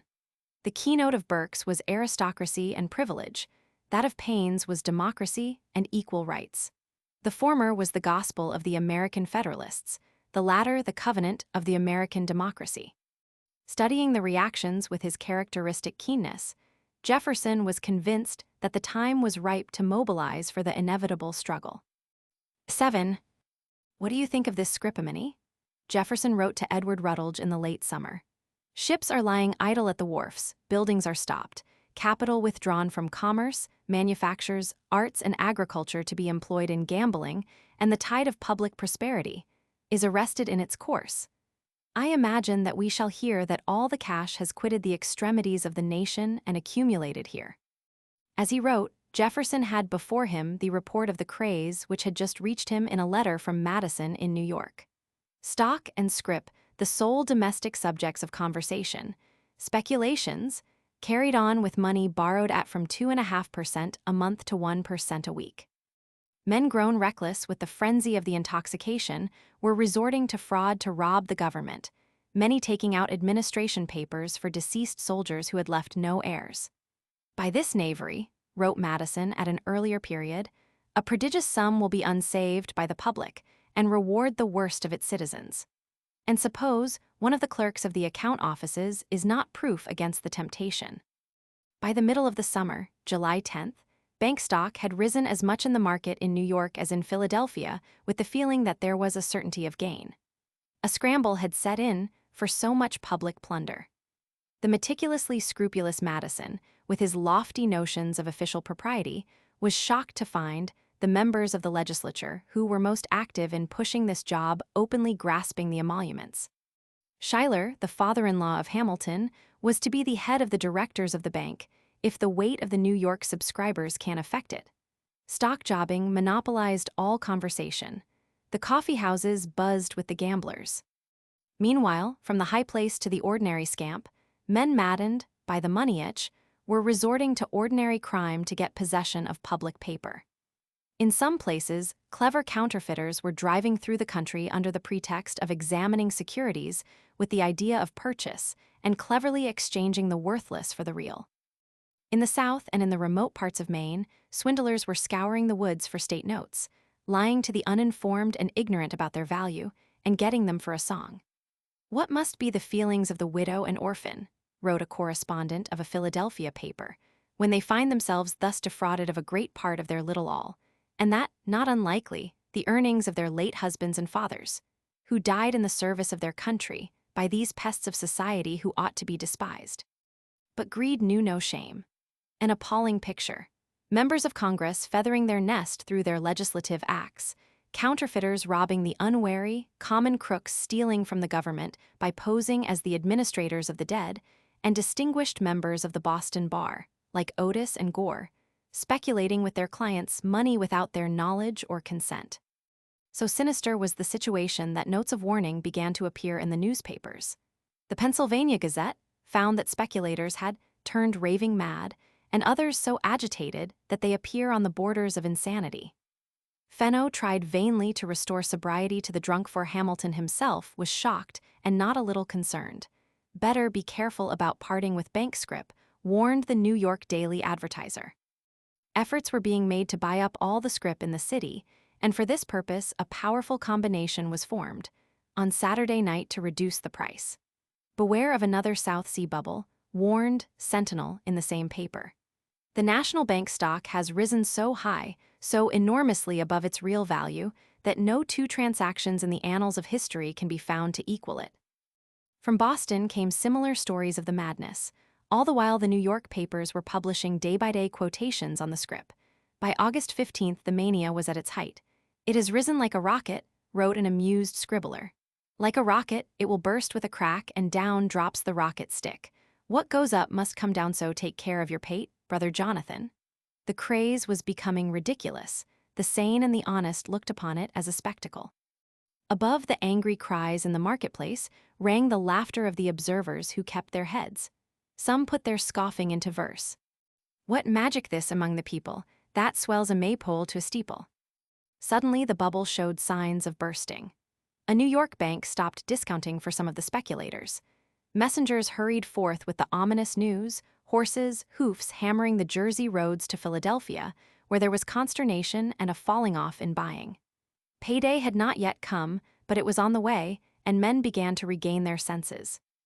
Then came the emergence of the political phase. "Does history afford an instance," asked one observer, "where inequality in property, without any adequate consideration, ever before so suddenly took place in the world? Or the basis of the power and influence of an aristocracy was created?" A Boston paper commented significantly on the ease with which the mere opening and closing of the galleries of Congress could serve the purposes of speculation. How easily might this be done, should any member of Congress be inclined to speculate?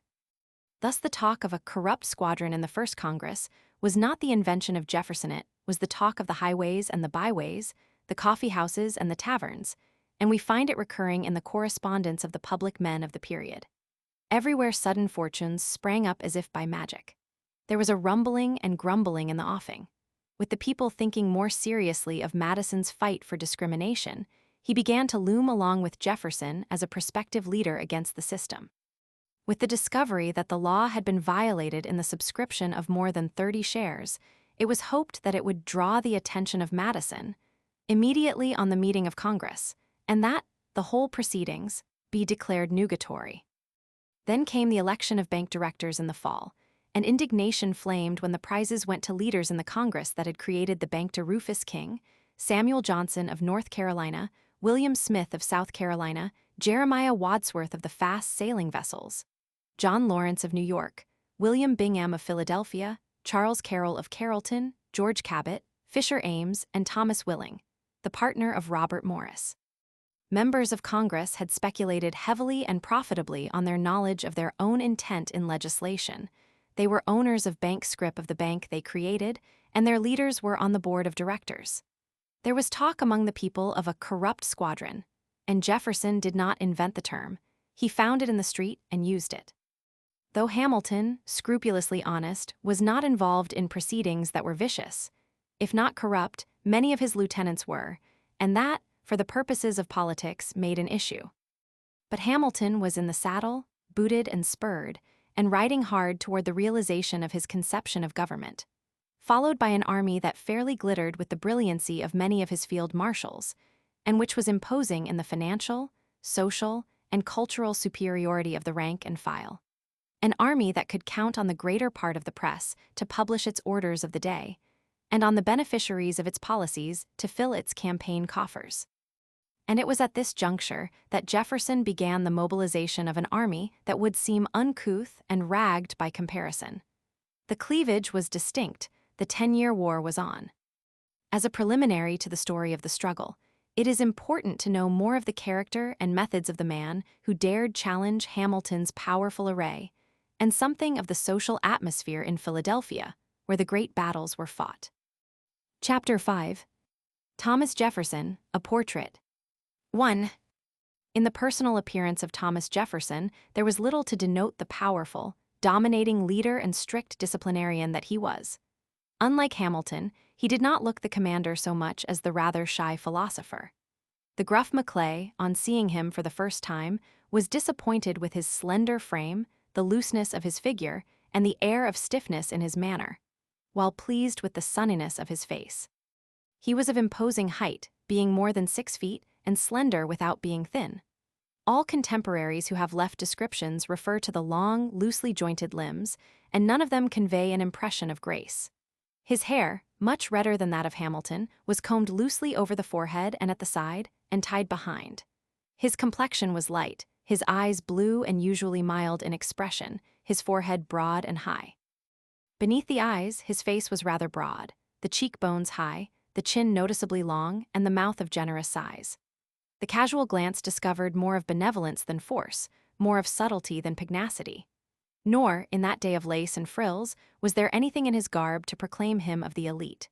His enemies then, and ever since, have made too much of his loose carpet slippers and worn clothes, and the only thing they prove is that he may have had the Lincolnian indifference to style.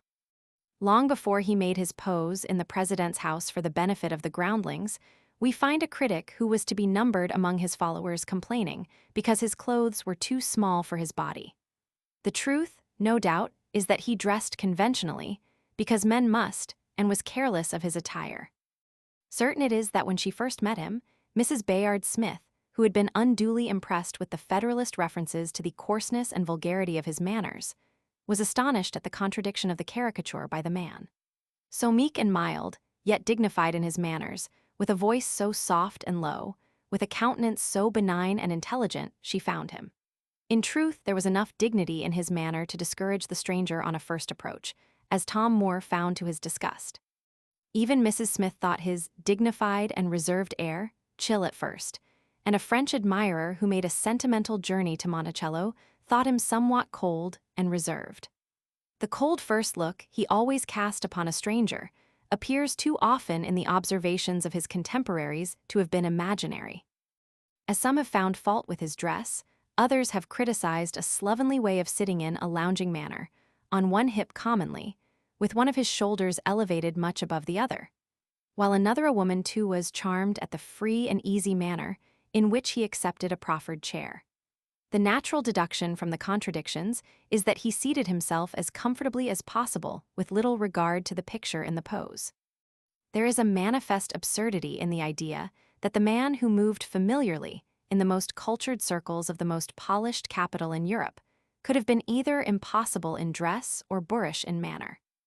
But there is one unpleasant criticism of his manner that cannot be so easily put aside: a shiftiness in his glance, which bears out the charge of his enemies that he was lacking in frankness. The most democratic member of the First Senate, meeting him for the first time, was disappointed to find that he had a rambling, vacant look, and nothing of that firm, collected deportment which I expected would dignify the presence of a secretary or minister. Another found that, when speaking, he did not look at his auditor, but cast his eyes toward the ceiling or anywhere but at the eye of his auditor. This weakness was possibly overemphasized, for he was notoriously shy. Aside from this, there is abundant evidence that there was an ineffable charm in his manner.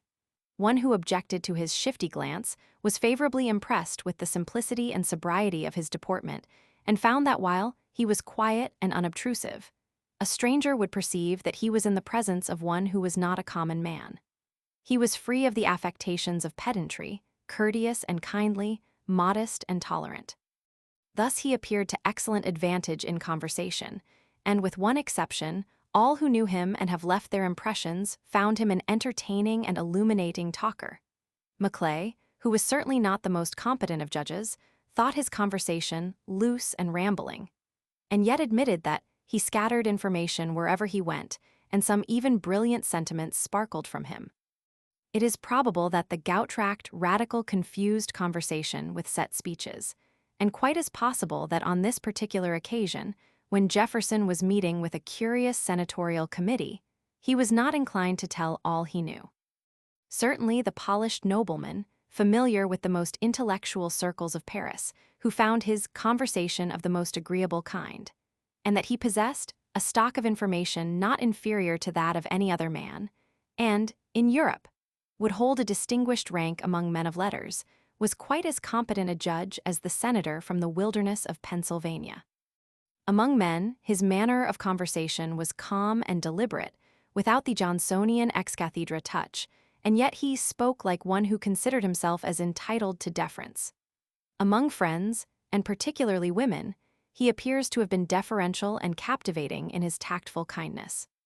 Then when, with a manner and voice almost femininely soft and gentle, he entered into conversation on the commonplace topics of the day, at least one woman found that there was something in his manner, his countenance and voice that at once unlocked heart.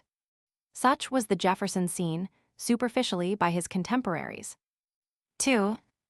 Those who prefer to think of Jefferson as an aristocrat, born to the purple, who departed from the paths of his fathers, refer only to the maternal ancestry. The American founder of this branch of the family liked to think of himself as the descendant of gentlemen of title and of the half-brother of Queen Mary. Jefferson preferred to dismiss this claim on the aristocracy with the statement that his mother's family traced their pedigree far back in England and Scotland, to which let everyone ascribe the faith and merit he chooses. From the Randolphs, he probably inherited his love of beauty, his fondness for luxury, but they failed utterly to transmit to him any aristocratic notions of government. There was a reason his father was a middle-class farmer, and it was from him and his early environment that he received his earliest and most lasting political impressions.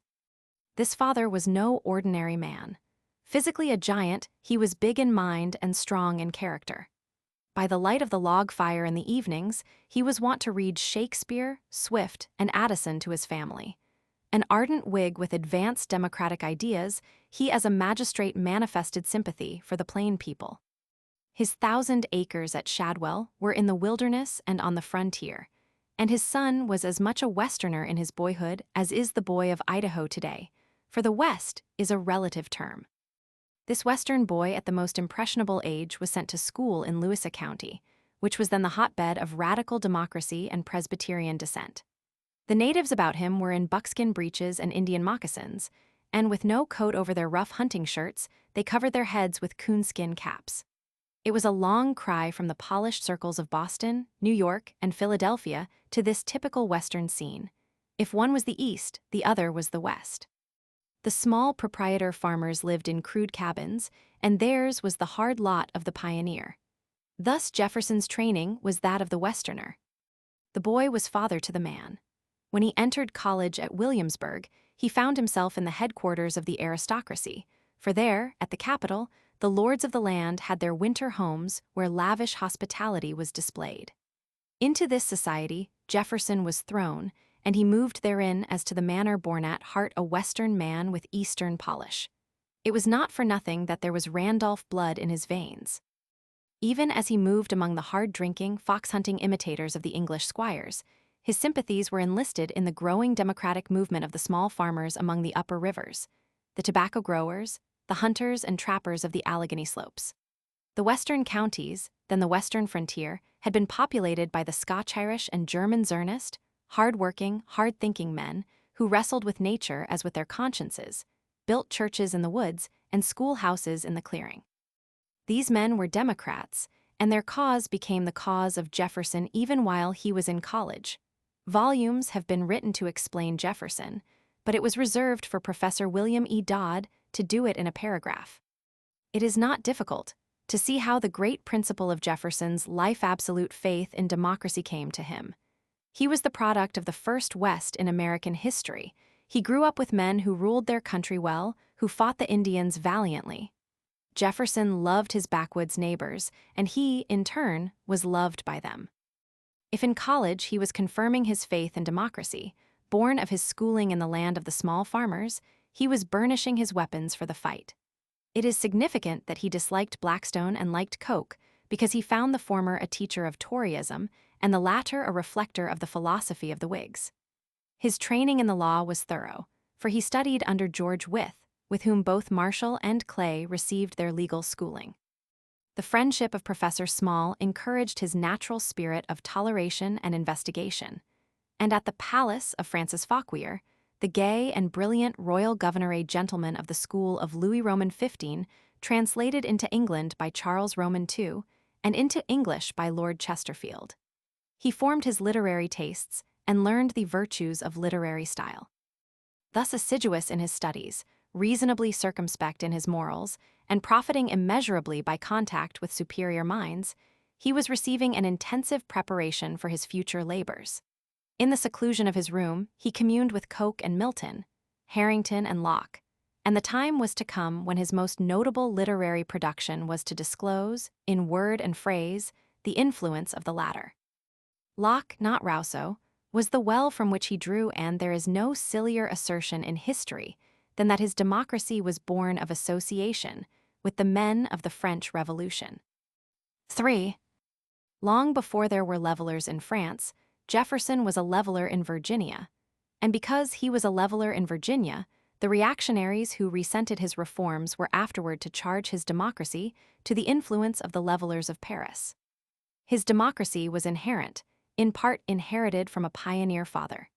His dislike of the aristocratic system amounted to a prejudice, and he could not bear the novels of Scott because of his detestation of the institutions of medieval times. Having written the Declaration of Independence in the house of a bricklayer, he declined a re-election to Congress to enter the House of Burgesses in Virginia to revamp the institutions of the state along democratic lines. When he finished his work there, he had made himself one of the foremost Democrats of all times, and the French Revolution was still in the distance. The Virginia system had been made for caste society.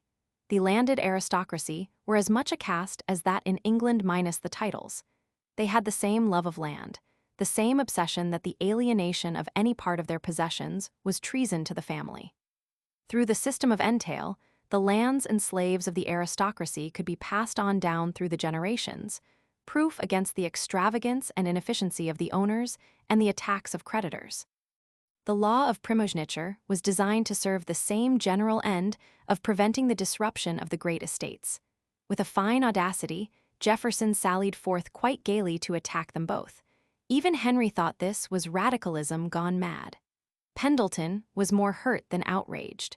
The aristocratic members of his mother's family looked upon him as a matricide. Undaunted by the hate engendered, he put his hand to the plow and kept it there until he had plowed the field and prepared it for a democratic harvest. His friend Pendleton begged a compromise on primogeniture, giving the eldest son a double share of the land. "Yes," replied the leveler, "when he can eat twice the allowance of food and do double the allowance of work." It was his purpose to eradicate every fiber of ancient or future aristocracy. The outraged landed aristocracy never forgave him. He was the first American to invite the hate of a class, and from the beginning he turned his back on the aristocracy and made his appeal to the middle-class yeomanry. All this was behind him when he went to Paris before the Revolution there began. There the tall, slender American in the elegant house on the Grande Route des Champs-Élysées, with its extensive gardens and court, was an impressive figure. "You replace Dr. Franklin, I hear," said Vergennes, the Minister of Foreign Affairs. "I succeed him," Jefferson replied. "Nobody could replace him." There could have been no more ingratiating reply, for his predecessor had been greatly admired and loved. No one could have found the conversation of the salons and dinner tables more congenial. His manners were those of a man of the world, and he shared the French fondness for speculative talk and the French knack of spicing gravity with frivolity. Even his table tastes were similar. He ate sparingly and preferred the light wines. Both his natural hospitality and his respect for the dignity of his position spread the reputation of his lavish table. And while he gave no great parties, gay and frequent dinners were the rule. Lafayette ran in and out constantly. Members of the diplomatic set found Jefferson's house an agreeable meeting place. The young French officers who had served in America liked his company, and de Latude, the wit, who had served 35 years in prison for writing an epigram on Pompadour, enlivened many an evening with his reminiscences. American tourists were captivated by his civilities, introductions to celebrities, itineraries for profitable trips. Like Franklin before him, he charmed the beautiful women of the court with his wit and humor and the eloquence of his conversation. He loved the promenades and shops, and was constantly alert for something unusual to send his friends at home rare books for Madison, Monroe, and Wythe, a portable table for Madison, an artistic lamp for Lee. And yet he was far from an elegant idler, and his days were laboriously passed, mornings at his office, afternoons given to country walks, evenings to society, art, music. He found time for elaborate and illuminating reports that are models in diplomatic literature and which exacted tribute from even John Marshall. Feeling frequently the need of absolute seclusion for his work, he had rooms in the Carthusian monastery on Mount Calvary, where silence was enjoined outside the rooms, but where he had the privileges of the garden. "I am much pleased with the people of this country," he wrote a lady. "The roughness of the human mind is so thoroughly rubbed off with them that it seems one might glide through a whole life without a jostle." And in another letter, the same impression. "Here it seems a man might pass a life without encountering a single rudeness. But if he loved the society of Paris, he was not, like Morris, seduced into an acceptance of its system." His passion for democracy did not permit him to judge the happiness of a nation by the luxuries of the court and aristocracy. He struck out into the country to judge for himself of the condition of the peasants, looked into the pots on the fire to see what they ate, felt their beds to see if they were comfortable. He inquired into the wages and the working conditions of the artisans of the cities, and his conclusions were unavoidable, of course. "It is a fact," he wrote, "in spite of the mildness of their governors, the people are ground to powder by their form of government. Of 20 million people supposed to be in France, I am of opinion there are 19 million more wretched, more accursed in every circumstance of human existence than the most conspicuously wretched individual in the whole United States." And to another, "I find the general fate of humanity here most deplorable." The truth of Voltaire's observation offers itself perpetually, that every man here is either the hammer or the anvil. He was shocked by a system that dedicated the sons of peasants as cannon fodder in remote wars precipitated by the whims of a prostitute, that winked at the debauchery of their wives and daughters, that gave men to the Bastille for the expression of a criticism, that crushed the people with intolerable taxation to sustain the luxury of a few, that forced the poor to live on food not fit for a stray dog in a city slums, and which awed the masses into submission to such conditions by the bayonets of the soldiery.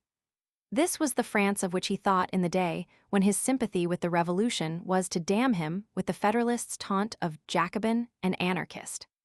Such being his observations and views, he rejoiced in the popular awakening in the dawning days of the Revolution. Witnessing the meeting of the Assembly of the Notables, a fascinated spectator of the raising of the Bastille, listening, deeply moved, to the audacious eloquence of Mirabeau, he wrote, with the joy of the reformer, to Washington that the French nation has been awakened by our revolution. It was in those days that Gouverneur Morris, the friend of Hamilton, was accustomed to drop in on Jefferson for a chat on the situation, and their friendly disagreements were soon to appear in a party division in America. "He and I differ," wrote Morris in his diary, "in our system of politics. He with all the leaders of liberty here is desirous of annihilating distinctions of order. And yet he was not hostile to the king or the monarchy. He hoped for reforms, freely granted. Louis he found irascible, rude, very limited in his understanding, with no mistress, but governed too much by the queen devoted to pleasure and expense, and not remarkable for any other vices or virtues. As the storm clouds lowered and the easy-going monarch remained inert, he became less tolerant. The king, long in the habit of drowning his cares in wine, plunges deeper and deeper. The queen cries but sins on. The Count d'Artois is detested. And a month later, the king goes for nothing. He hunts one half the day, is drunk the other, and signs whatever he is bid." As the future terrorists ascended from the cellars and descended from the garrets, and occasional riots gave premonitory signs of the bloody days ahead, he reported to Jay that the rioting was the work of the abandoned banditti of Paris, and had no professed connection with the great national reformation going on. All this time he was being constantly consulted by Lafayette and the moderate leaders who were to become the members of the attractive but unfortunate party of the Gironde. They even met at his dinner table to make plans, without notifying him of their intent, and his voluntary explanation to the minister was received with the expression of a hope that he might be able to assist in an accommodation of differences. He did, in fact, propose a plan, which, had it been accepted, might have saved the monarchy. It was his suggestion that Louis step forward with a charter in his hands, granting liberty of the person, of conscience, of the press, a trial by jury, an annual legislature with the power of taxation, and with a ministry responsible to the people. These associations and these views are conclusive as to the absurdity that he was permeated with the theories of Jacobinism and brought them back to the United States. He was the same kind of Jacobin as Lafayette. His interest was the interest in democracy and popular rights that he had taken with him when he sailed for Europe. Mirabeau was still laboring to save the monarchy with reforms when Jefferson returned to America on leave. 4. Jefferson was a humanitarian ahead of his time.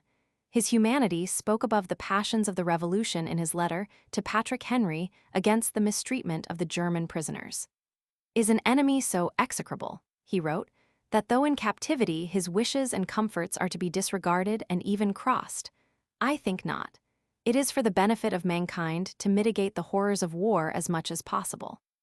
These captives, interned near Monticello, came to love the master on the hill for his efforts to lighten the burdens of their captivity.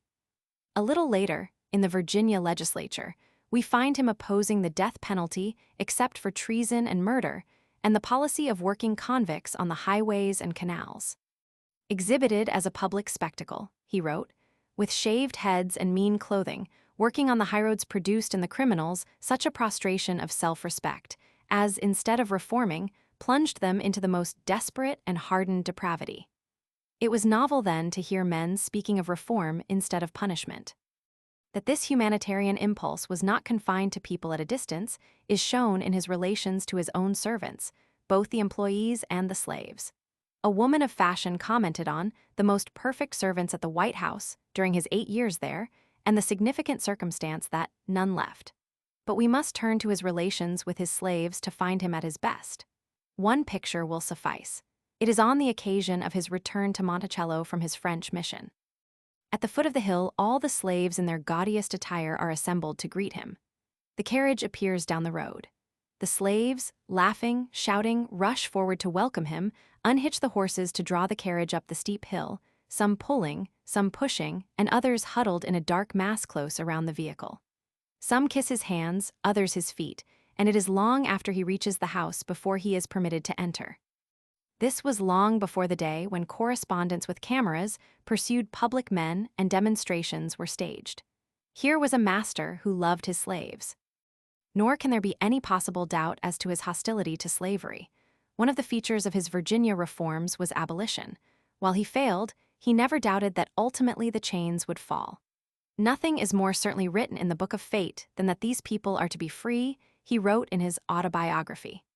A little later, referring to his strictures on slavery in his Notes on Virginia, he expressed a desire to get them to the young men in the colleges. It is to them I look, to the rising generation, and not to the one now in power, for these great reformations. Declining membership in a society for abolition in France on the ground that his official status would make improper a demonstration against an institution his own people were retaining, he said that, "It is decent of me to avoid too public a demonstration of my wishes to see it abolished." Without any of this evidence, his hostility to slavery would be irrefutably established by the Ordinance of the Northwest Territory, in the handwriting of Jefferson in the archives of the nation, prohibiting slavery in any of the states that might be carved therefrom after the year 1800. 5.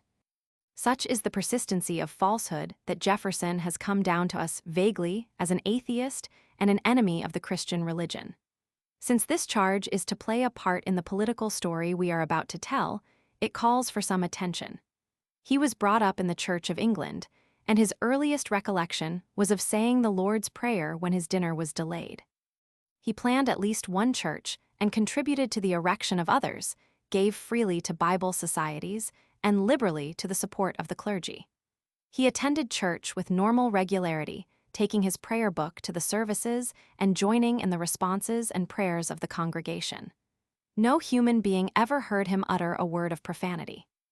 During the period of his social ostracism by the intolerant partisans of Philadelphia, he passed many evenings with Dr. Rush in conversation on religion. "I am a Christian," he once said, in the only sense in which Jesus wished anyone to be sincerely attached to his doctrines in preference to all others. On one occasion, when a man of distinction expressed his disbelief in the truths of the Bible, he said, "Then, sir, you have studied it to little purpose." While the New England pulpits were ringing with denunciations of this infidel and old ladies, unable to detect the false witness of the partisan clergy, were solemnly hiding their Bibles to prevent their confiscation by the atheist in the president's house. He was spending his nights in the codification of the morals of Jesus, and through the remainder of his life, he was to read from this every night before retiring. In his last days, he spent much time reading the Greek dramatists and the Bible, dwelling in conversation on the superiority of the moral system of Christ over all others. In his dying hour, after taking leave of his family, he was heard to murmur, "Lord, now lettest thy servant depart in peace." The reason for the myth created against him is not far to seek. Just as the landed aristocracy of Virginia pursued him with increasing venom because of his land reforms, the clergy hated him for forcing the separation of church and state. When he made the fight for this reform, it was a crime not to baptize a child into the Episcopal Church, a crime to bring a Quaker into the colony, and, according to the law, a heretic could be burned. If the latter law was not observed, that compelling all to pay tithes regardless of their religious affiliations and opinions was rigidly enforced. This outraged Jefferson's love of liberty. The Presbyterians, Baptists, and Methodists, who were making inroads on the membership of the established church, were prosecuted, and their ministers were declared disturbers of the peace and thrown into jail like common felons. Patrick Henry and his followers fought Jefferson's plan for a disestablishment, but he won. The atheist law, which was never forgiven by the ministers of Virginia and Connecticut, was simple and brief. No man shall be compelled to frequent or support any religious worship, place, or ministry whatsoever, nor shall be enforced, restrained, molested, or burdened in his mind or goods, nor shall otherwise suffer on account of his religious opinions or belief. But all men shall be free to profess, and by argument to maintain, their opinions in matters of religion, and the same shall in no wise diminish, enlarge, or affect their civil capacities. Here we have the secret of the animus of the clergy of the time, but there were other reasons. In his notes on Virginia, he did not please the orthodox, and Dr. Mason, a fashionable political minister of New York City, exposed him in the pulpit, holding him up to scorn as a profane philosopher and an infidel. Discussing the theory that the marine shells found on the high mountains were proof of the universal deluge, Jefferson had rejected it. "Aha," cried Mason, "he derides the Mosaic account. He sneers at the scriptures, and with malignant sarcasm." When Jefferson, referring to the tillers of the soil, wrote that they were the chosen people of God if ever he had a chosen people, and referred to Christ as good if ever man was, the minister charged him with profane babbling. His view of creation is set forth in a letter discussing a work by Whitehurst. He believed that a supreme being created the earth and its inhabitants, that if he created both, he could have created both at once, or created the earth and waited ages for it to get form itself before he created man. But he believed that it was created in a state of fluidity and not in its present solid form. This was his infidelity. He probably did not believe that Jonah was swallowed by the whale-end that was enough to damn him. But if he was not a Christian, the pulpits are teeming with atheists today. 6. We have seen that Hamilton had no faith in the Constitution, but did yeoman service for its ratification.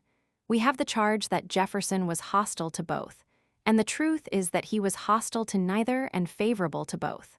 The evidence is overwhelming. When the new form of government was under consideration, he proposed to make the states one in everything connected with foreign nations, and several as to everything purely domestic, and to separate the executive, legislative, and judicial branches. He was bitterly hostile to any plan based on the monarchical idea, and advised its friends to read the fable of the frogs who solicited Jupiter for a king. When the convention met, he wrote Ames that it was really an assembly of demigods, but regretted that they began their deliberations by so abominable a precedent as that of tying up the tongues of the members. His first impressions of the completed document were unfavorable. In a letter to Ames, he complained of the reeligibility of the president. To another correspondent, he complained that the proposed system would merge the states into one without protecting the people with a Bill of Rights. Writing to Madison, he went more into detail, balancing the good against the bad. He liked the separation of the departments, endorsed the lodging of the power of initiating money bills with the representatives of the people, and was captivated with the compromise of the opposite claims of the great and little states.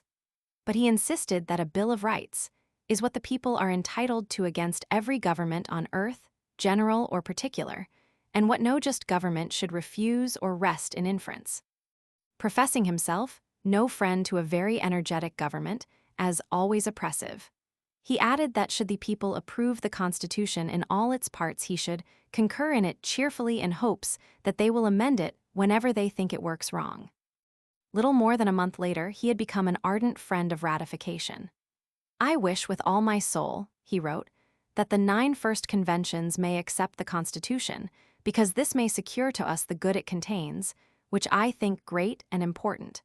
But I equally wish that the 4 latest conventions, whichever they may refuse to accede to it till a Declaration of Rights is annexed." When the Massachusetts Convention accepted with perpetual instructions to her delegates to endeavor to secure reforms, he was delighted, and the same day he wrote another correspondent of his pleasure at the progress made toward ratification. "Indeed, I have presumed that it would gain on the public mind as I confess it has on my own." When South Carolina acted, he wrote E. Rutledge his congratulations. "Our government wanted bracing," he said. "Still we must take care not to run from one extreme to another, not to brace too high."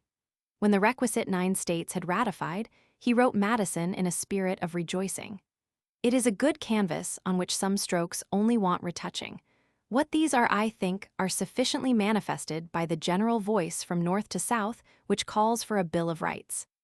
After the ratification, he wrote Madison in praise of the Federalist, describing it as the best commentary on government ever written, and admitting that it had rectified him on many points. In the same vein, he wrote to Washington, expressing the hope that a Bill of Rights would be speedily added. In the spring of 1789, he wrote another that the Constitution was unquestionably the wisest ever yet presented to men. And after the Bill of Rights had been added, he wrote to Lafayette that the opposition to the Constitution has almost totally disappeared, and that the amendments proposed by Congress have brought over almost all of the objectors. Years afterward, when he wrote his autobiography, he reviewed his reactions on the document. "I received a copy early in November," he wrote, "and read and contemplated its provisions with great satisfaction. The absence of express declarations, ensuring freedom of religious worship, freedom of the press, freedom of the person under the uninterrupted protection of the habeas corpus, and trial by jury in civil as well as in criminal cases excited my jealousy. And the reeligibility of the President for life I quite disapproved. I expressed freely in letters to my friends, and most particularly to Mr. Madison and General Washington, my approbations and objections." His recollections were true to the facts as conclusively shown in the correspondence to which reference has been made. He was no more opposed to the Constitution and its ratification than he was an atheist. 7. This brings us to Jefferson, the creator and leader of a party, and his methods of management. Here he was without a peer in the mastery of men. He intuitively knew men, and when bent upon it could usually bend them to his will. He was a psychologist and could easily probe the minds and hearts of those he met. In his understanding of mass psychology, he had no equal. When a measure was passed or a policy adopted in Philadelphia, he knew the reactions in the woods of Georgia without waiting for letters and papers. This rare insight into the mass mind made him a brilliantly successful propagandist. In every community, he had his correspondents with whom he communicated with reasonable regularity, doing more in this way to mold and direct the policies of his party than could have been done in any other way. Seldom has there lived a more tireless and voluminous letter writer. With all the powerful elements arrayed against him, he appreciated the importance of the press as did few others. "I desired you in my last to send me the newspapers, notwithstanding the expense," he wrote a friend from Paris. Believing that the people, in possession of the facts, would reach reasonable conclusions, he considered newspapers a necessary engine of democracy. "If left to me," he once wrote, "to decide whether we should have a government without newspapers or newspapers without a government, I should not hesitate for a moment to prefer the latter." There is not a scintilla of evidence to confute his stout contention that he never wrote for the papers anonymously, but the evidence piles mountain high to prove that he constantly inspired the tone of the party press. In his personal contacts, he was captivating a master of diplomacy and tact, born of his intuitive knowledge of men. Perhaps no better illustration of his cleverness in analyzing men can be found than in his letter to Madison on Demoustier, a newly appointed French minister to the United States. Ames is remarkably communicative. With adroitness he may be pumped of anything. His openness is from character, not affectation. An intimacy with him may, on this account, be politically valuable. In his leadership we find more of leading than of driving. He had a genius for gently and imperceptibly insinuating his own views into the minds of others and leaving them with the impression that they had conceived the ideas and convinced Jefferson. To Madison, this was a source of keen delight. Jefferson was the original easy boss. His tact was proverbial. He never sought to overshadow or overawe. Inferior men were not embarrassed or depressed in his presence. He was amazingly thoughtful and considerate. In a company, he instinctively went to the assistance of the neglected. Thus, at a dinner party, a guest, long absent from the country and unknown to the diners, was left out of the conversation and ignored. In a momentary silence, Jefferson turned to him. "To you, Mr. C., we are indebted for this benefit," he said. "No one deserves more the gratitude of his country." The other guests were all attention. "Yes, sir, the upland rice which you sent from Algiers, and which thus far succeeds, will, when generally adopted by the planters, prove an inestimable blessing to our southern states." After that, the neglected guest became the lion of the dinner. Thoughtfulness in small things this entered not a little into Jefferson's hold on his followers. It was at the dinner table that he planned many of his battles.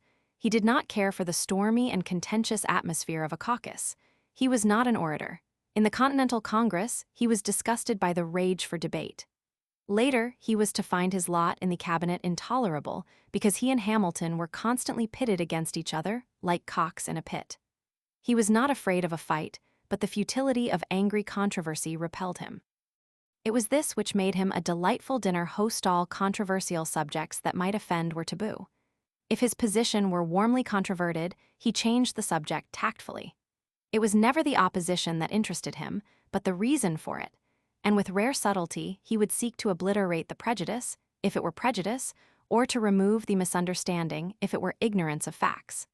Thus he won many victories through a seeming retreat. Unescapable quarrels and separations were minor tragedies to him. He long sought to get along with Hamilton. He advised his daughters to be tolerant of disagreeable people and acted on his own advice. Fiske has explained him in a sentence. He was in no wise lacking in moral courage, but his sympathies were so broad and tender that he could not breathe freely in an atmosphere of strife. Thus considerate of his foes, he never hurt the sensibilities of his friends through offensive methods. He liked to gather his lieutenants about him at the table and talk it out, each man free to give his views. Here, he ironed out differences, dominating by the superiority of his intellect and fascinating personality while appearing singularly free from domination.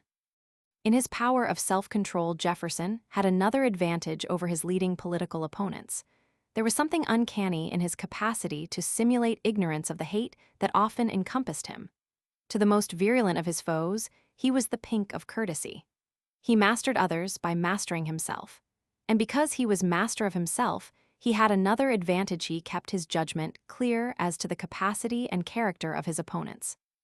One may search in vain through the letters of Hamilton for expressions other than those of contemptuous belittlement of his political foes. Jefferson never made that mistake. He conceded Hamilton's ability and admired it.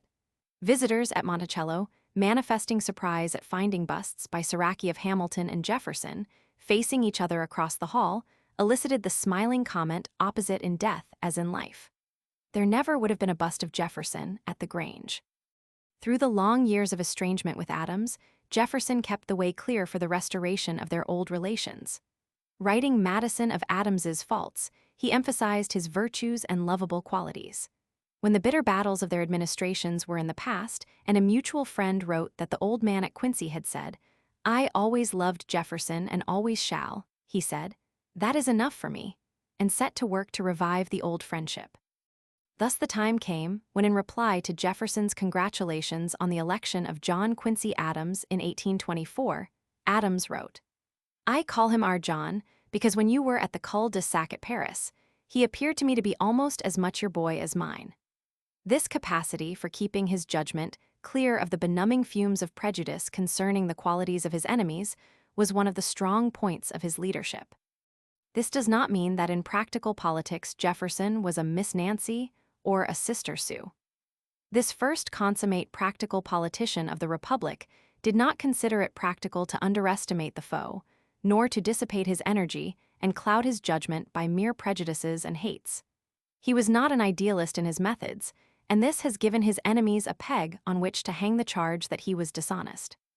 He was an opportunist, to be sure. He never refused the half loaf he could get because of the whole loaf he could not have. He trimmed his sails at times to save his craft, and this was wisdom. He compromised at the call of necessity. He was hard-headed and looked clear-eyed at the realities about him. He was cunning, for without cunning he could not have overcome a foe so powerfully entrenched. He was as elusive as a shadow, and this has been called cowardice, but it was difficult to trap him in consequence. His antipathy to the frontal attack has often been referred to with contempt, but leading a large but unorganized army against one of tremendous power, he preferred the methods of Washington in the field, which was to avoid the frontal attack with his ragged Continentals against the trained and disciplined army. Because of these conditions, he was given to mining. When apparently quiescent, he was probably sowing discord among his foes, his part concealed. This was hateful to the Federalists just as the tactics of Frederick were hateful to the exasperated superior forces against him. Jefferson was the most resourceful politician of his time. For every problem he had a solution. He teamed with ideas. These were his shock troops. If he seemed motionless, it was because by a nod or look he had put his forces on the march. Like the wiser of the modern bosses, he knew the virtue of silence. When in doubt, he said nothing. When certain of his course, he said nothing to his foes. It was impossible to smoke him out when he preferred to stay in. In the midst of abuse, he was serene. And he was a stickler for party regularity. He appreciated the possibilities of organization and discipline. When money was needed for party purposes, his friends would receive a note. "I have put you down for so much." When the party paper languished, he circulated subscription lists among his neighbors and instructed his friends to imitate his example. He was never too big for the small essential things, and he was a master of detail very rarely true of men of large views. His energy was dynamic and he was tireless. He never rested on his arms or went into winter quarters. His fight was endless. The real secret of his triumph, however, is found in the reason given by one of his biographers. He enjoyed a political vision penetrating deeper down into the inevitable movement of popular government and farther forward into the future of free institutions than was possessed by any other man in public life in his day. 8. No American of his time had such versatility or such diversified interests. He was asked to frame the Declaration of Independence because of his reputation as a writer. Ames has told the story. He brought with him a reputation for literary science and a happy talent for composition. Writings of his were handed about remarkable for their peculiar felicity of expression. It was the summary view which elicited the admiration of Edmund Burke. A more ambitious effort, his notes on Virginia, were written during the fatal illness of his wife, and while he was confined to the house 2 or 3 weeks by a riding accident. It was a valuable contribution to the natural, social, economic, and political history of the state, with a number of eloquent passages and fascinating pages. He had an artistic temperament, loved music, and at the beginning of his career we find him busy planning his garden at Monticello and practicing 3 hours a day on his loved violin under the instructions of an Italian musician. His hospitality to the Hessian prisoners is partly explained by a mutual love of music. Returning from an absence to find Shadwell, his early home, in ashes, he inquired anxiously about his books. "Oh, my young master," exclaimed the distressed slave, "they were all burnt, but we saved your fiddle." Loving art in all its forms, he was fond of the company of artists. It was he who arranged in Paris for Houdon to go to America to make the statue of Washington. He entertained Trumbull in the French capital, accompanying him to Versailles to see the king's art collection, and urged him to remain in Paris and study. He was delighted with architectural beauty and lingered about the masterpieces. From Nesmes, he wrote enthusiastically to a woman friend, "Here I am, madam, gazing whole hours at the mason quarry, like a lover at his mistress. This is the second time I have been in love since I left Paris. The first was with a Diana at the Château de l'Épinay in Beaujolais, a delicious morsel of sculpture, by M.A. Soltz. This you will say was in rule to fall in love with a female beauty, but with a house. No, madame, it is not without a precedent in my own history. While in Paris, I was violently smitten with the Hôtel de Salm. When the Capitol at Richmond was in contemplation, he urged the construction of the most beautiful edifice possible as a model to be emulated in other buildings, drew some plans himself, examined those of Hallett, was captivated with those of Thornton, and urged their acceptance. Simple, noble, beautiful, he wrote home. And yet, so many-sided was this man, that he was a utilitarian and scientist as well as artist. In Europe, he was thought a philosopher, and Humboldt came to America to pass many hours under his roof. A perusal of his letters discloses the intensity and range of his interests. He was entranced with clocks, and we find him writing David Rittenhouse, reminding him of a kind promise of making me an accurate clock, and later to Madison of a watch he had made for himself and inquiring if his friend wished one. He summoned a Swiss clockmaker to Monticello who died on the mountain and is buried in the enclosure with his patron. He put the noted Buffon to rout in Paris on points in natural history. Admiring the red men, he spent years collecting their vocabularies. When in Paris, he heard that an Arabic translation of Livy had been found in Sicily, and importuned the Chargés des Affaires of Naples to make inquiries, and was much excited to hear that such a translation had been found and will restore to us 17 of the lost books. In the midst of the political diversions and social distractions of Paris, he found time to write at length on the latest discoveries in astrology. As early as the summer of 1785, when Pilleter de Rosière made his fatal attempt to cross the English Channel in a balloon, we find him eagerly discussing the possibilities of the aeronautical science. A newly invented lamp pleased him, and he sent one to a friend from Paris. The use of steam in the operation of grist mills interested him, and he found time to witness the test. Even the absorbing drama of the French Revolution in its early stages did not lessen his interest in Paine's Iron Bridge, and he attended its exhibition, and finding the inventor hesitating between the catenary and portions of a circle, he sent to Italy for a scientific work by the Abbé Macheroni. Fascinated by inventions, he was himself the inventor of a plough. 9. Interested as he was in art and inventions, his heart was with the country life and the farmer's lot. He was never happier than when in the early morning, mounted on one of his beloved horses, he rode over his broad acres at Monticello, observing with a perennial zest the budding of the trees in spring, the unfolding of the flowers, the ripening of the harvest. Wherever he was, throughout his life, he longed for the house he had made on the hill, the broad fields, the family circle, and the servitors and slaves. There he was lord of the domain. If he employed Italian gardeners, they conformed to his ideas. If he had a supervisor, it was he himself who determined what should be planted and where the orchards should be, what trees should be set and their location. And even the vines and shrubs, the nuts and seeds, the roots and bulbs claimed his personal attention. Even his hogs were named, and when one was to be killed, he designated it by name. There, too, he lived in an atmosphere of affection. There he had taken his bride, a woman of exquisite beauty, grace, and loveliness. There his children had been born, and there, all too soon, their mother died. He was passionately devoted to her, and there was no successor. To the daughters who were left, he became both a father and a mother, resulting in an intimacy seldom found between father and daughters. In Paris, he would not permit even his trusted servant to do their shopping, reserving that duty for himself. Always patient, never harsh, and ever sympathetic, he was the ideal parent. Though he did not remarry, he was fond of the society of women and they of his. The few letters to women that have been preserved are masterpieces of their kind, sprightly, playful, sometimes beautiful. His relations with the women of the Adams family are shown in a note to John Adams's married daughter, written from Paris. Mr. Jefferson has the honor to present his compliments to Mrs. Smith and to send her the 2 pair of corsets she desired. He wishes they may be suitable, as Mrs. Smith omitted to send her measure. Times are altered since Mademoiselle de Sampson had the honor of knowing her. Should they be too small, however, she will be so good as to lay them by a while. There are ebbs as well as flows in this world. When the mountain refused to go to Mahomet, he went to the mountain. In Paris, he formed a few cherished friendships with women, notably with Mrs. Cosway, Italian wife of an English painter, a woman of charm, beauty, and intellect, with whom he corresponded. One of his letters, the dialogue between the head and the heart on her departure for England, is unique and sparkling. He appreciated the exquisite Mrs. Bingham whom he met in Paris, and his chiding letters to her after her return to America must have pleased that artificial lady immensely. He was a friend of the Comtesse de Tesse, whose mind he admired, and of Madame de Corny, whose beauty attracted him.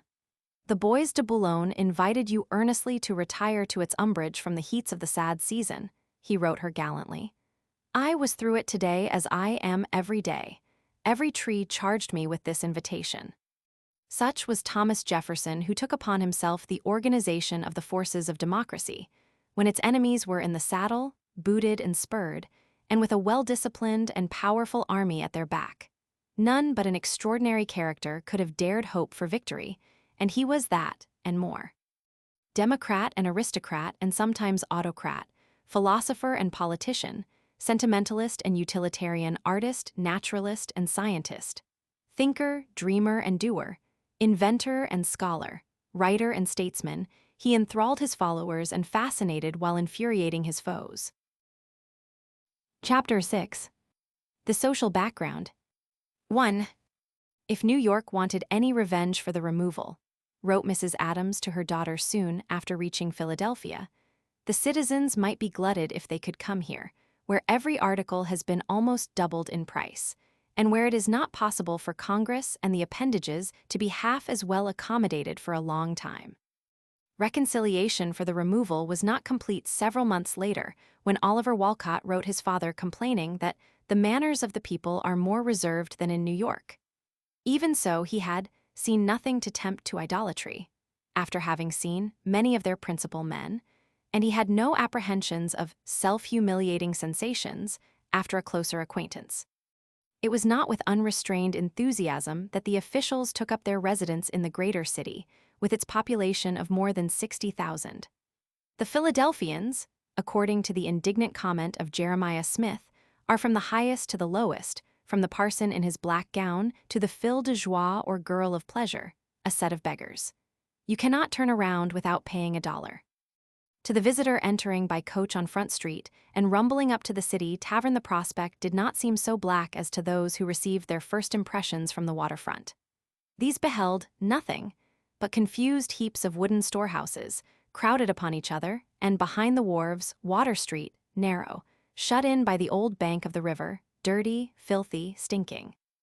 Could he have looked down upon the city from some convenient hill, he would have found something to revive his drooping spirits in the compactness of the town and the substantial character of the houses. The principal streets of the period were Front, Second, Third, and Fourth, and beyond Sixth there were scarcely any habitations. No one thought of building on Arch or Chestnut streets west of 10th, where the land was thickly dotted with frog ponds. Practically all of business and fashion was to be found east of 4th Street, and the visitor or official sojourner could congratulate himself on the ease with which he could get about from place to place.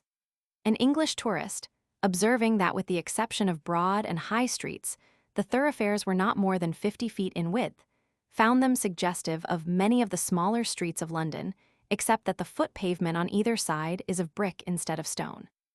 If the filth of the odorous waterfront, the narrowness of the streets, and the frog ponds on the outskirts, so audible in the night, were depressing, the houses, attractive, and in many instances architecturally pretentious, hinted of comfort and solidity if not of opulence. The fact that almost all were constructed of brick was not lost upon the travelers. In the more congested districts, these houses had a shop on the first floor. The streets, with their red brick foot pavements and rows of trees, making them fragrant after summer rains and drearily murmurous in the winter winds, were paved with pebbles in the middle, with a gutter made of brick or wood, and lined with strong posts to protect the area of the pedestrians. The trees, mostly buttonwood, willow, and Lombardy poplars, had been brought over from Europe some years before by William Hamilton. At frequent intervals, town pumps offered refreshment to the thirsty, or, in the night, an accommodating hanging post for the inebriate staggering home from one of the popular taverns. Not without its charm was a walk through the streets of Philadelphia in the days when Hamilton and Jefferson were exchanging shots, with the poplars and willows to shut off the sun, the pumps to minister to the comfort, and with most of the houses offering to the view a garden filled with old-fashioned flowers, lilacs, roses, pinks, and tulips, morning glories, and snowballs with gourd vines climbing over the porches. In the case of the more imposing mansions, there were more elaborate gardens with rare flowers and shrubbery. But in many of these wealth claimed its privilege and shut off the view from the common folk who could only catch the fragrance. The visitor on public business bent found all the governmental centers close together. If interested in the debates at Congress Hall, erected for the purpose at 6th and Chestnut Streets next to the State House, the smallest child could direct him. If a person of no special importance, he could find his way into the commodious gallery of the house, and, looking down upon the chamber, 100 by 60 feet, with its 3 semicircular rows of seats, facing the speaker's rostrum, a kind of pulpit, near the center could find Ames busy at his circular writing desk, Madison on his feet, or Sedgwick in conference with a lobbyist. If fortunate, he might be admitted to the space on the floor beneath the gallery. But it was not so easy to penetrate to the more sacred precincts of the Senate on the floor above, where the self-constituted guardians of the covenant and the rights of property held themselves aloof from the gaze of the vulgar. Perhaps, if he really prized the privilege, he might look down from some point of vantage on the State House garden, where the statesmen were wont to take the air and compose their thoughts. Did he have business with Jefferson? It was only a little way to the 3-story brick residence at High and 8th Streets, which had been taken over for the purposes of the State Department. With Hamilton, it was but a few steps to the old Pemberton mansion near Chestnut and 3rd, with its well-cultivated garden in the rear where the indefatigable human dynamo worked far into the night. With the president, it was but a short distance from Jefferson's office to the Morris house. At the time Washington moved in, the Morris house was one of the most distinguished in the city, a dignified and impressive brick mansion with 2 large lamps in front, and with ample gardens to proclaim it the abode of a personage of consequence. It was under its roof that Washington had lived as the guest of Morris while presiding over the Constitutional Convention. It was not without difficulties and annoyances that the house was taken over. The banker was lustily praised by his friends for his sacrifice in abandoning his home, but it appears to have been a sacrifice similar to that of managing the finances of the Revolution. One writer questioned whether giving up a house of moderate dimensions for £700 a year can be deemed a great sacrifice, when the president was accommodated in this city with a much more elegant house at £400 per annum. Even Washington, who was Morris's intimate friend, was distressed at the difficulty in persuading him to fix the rental and wrote Lear that he could not understand the senator. He would be willing to pay as much as he paid in New York, and even more if there was not clear extortion. The owner finally fixed the rental at $3,000 a year. Thus Washington moved in, and there the presidents lived until the capital was moved to Washington. There, if properly presented, the visitor might call to receive the rather cold, stately beau of Washington or even drink a cup of tea with Mrs. Washington. In the case of a levee, he was sure to be welcome. But if his social status did not suffice to justify the crossing of the threshold, he might, if he were patient, see the great man as he drove forth in his ornately decorated coach. Or, better still, see him emerge on foot with his secretaries, Lear and Jackson, one on either side with cocked hats on their heads, the aides a little in the rear. If he had the temerity to follow at a respectable distance, he would have been surprised, perhaps, to find that the president did not converse with his secretaries while on his walks. 2. It was not joy unconfined to be interned in any of the hotels or taverns of Philadelphia at any time while it was the capital. In the journals of tourists who sojourned there, we encounter no enthusiastic encomiums, even for Weller S., which owes something of its glamour in perspective to the fact that the assembly dances were held in its ballroom. It was infinitely better, at any rate, than the sign of the sorrel horse on 2nd Street, which comes down to us as a bad one. The City Tavern, scene of numerous political demonstrations, conceitedly one of the best, would have been better rid of vermin that infested the beds. The London Tavern, which had its days as the principal hotel, was deficient in comfort even at its best. And the Indian Queen distinguished itself as the scene of a doleful robbery when some of Ames's colleagues lost their linen, and $30,000 in securities, and he escaped only because his name on his trunk assured the partial rogues that nothing was to be got by taking it away. In 1794, the Golden Lion or the Yellow Cat at 8th and Filbert Streets was a favorite because of its well-drawn beer and porter. And the visitor, pushing through the smoke-laden air to drink malt liquor from a pewter mug, would, likely as not, find Governor Mifflin or General Knox of the cabinet enjoying their mugs along with the mechanics and clerks. But it was not necessary to sleep in the beds of the Yellow Cat to quaff its liquors, and after a brief experience with the taverns, the tourist would be likely to follow the example of Thomas Twining and seek more comfortable and sanitary quarters in some of the numerous rooming houses that catered particularly to members of Congress. The choicest of these resented the idea that they were other than the private houses of gentlemen accommodating political personages. This, particularly true in the case of Francis, the Frenchman, at whose house on 4th Street, Vice President Adams had a room. In these private rooming and boarding houses, in which the majority of the celebrities lived, an abundant table, clean, agreeable rooms, and the congenial companionship of colleagues made an appeal. At Francis's, the head of the table was reserved for Adams, and all the ceremonial forms were scrupulously observed, although he frequently had his meals served in his rooms. It was not until he had escaped from the Indian Queen and found lodgings at the house of Mrs. Sage that Ames began to feel settled and at home. This hiving had its comedies, sometimes its scandals, and occasionally its romances, as on the day Senator Aaron Burr took James Madison to call upon the winsome daughter of his landlady, and history was made in the candlelit parlor of the boarding house. Quiet and homelike, at least, these boarding houses of our early statesmen, and if they had no bars, they were in close proximity to many that were of good repute. The members of the legislature sometimes were known to discuss important measures at Jace's tavern over the mugs, were wont, on adjournment, to linger at Mr. Weller's for his incomparable punch, and to celebrate the ending of a session with an evening of conviviality at Mr. Burns' tavern on 10th Street. Gentlemen riding along the banks of the Schuylkill could seldom resist the impulse to dismount at the tavern of Metzfor. These drinking houses were kindly placed among a people intolerant of Puritanism. Going forth into the streets to mingle with the common people was a revelation to the polished tourist from the old lands. Here they found nothing of the humility of the lowly to which they were accustomed. The mechanics and common laborers took the theory of equality seriously. One traveler found the lower sort of people lacking in good manners and observed that a well-dressed stranger, asking a polite question, was almost certain of an impudent answer. These were the men who were to man the societies fashioned after those of the Parisian radicals, to rally passionately to the support of the French Revolution, and to supply Jefferson with his shock troops and, sometimes shocking troops in his fight for the democratization of the Republic. These, too, in their desperate striving for equality, were moved to imitations of the spendthrift practices of the rich. Even the servants and the Negroes gave elaborate balls which Liancourt found destitute of the charming simplicity of the fêtes of our peasants. The women appeared in dresses beyond their means.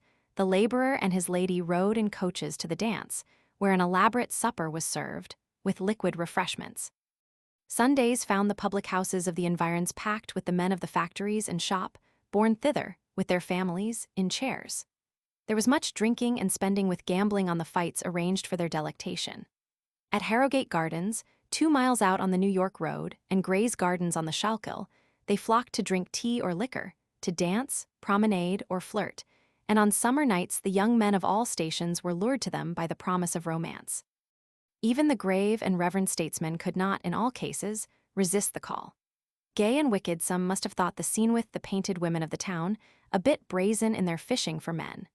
"We have Eves in plenty, of all nations, tongues, and colors," wrote Oliver Walcott to his wife from Gray's Gardens, where he had taken refuge from the yellow fever. "But do not be jealous, I have not seen one yet, whom I have thought pretty, leaving her to imagine the possibilities should one such appear." And yet, pleasure-loving as the population was, the nights were reasonably quiet. About the time the city assumed the dignity of a capital, there was little to disturb the tranquility of the night after 10 o'clock beyond the voice of the watchman, or the footsteps of some nighthawk wending his way by the light of the street lamps, placed like those in London. But 5 years later, a visitor who recalled that in 1794 it was unusual to meet anyone at night, or to hear any noises after 11 o'clock, found that the nocturnal annoyances continued far later into the night. It was by day, however, that the city made its best impression. The luxury-loving people, the wealth and extravagance of the social leaders insisting upon London and Parisian styles, the commercial traditions of the community gave to its shopping district an elegance found nowhere else in America. The houses of the importers and wholesalers, some maintaining their own ships, were found, for the most part, on Front and Water Streets. When in the spring and autumn the ships came in, and the great boxes of English dry goods were stretched along the pavement of Front between Arch and Walnut Streets to be opened, it was a thrilling event to the Philadelphians. Fluttering about them were the retail merchants, for most of these in the days of the city's political preeminence were women exclaiming ecstatically over the contents. Soon the goods were transferred to the shops, which even a Frenchman found remarkable for their neatness due, no doubt, to the sex of the proprietors.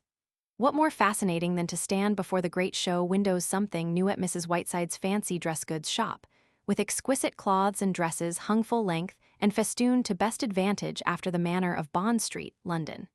Did it add anything to the appeal to know that the proprietress had come from London? Alas, no doubt.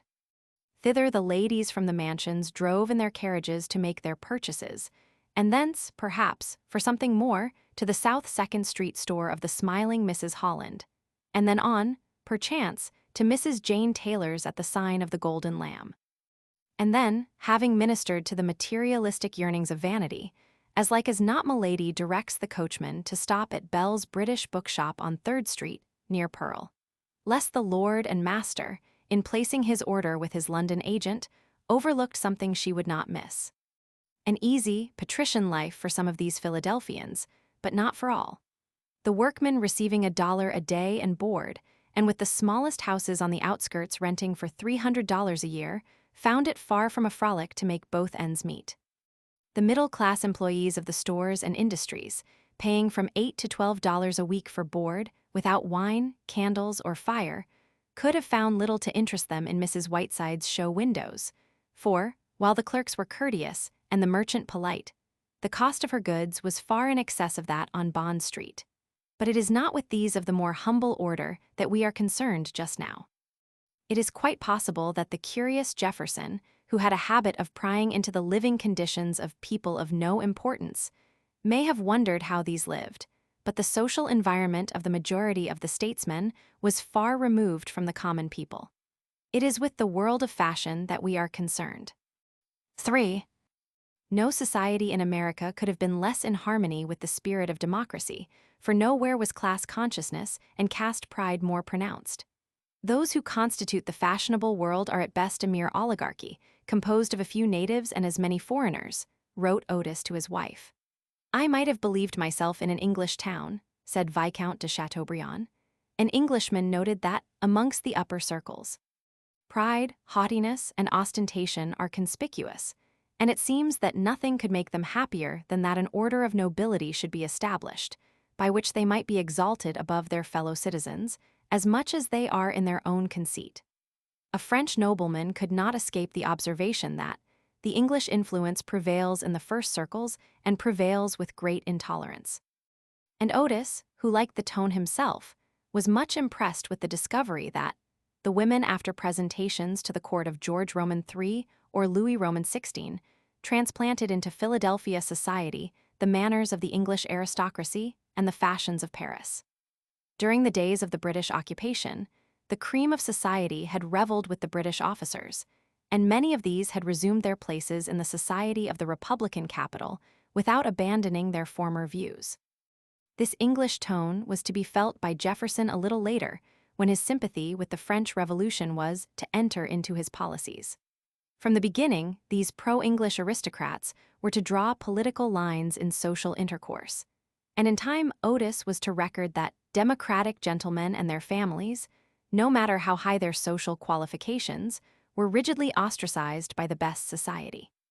Along with this went a rather vulgar deification of the dollar and, strangely enough, a lack of polite hospitality to the stranger. What is justly called society, wrote Liancourt, whose ideas had been fashioned at Versailles, does not exist in this city. The vanity of wealth is common enough. The picture he paints is not a pretty one. It shows a flamboyant rich man flauntingly displaying his splendid furniture, his fine English glass and exquisite china, to the stranger invited to come to one ceremonious dinner, and then dismissing him for another who had not seen the magnificence of the house, nor tasted the old Madeira. This, we are told, was the routine for all who came from Europe: philosophers, priests, literati, princes, dentists, wits, and idiots. But alas, the next day the lionized stranger is not known in the street except he be wealthy. However much they may have fallen short in manners, they yielded nothing to Versailles in dress. This elegance of dress astonished Chateaubriand, and Liancourt was amazed at the profusion and luxury in the dresses of their wives and daughters. At balls, the variety and richness of the dresses did not suffer in comparison with Europe. The brilliant note was assiduously sought in costumes, and there was much copying of the subjects of Gainsborough and Sir Joshua Reynolds. One foreigner, noting the immense expense on their toilet and head-dress, thought it too affected to be pleasing. But by common consent, these grand dames and belles were beautiful, with their sparkling eyes, graceful forms, and the brilliancy of their complexions. If this aristocracy was neglectful of the stranger who had no golden key to its interest, it was not because of a dearth of entertaining. Here there was a hectic activity: dinners, dances, breakfasts, teas, parties enough to satisfy the most insatiate passion for such excitement. Throughout the season the great houses were ablaze with light, and if, as Mrs. Adams complained, there was much the same company in all, it was congenial company, and the intimacy of the contact allowed a familiarity that sometimes verged on the risque. In less than a month after her arrival, Mrs. Adams was appalled at the invitations to tea and cards in the European style, and was complaining that she should spend a very dissipated winter if we're to accept one half the invitations, particularly to the touts or teas and cards with even Saturday night not accepted. A little later, Aaron Burr was being swamped with many attentions and civilities, many invitations to dine, etc. If Burr declined, as he wrote his wife, the handsome young Otis, who loved the company of women, was not so coy. "I have dined once with cuddling at Mrs. Grattan's," he wrote home, "once at Isnardi's, Spaniard who spent much time in Philadelphia in great style, and yesterday in the country with Jonathan Williams. I am engaged for next Christmas with Mrs. Powell, but with nobody for the Christmas after next." At these functions, heavy drinking, flirting, risque talk. Even a German was shocked to find that at public dinners each person would often consume 6 bottles of Madeira. Only Burr was hard to satisfy. "I despair of getting genuine Trent wine in this city," he wrote Theodosia. "There never was a bottle of real unadulterated Trent imported here for sale. Mr. Jefferson, who had some for his own use, has left town."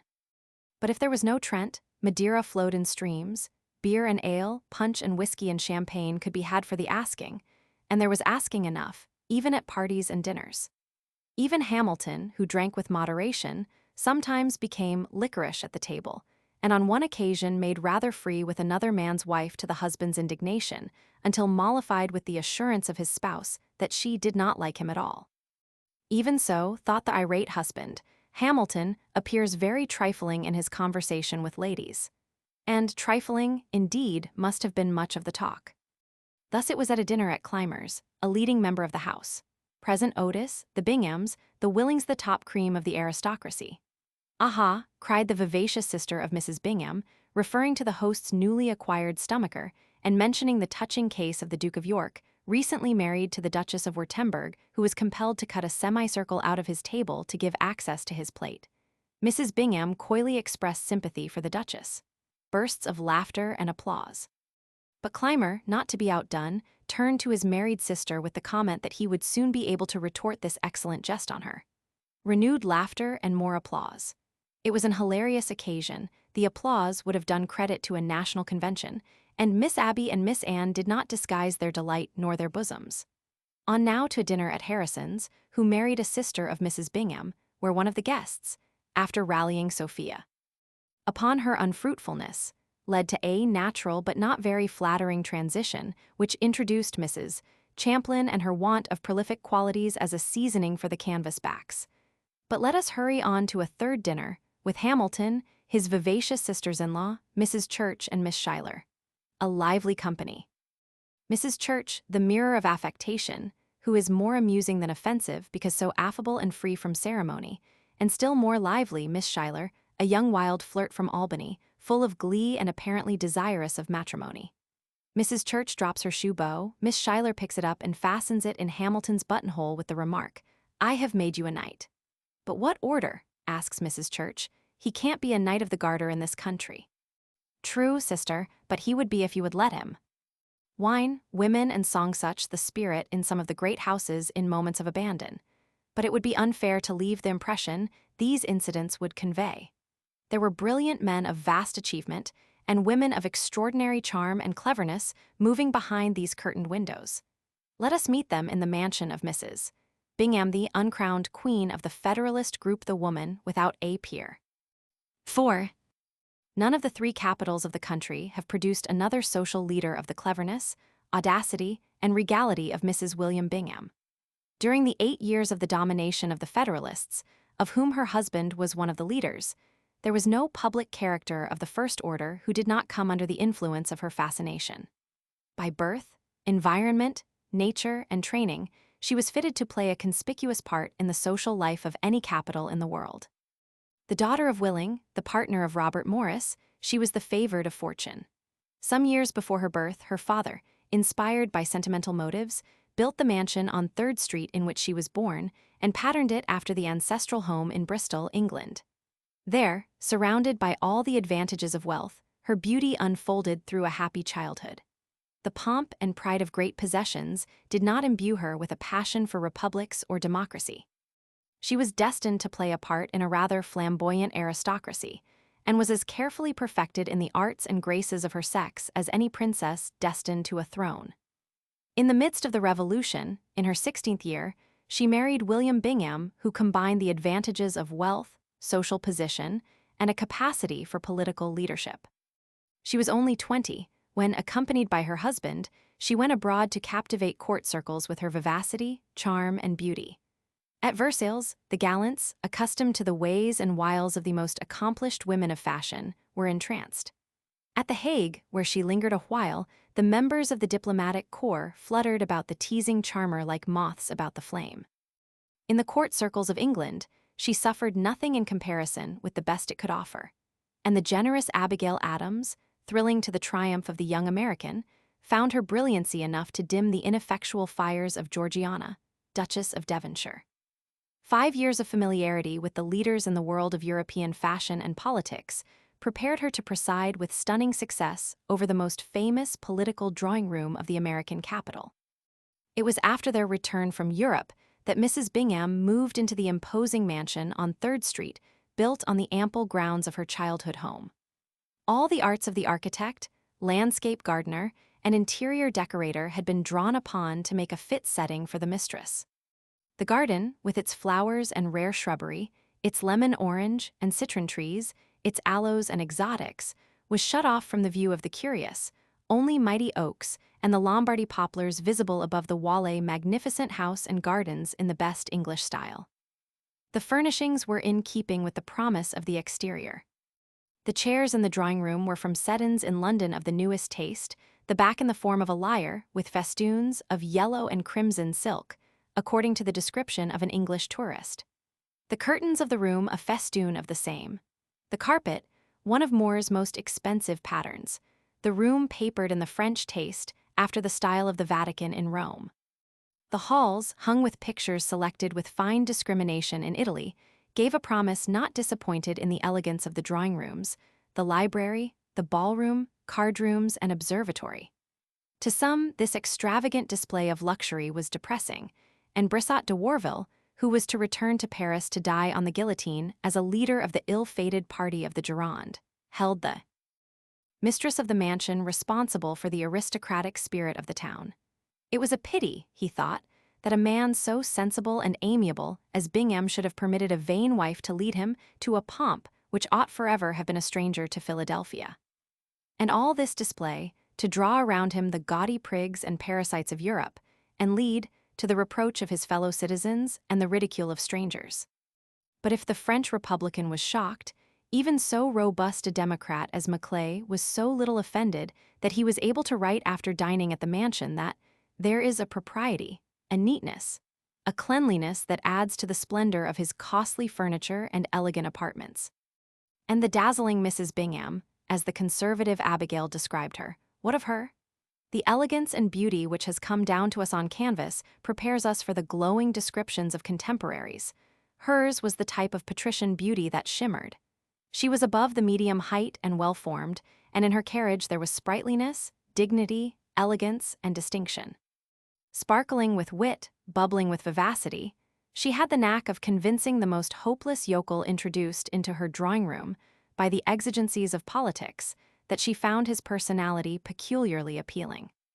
Daring at the card table, graceful in the dance, witty in conversation even though sometimes too adept with the naughty devices of a Congreve dialogue, inordinately fond of all the dissipations prescribed by fashion, tactful in the selection and placing of her guests at table, she richly earned the scepter she waved so authoritatively over society. What though she did sometimes stain her pretty lips with wicked oaths, she swore as daintily as the Duchess of Devonshire. And if she did seem to relish anecdotes a bit too spicy for a puritanic atmosphere, she craved not the privilege of breathing such air. Hers the consuming ambition to be the great lady and to introduce into American society the ideas and ideals of Paris and London. Did Jefferson gently chide her for her admiration of French women? Well, was she not justified? Did they not possess the happy art of making us pleased with ourselves? In their conversation, could they not please both the fop and the philosopher? And despite their seeming frivolity, did not these, women of France interfere with the politics of the country and often give a decided turn to the fate of empires. In this letter to the man she admired and liked, while loathing his politics, we have the nearest insight into the soul of the woman. But these graver ambitions were not revealed to many who observed her mode of life, her constant round of dissipations, her putting aside the responsibilities of a mother, leaving her daughters to their French governesses until the tragic elopement of Marie with a dissipated nobleman, and the apprehension of the pair after their marriage at the home of a milliner in the early morning. Hers were not the prim notions of the average American of her time. It was Otis, not she, who was shocked to find Marie so thinly dressed in midwinter that he was regaled at the sight of her whole legs for 5 minutes together, and wondered to what height the fashion would be carried. Swearing, relating risque stories, indulging in dissipations night after night, shaming her motherhood by her affected indifference or neglect. The fact remains that the breath of scandal never touched her until the final scene, when in her early 30s they bore her on a stretcher from the home of her triumphs in the vain hope of prolonging her life in the soft air of the Bermudas. And so to her dinners, dances, parties, the clever men of the Federalist Party flocked, with only a sprinkling of Jeffersonians, for, though Jefferson himself could always count on a gracious reception from the hostess, he was not comfortable among the other guests. Always the best was to be had there and the newest. Did she not introduce the foreign custom of having servants announce the arriving guests to the discomfiture of Monroe? "Senator Monroe," called the flunky. "Coming," cried the senator. Senator Monroe echoed a flunky down the hall. "Coming as soon as I can get my greatcoat off," promised the senator. But we may be sure that no expression of amusement on the face of the beaming Mrs. Bingham added to his embarrassment. "A very pretty dinner, madame," said the intolerable Judge Chase, after looking over the proffered repast, "but there is not a thing on your table that I can eat." An expression of surprise or resentment on the hostess's face? Not at all. What would the judge relish? Roast beef. Very well, and a servant received his orders and soon hurried back with beef and potatoes to be gluttonously devoured and washed down with a couple of bottles of stout ale instead of French wines. "There, madame," said the judge, made comfortable, "I have made a sensible and excellent dinner, but no thanks to your French cook." And he never knew from the lady's pleased expression that she thought him an insufferable bore. Such the woman whose home was to be to the Hamiltonians what Madame Roland was to the Girondists, and Lady Hollands to the English Whigs. Now let us peep into the drawing-room and observe the men and women who bowed to her social scepter. 5. In deference to Mrs. Bingham, we shall permit the servant to announce these visitors as they arrive. Mr. and Mrs. Robert Morris. No doubt about their importance, for he was as intimate with Washington as she with Mrs. Washington, and such was her intimacy that she was frequently referred to as the second lady in the land. It was she who accompanied Mrs. Washington from Philadelphia to New York after the inauguration, and during the spring and autumn the two might frequently be seen under the trees at the Hills, the Morris farm near the city, enjoying the view of the river and such pastoral pictures as were offered by the imported sheep and cattle grazing on the rolling hills. Of Mrs. Morris it was said that so impressive is her air and demeanor that those who saw her once seldom forgot her. She had dignity, tact, and elegance, and like Mrs. Washington, no respect for the filthy Democrats. She was a thorough aristocrat. Her husband, banker, merchant, senator, was of imposing height, his merry blue eyes, clear complexion, and strong features denoting something of his significance, and he had the social graces that captivate and hold. His wealth alone would have made him a commanding figure in the society of the time and place. Some generations were to settle on his grave before he was to appear as the martyr who had sacrificed a fortune to liberty, for there was a different understanding in his day. A natural aristocrat, ultra-conservative because of his business connections and great possessions, if he was tolerant of the experiment in republicanism, he took no pains to conceal his contempt of democracy in Senate or drawing-room. Mrs. Walter Stewart. Another of the intimate circle of the Washingtons who dwelt in a fine house next door to the Morrises, she was one of the most brilliant and fascinating women with whom Mrs. Bingham liked to surround herself. A long way she had traveled from her girlhood home as the daughter of Blair McElnatchin. the ardent Democrat who was to help burn Jay's treaty, welcome Jenert, and to follow Jefferson, for she was the wife of the rich General Stuart, and had been seduced by the glitter of the aristocracy. Like Mrs. Bingham, she had had her fling with the nobility in London, Paris, Berlin, and Rome, and had returned to open her house for some of the most elaborate entertaining of her time. In striking beauty, conversational charm, and a caressing manner, she rivaled Mrs. Bingham at her best.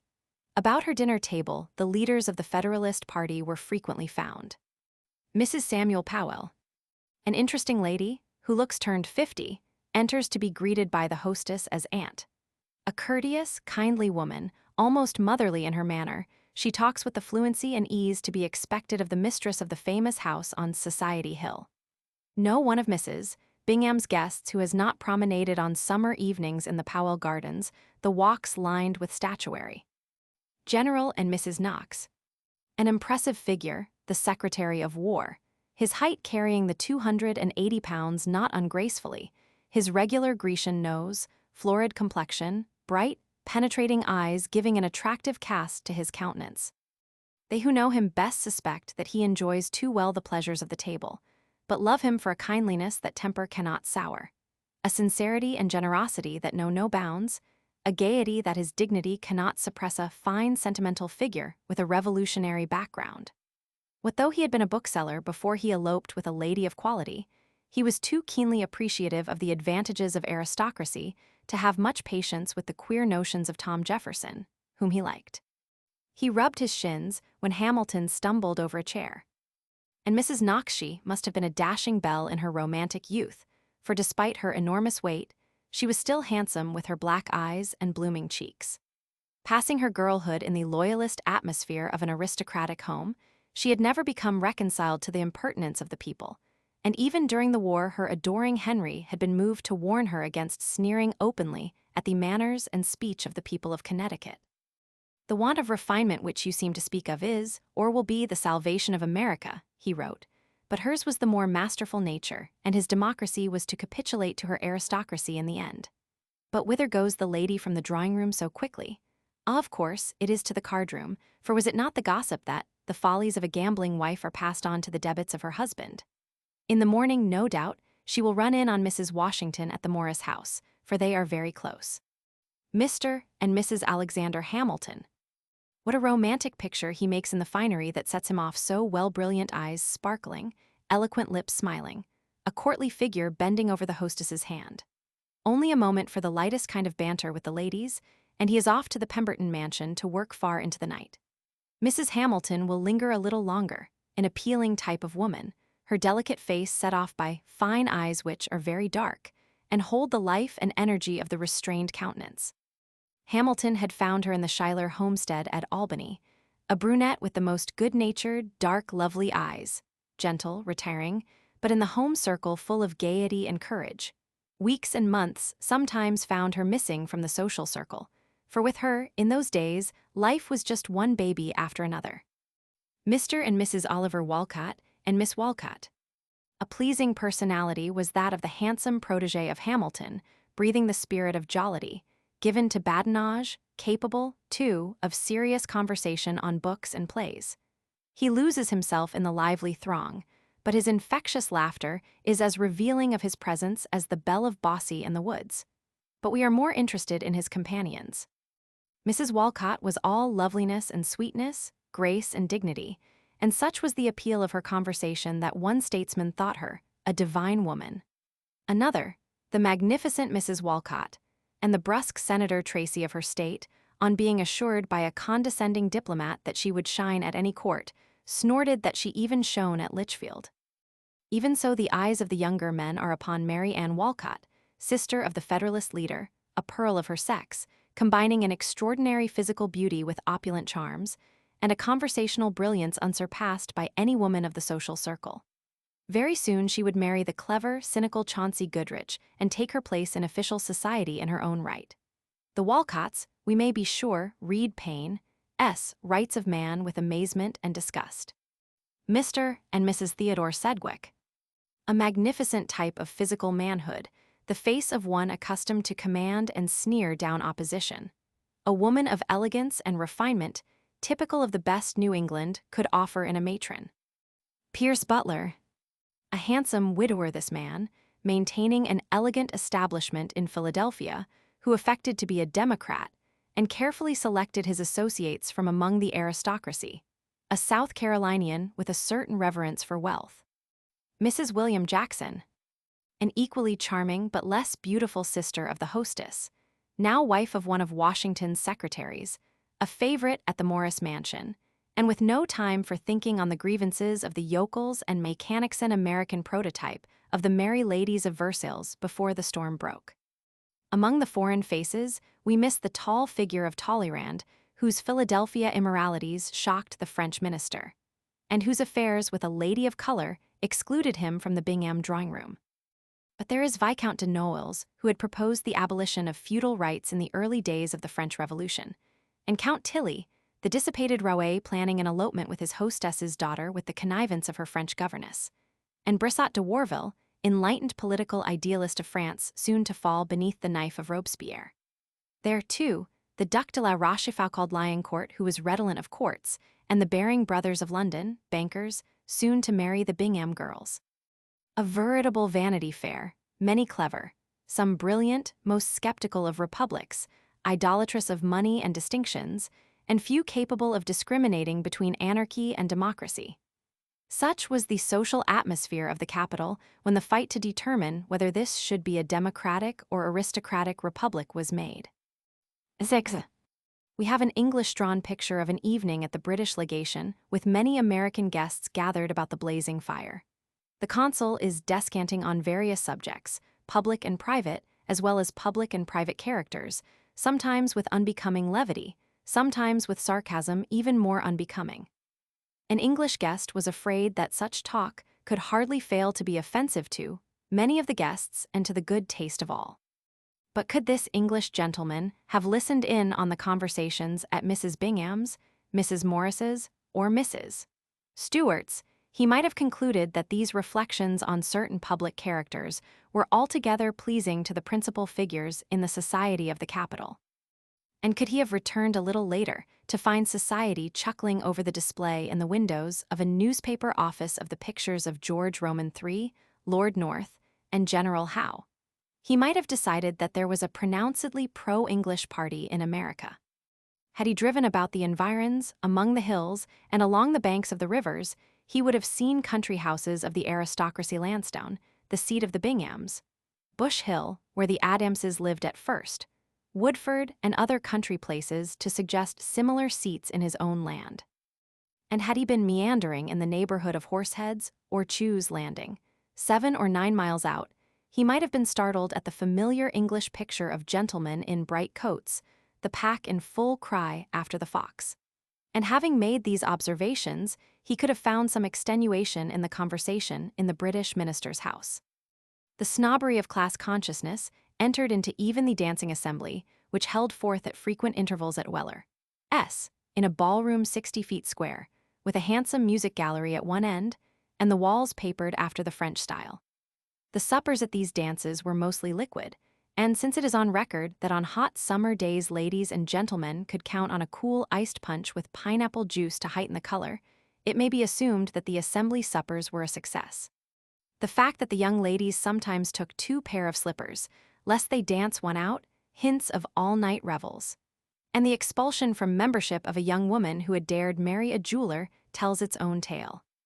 At the theater, which was usually crowded, the aristocrats and democrats met without mingling, for the different prices put everyone in his or her place, and if wine and porter were sold between acts to the people in the pit, precisely as if they were in a tavern, the aristocracy paid $8 for a box, and an attaché, in full dress of black, hair powdered and adjusted in the formal fashion, and bearing silver candlesticks and wax candles, would meet Washington at the entrance and conduct him with much gravity to the presidential box, festooned with red drapery and bearing the United States coat of arms. "The managers have been very polite to me and my family," wrote Mrs. Adams. "The actors came and informed us that a box is prepared for us. The vice president thanked them for their civility and told them he would attend whenever the president did." On these occasions, when the highest dignitaries of the state attended, a stranger, dropped from the clouds, would have scarcely thought himself in a republic. At the theater, he would have found a military guard, with an armed soldier at each stage door, with 4 or 5 others in the gallery, and these assisted by the high constables of the city and police officers. There was no danger threatening, but the occasion offered the opportunity for pompous display so tempting to the society of the city. At first, the statesmen had to content themselves with the old Southwark Theatre, which was dreary enough architecturally, lighted with oil lamps without glasses, and with frequent pillars obstructing the view. But the best plays were presented, by good if not brilliant players, and the aristocracy flirted and frolicked indifferent to the resentful glances of the poorer classes in less favored seats. It reached the climax of its career just as the new theater was about to open with the then celebrated tragic actress, Mrs. Melmoth. Soon afterward, the new Chestnut Street Theater opened its doors and raised its curtain. The opening was an event the public entranced. 2 or 3 rows of boxes, a gallery with Corinthian columns highly gilded and with a crimson ribbon from capital to base. Above the boxes, crimson drapery panels of rose color seats for 2,000. As large as Covent Garden, wrote Wansi, and to judge by the dress and appearance of the company around me, and the actors and scenery, I should have thought I had still been in England. In such a company, there was Fennel, noted in Paris for his extravagance, socially ambitious and handsome too, with his 6 feet of stature, and ever-ready blush, about whom flocked the literary youth of the town. Ladies the finest trembled to his howls of tragedy and simpered to his comedy. There, too, was Harwood, who had married the granddaughter of Ben Franklin, a perfect gentleman, and Mrs. Oldmixon, the spouse of Sir John, the Beau of Bath, who divided honors in his day with Nash and Brummel, and Mrs. Whitlock, whom her admirers insisted did not shine merely by the reflected glory of her sister, Mrs. Siddons. Quite as appealing to both aristocrat and democrat was the circus at 12th and Market Streets, established in 1792 by John Ricketts, whose credentials to society were in his erstwhile connection with the Blackfriars Bridge Circus of London. Washington and Martha occasionally witnessed the performances, quite soberly we may be sure, and the court party thus got its cue if any were needed. The proprietor riding 2 horses at full gallop, Signor Spinacuta dancing daringly on a tightrope, a clown tickling the risibilities of the crowd and mingling Mrs.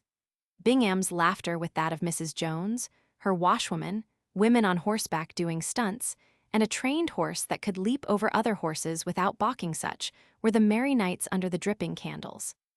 Then there was Bowen's Waxworks, and Museum of Curiosities and Paintings, and the Museum of Mr. Peeland under the same roof, with the latter the reading room of the Philosophical Society, where Jefferson was to find a sanctuary in the days when he was to be anathema in the fashionable drawing rooms.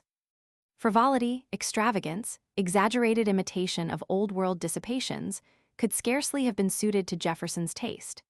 But when he wished for society of another sort, he could always run in on Rittenhouse to discuss science, or on Dr. Rush who mixed politics with powders. Or, better still, he could drive out to Stenton, the beautiful country house of Dr. James Logan and his cultured wife, approached by its glorious avenue of hemlocks.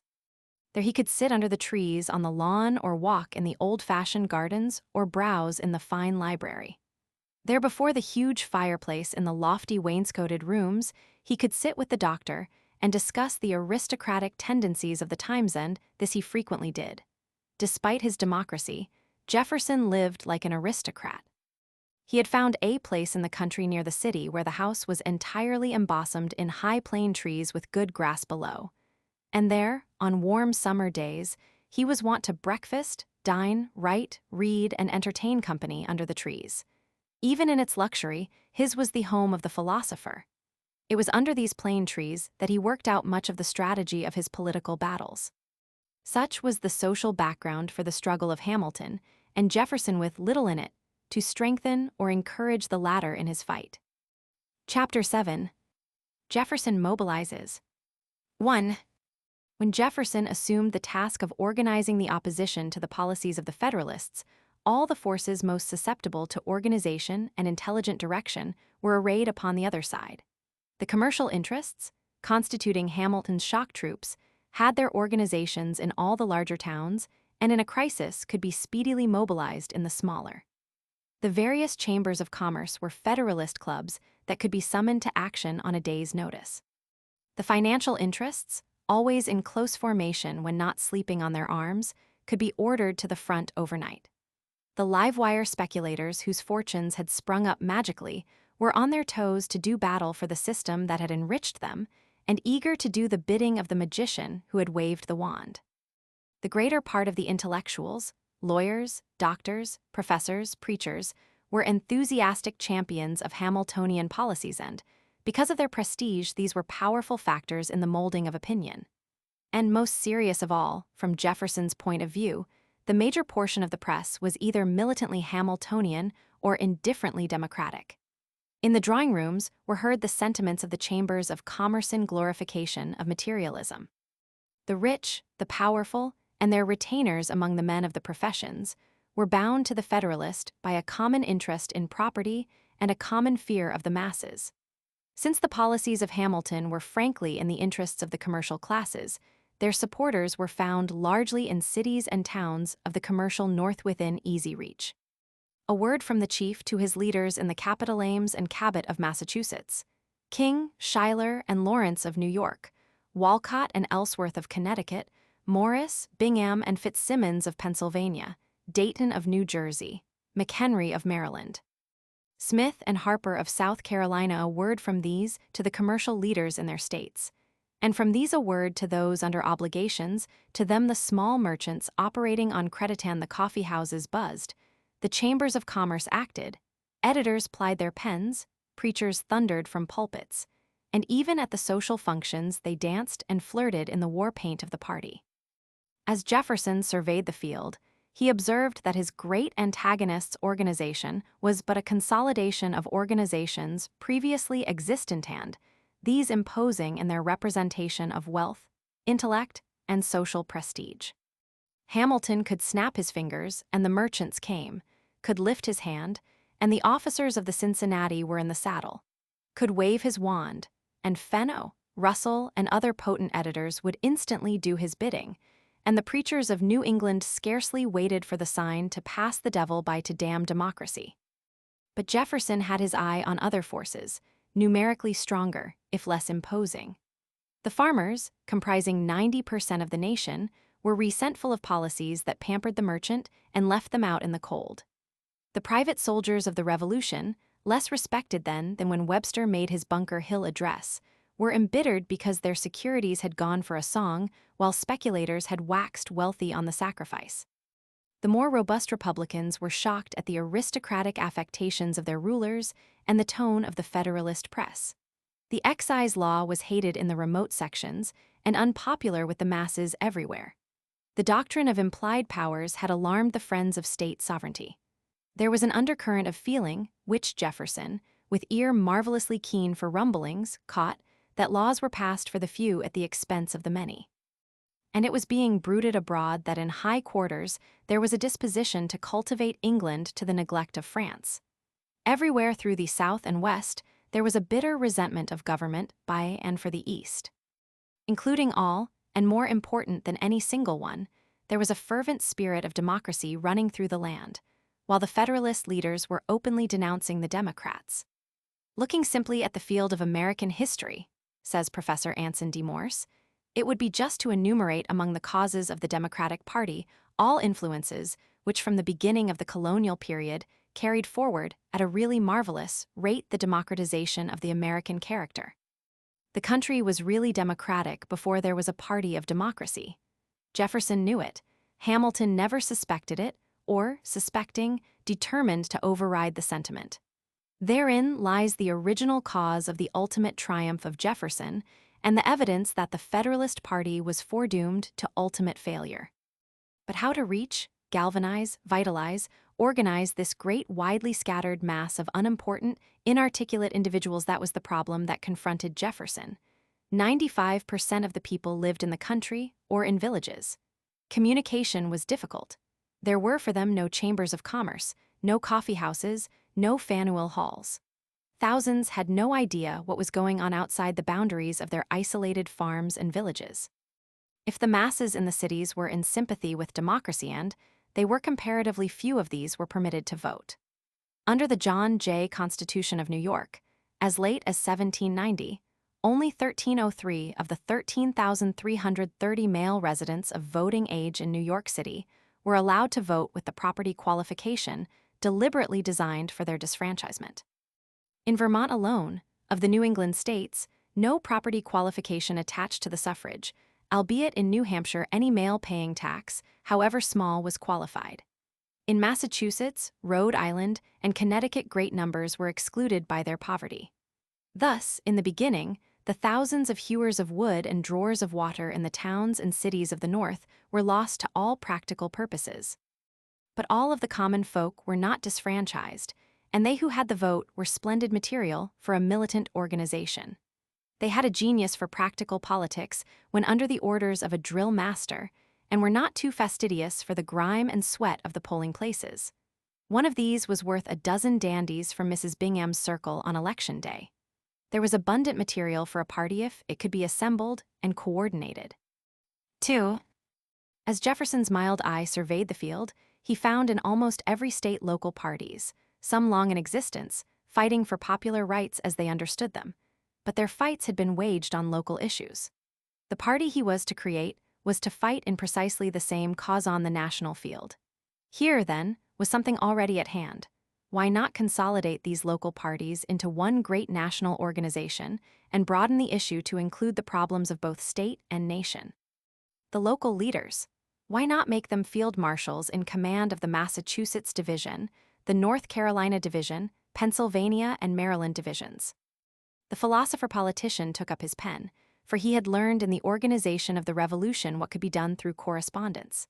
Out under the plane trees, he was to sit at his table writing to Sam Adams, to Rutledge, to John Taylor, to Willie Jones. Under his roof and at his table conferences with Madison, Monroe, Giles, Bloodworth became commonplace. Oh, I should note that Mr. Jefferson, with more than Parisian politeness, waited on me at my chamber this morning, wrote Maclay. He talked politics, mostly the French difference and the whale fishery. A very cautious approach, we may be sure, for the master politician and psychologist thoroughly understood the little vanities, prejudices, and weaknesses of that singularly suspicious Democrat. Quite different would have been a conversation with Gallatin or Monroe. Taking an inventory of prospective lieutenants in the states and comparing the material with that against him, he could not but have realized his disadvantage. Brilliant men are prone to flutter about the rich and powerful, and nothing succeeds like success with the strong. No chance for him to ride to war surrounded by such scintillating company as that which encircled Hamilton, but here and there was a man who shimmered in the sun. In Massachusetts, home of Ames, Cabot, and Sedgwick, Jefferson could count on two men who surpassed any of this famous group in service in the making of the Republic. But strange as it may seem in perspective, old Sam Adams and John Hancock were not in good standing with the staid businessmen of Boston. Their republicanism was too robust, their devotion to the principles of the Declaration too uncompromising for the materialists, who appeared, for the most part, on the battlefield after the fight was won, to claim the fruits of the victory. Sam Adams had lost his race for Congress to Fisher Ames, who had dallied with his books when the ragged Continentals were struggling in the field. When the clever politicians of the Essex junto exchanged letters, these erstwhile revolutionary heroes of the dark days were seldom mentioned with respect, but they had their following in the streets and among those who had shared in the perils they had faced. Upon these, too, Jefferson could rely. But there were others, more active and militant in the Boston of those days in the building of the party of democracy. Foremost in the fight, and most annoying to the ruling oligarchy, was the brilliant Dr. Charles Jarvis, who was a powerful orator whose social status, on a par with that of Otis, raised him above the condescension or contempt of the moneyed aristocracy, and whose ability was beyond the reach of disparagement. Through many years of leadership in the legislature, he had made the rights of man his pole star. No one did so much to organize and vitalize the masses, for he could pass from the legislative hall to the public platform without any diminution of power. As in the former, he could match the best in argument. On the latter, no one knew better how to direct the storm. Jarvis's electioneering influence in this town is very great, wrote John Quincy Adams to his father. As a file leader, organizer, agitator, he had powerful support in the robust, rough-hewn rope maker, Ben Austin, who wrestled under the rules of catch-as-catch-can, mingled with the element that Ames and Cabot considered vulgar, and under the signature of honestus, dealt telling blows in letters that the mechanic could understand. Rabid essays, they were judged by the standard of the elite. Sam Adams, John Hancock, Austin, and Jarvis, these were the Jeffersonian leaders in the Old Bay State. Less aggressive, but often valuable, was James Sullivan, orator, leader of the bar, letter writer and pamphleteer, whose vigorous mind, powers of application, and indomitable courage were to render yeoman service. In the other New England states, the Democrats were less fortunate. In Connecticut, ruled with an iron hand by an oligarchy of preachers, professors, and reactionary politicians, the prospects were dark enough. But even there, the Jeffersonians found a leader capable of coping with the best of the opposition in the hard-hitting, resourceful Abraham Bishop, who was a veritable scandal and stench to the gentlemen of the cloth and of the counting room. Nowhere in America was such an amazing combination of church and state. Election days were celebrated with religious services, and the sermons were party harangues, described by the irreverent bishop as consisting of a little of governor, a little of Congress, much of politics, and a very little of religion-a-strange compote, like a carrot pie, having so little ingredients that the cook must christen it. The ruling council of the state was so organized that the system was an impregnable stronghold beyond the reach of the people. Nowhere on American soil anything so un-American or unrepublican. It did its work behind doors closed and barred. The congregational clergy were the Cossacks of Connecticut federalism, laying the lash of their furious denunciation on the backs of critics. It required more than a majority to rule under the system, and more than ordinary courage to challenge its pretensions. The good Dr. Dwight of Yale was busy damning Democrats to perdition. A little later, Gideon Granger and Ephraim Kirby were to take their place beside Bishop, and with the aid of the American Mercury of Hartford and the New London Bee, to give blow for blow. But the fighting was against desperate odds, the Federalists strongly entrenched on a steep hill, the ascent to which could be raked with canister. "The masses are disfranchised," cried Bishop. "Yes, poor porpoises," sneered Noah Webster, the Federalist who was soon to become editor of a New York paper launched by Hamilton. But Bishop and his little coterie were fighters, and Jefferson took them to his heart. In New Hampshire, Jefferson had to bide his time. Among the members of the Senate, no one had a better record of unselfish revolutionary service than John Langdon. Practical, hard-headed, unimaginative, a lover of money, he had accumulated some wealth in mercantile pursuits. Fond of company, pleasing and unaffected in his manner, impressive in appearance, his senatorial toga became him well. When Hamilton's financial plans were pending, he gave them his support and, alas, profited not a little. But from the beginning, the keen-eyed Jefferson discerned the traits that were ultimately to separate him from the Hamiltonians. Within 2 years, Langdon had assumed the leadership of the Jeffersonians in New Hampshire. But as late as 1798, according to the recollection of a famous Jacksonian, with the exception of Langdon and a few sterling patriots, there could not be said to be in this state a party favorable to the principles of Thomas Jefferson. In Vermont, the situation was somewhat similar, albeit the opportunities there were greater in the absence of a property qualification for the vote. There, too, was Matthew Lyon, of whom we shall hear much, whose fanatical devotion to democracy was a heritage from a father who had paid the penalty of his patriotism on the gallows in Ireland, whose hatred of aristocracy was but a reaction to the memory of his days of poverty. Possessing a genius for business, and succeeding, he was irresistibly drawn to politics, where his Celtic humor, his energy, impetuosity, and sincerity surrounded him with friends. His radicalism became a flaming torch that lighted up the granite hills.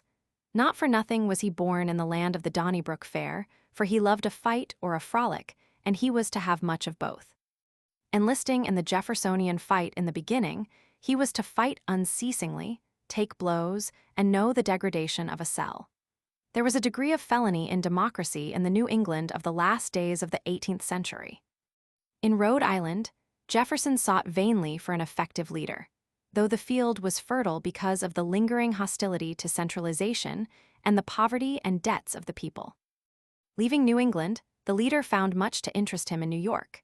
There was that sturdy, indomitable champion of state rights and inveterate enemy of aristocracy, George Clinton, an uncompromising Republican of Cromwellian audacity and decision, with an unequaled hold on the confidence and affections of the people. There, too, were the Livingstons, mortally offended by the political stupidity of Hamilton in defeating the brilliant chancellor's aspirations for the Senate. Had this numerous and powerful family a conference one night to discuss the affront and to emerge a unit in opposition. Whatever the cause, the effect was clear: the Livingston clan was only too eager to join the insurgents, and this was not lost on the astute politician of Monticello. Chancellor Robert R. Livingston, convincing orator, erudite lawyer, profound statesman, fascinating personality, possessing the glamour of wealth and tradition so important to a Jeffersonian leader in New York, with its commercial princes and barons of the soil here, was a man to be cultivated with all the finesse of which Jefferson was capable. The master of Monticello could speak the language of the master of the New York manor house. And Burr, just what Jefferson expected of Burr is a mystery unsolvable. He appreciated his brilliancy and professional prestige, but were the penetrating eyes blind to the weaknesses of character? Just a little while before Burr had joined with Hamilton against Clinton, and Federalist votes had sent him to the Senate. There, to be sure, he had arrayed himself on the popular side, but could he be relied upon?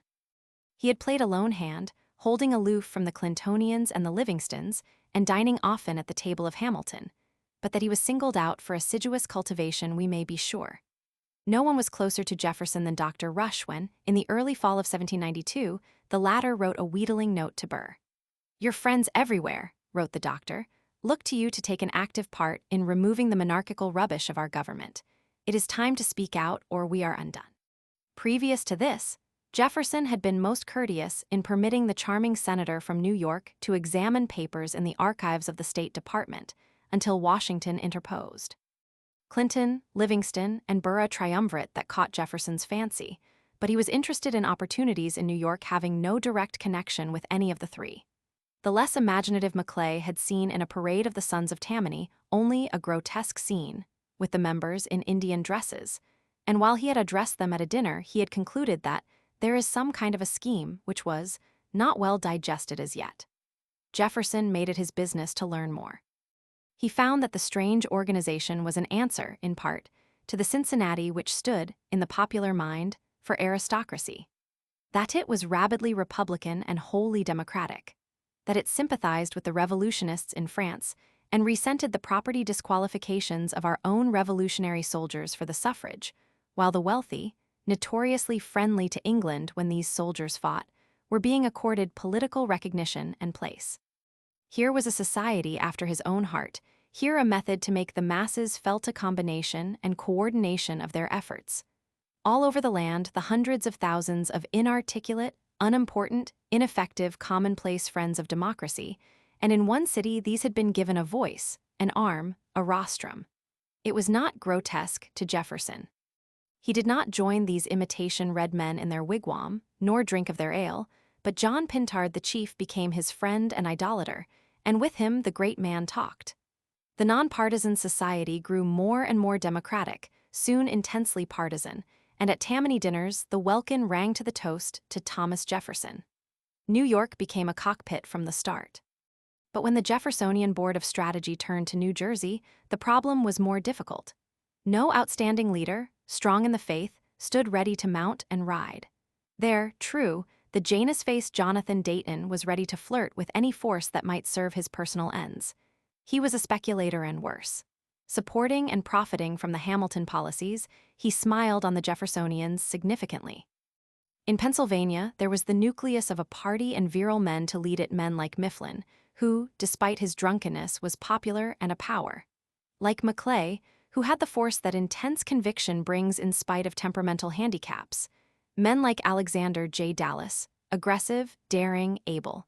Men utterly unfit for the rough-and-tumble combats of practical politics, whose characters and abilities made them potent in the fight, like Rush the physician, Rittenhouse the scientist, Logan the philosopher, and, looming above the tops of the western forests, a young giant and genius, Albert Gallatin. In Delaware, nothing, In Maryland, John Francis Mercer, fighter and intriguer, sapper and miner, agitator and organizer, with whom democracy was a religion, Hamilton a devil, and Jefferson a saint. In Virginia, a sparkling galaxy, Madison, Monroe, the accomplished Pendleton, the resourceful Giles, the extraordinary John Taylor of Caroline. In North Carolina, Jefferson found a leader cut from his own pattern, an aristocratic Democrat, a radical rich man, a consummate politician who made the history that lesser men wrote without mentioning his name, Willie Jones of Halifax. His broad acres, his wealth, his high social standing were the objects of his pride, and he lived in luxury and wore fine linen while the trusted leader of the masses, mingling familiarly with the most uncouth backwoodsmen, inviting, however, only the select to partake of the hospitality of his home. There was more than a touch of the Virginia aristocrat of the time in his habits. He raced, gambled, hunted like a gentleman. Like Jefferson, he was a master of the art of insinuation, a political and social reformer. He loved liberty, hated intolerance, and prevented the ratification of the Constitution in the first state convention because of the absence of a Bill of Rights. There he exerted a subtle influence that was not conspicuous on the floor. If he was neither orator nor debater, he was a strategist, disciplinarian, diplomat who fought with velvet gloves with iron within. A characteristic portrait would show him puffing at his pipe in the midst of his farmer followers, suggesting, insinuating, interspersing his political conversation with discussions of the crops, farming implements, hunting dogs, horses. An Anthony in arousing the passions by subtle hints, he was an Iago in awakening suspicions. Here was the man with the stuff that Jefferson required, generous and lovable in social relations, in politics relentless, hard as iron. He was the Jefferson of North Carolina, a man, the object of more hatred and more adoration than has ever since lived in that state. Nor did he stand alone without assistance, for there was Nathaniel Macon, honest, intense, man of the soil who loved his few acres, his dogs and horses, and his class. And there was Timothy Bloodworth, whose fierce adherence to democracy and fanatical hatred of privilege may have been a poignant reflection of his poverty. Jones, the aristocratic lord of many acres, Macon the representative of the small farmer, Bloodworth the artisan, smithy at the forge, watchmaker, wheelwright, as well as preacher, doctor, and cultivator of the soil. His radicalism was born in suffering, and in suffering he had grown. In Georgia, Jefferson had equal cause for satisfaction. There were small farms, poor industrious men, ardent Republicans, with the frontiersmen's natural democracy and the debtors' suspicions of concentrated wealth allied with governmental power. And there to lead them was James Jackson, idol of the people, a boisterous, impassioned orator whose eloquence often gave more heat than light. Historians have been prone to sneer at him, but this man, who came as a child from Devonshire in England to take his place 3 years later in the army of Washington, and to receive the keys of Savannah from the British 10 years after his arrival, was something more than an upstart. He who refused the governorship of his state when 21, and 6 years after leaving his English home to take his chances in the field, was scarcely an object for jest. He was a power as a leader, and was to strike Titan blows in the cause that Jefferson nationally led. In South Carolina, dominated by rich commercial Charleston, Jefferson long looked in vain for a leader for his cause. A friend of the Pinckneys and the Rutledges, they held aloof or joined their fortunes with Hamilton. Only toward the close did Charles Pinckney, the most eloquent, resourceful, and magnetic of his family, part company with his cousins to lunge and lash with gusty joy for the man of Monticello. Such were the leaders on whom Jefferson was dependent in welding the popular parties in the various states into a strong national army marching in step, with a common policy and purpose. 3. Had Jefferson been even richer than Hamilton in brilliant leaders, he would not have made the latter's fatal blunder of assuming them to be enough. He was too much the practical politician to be impressed with a brilliant staff of officers without privates. He set out to arouse the masses, mobilize, drill, and lead them. Above all, it was his intention to lead. Within a year, Ames was to observe with desperation and discuss the divisions among the Federalists, and to comment that Virginia moves in a solid column. The discipline of the party is as severe as the Prussian, and deserters are not spared. The first necessity was to get the men to discipline. A vast number of the masses had no conception of their political power and were indifferent to the vote. Thousands over the country were disfranchised by property qualifications, and one of the prime purposes of the new party would be to break these down. The immediate problem was to awaken the interest of those who, having the vote, did not appreciate the privilege. With many of these, this was due to the lack of political consciousness.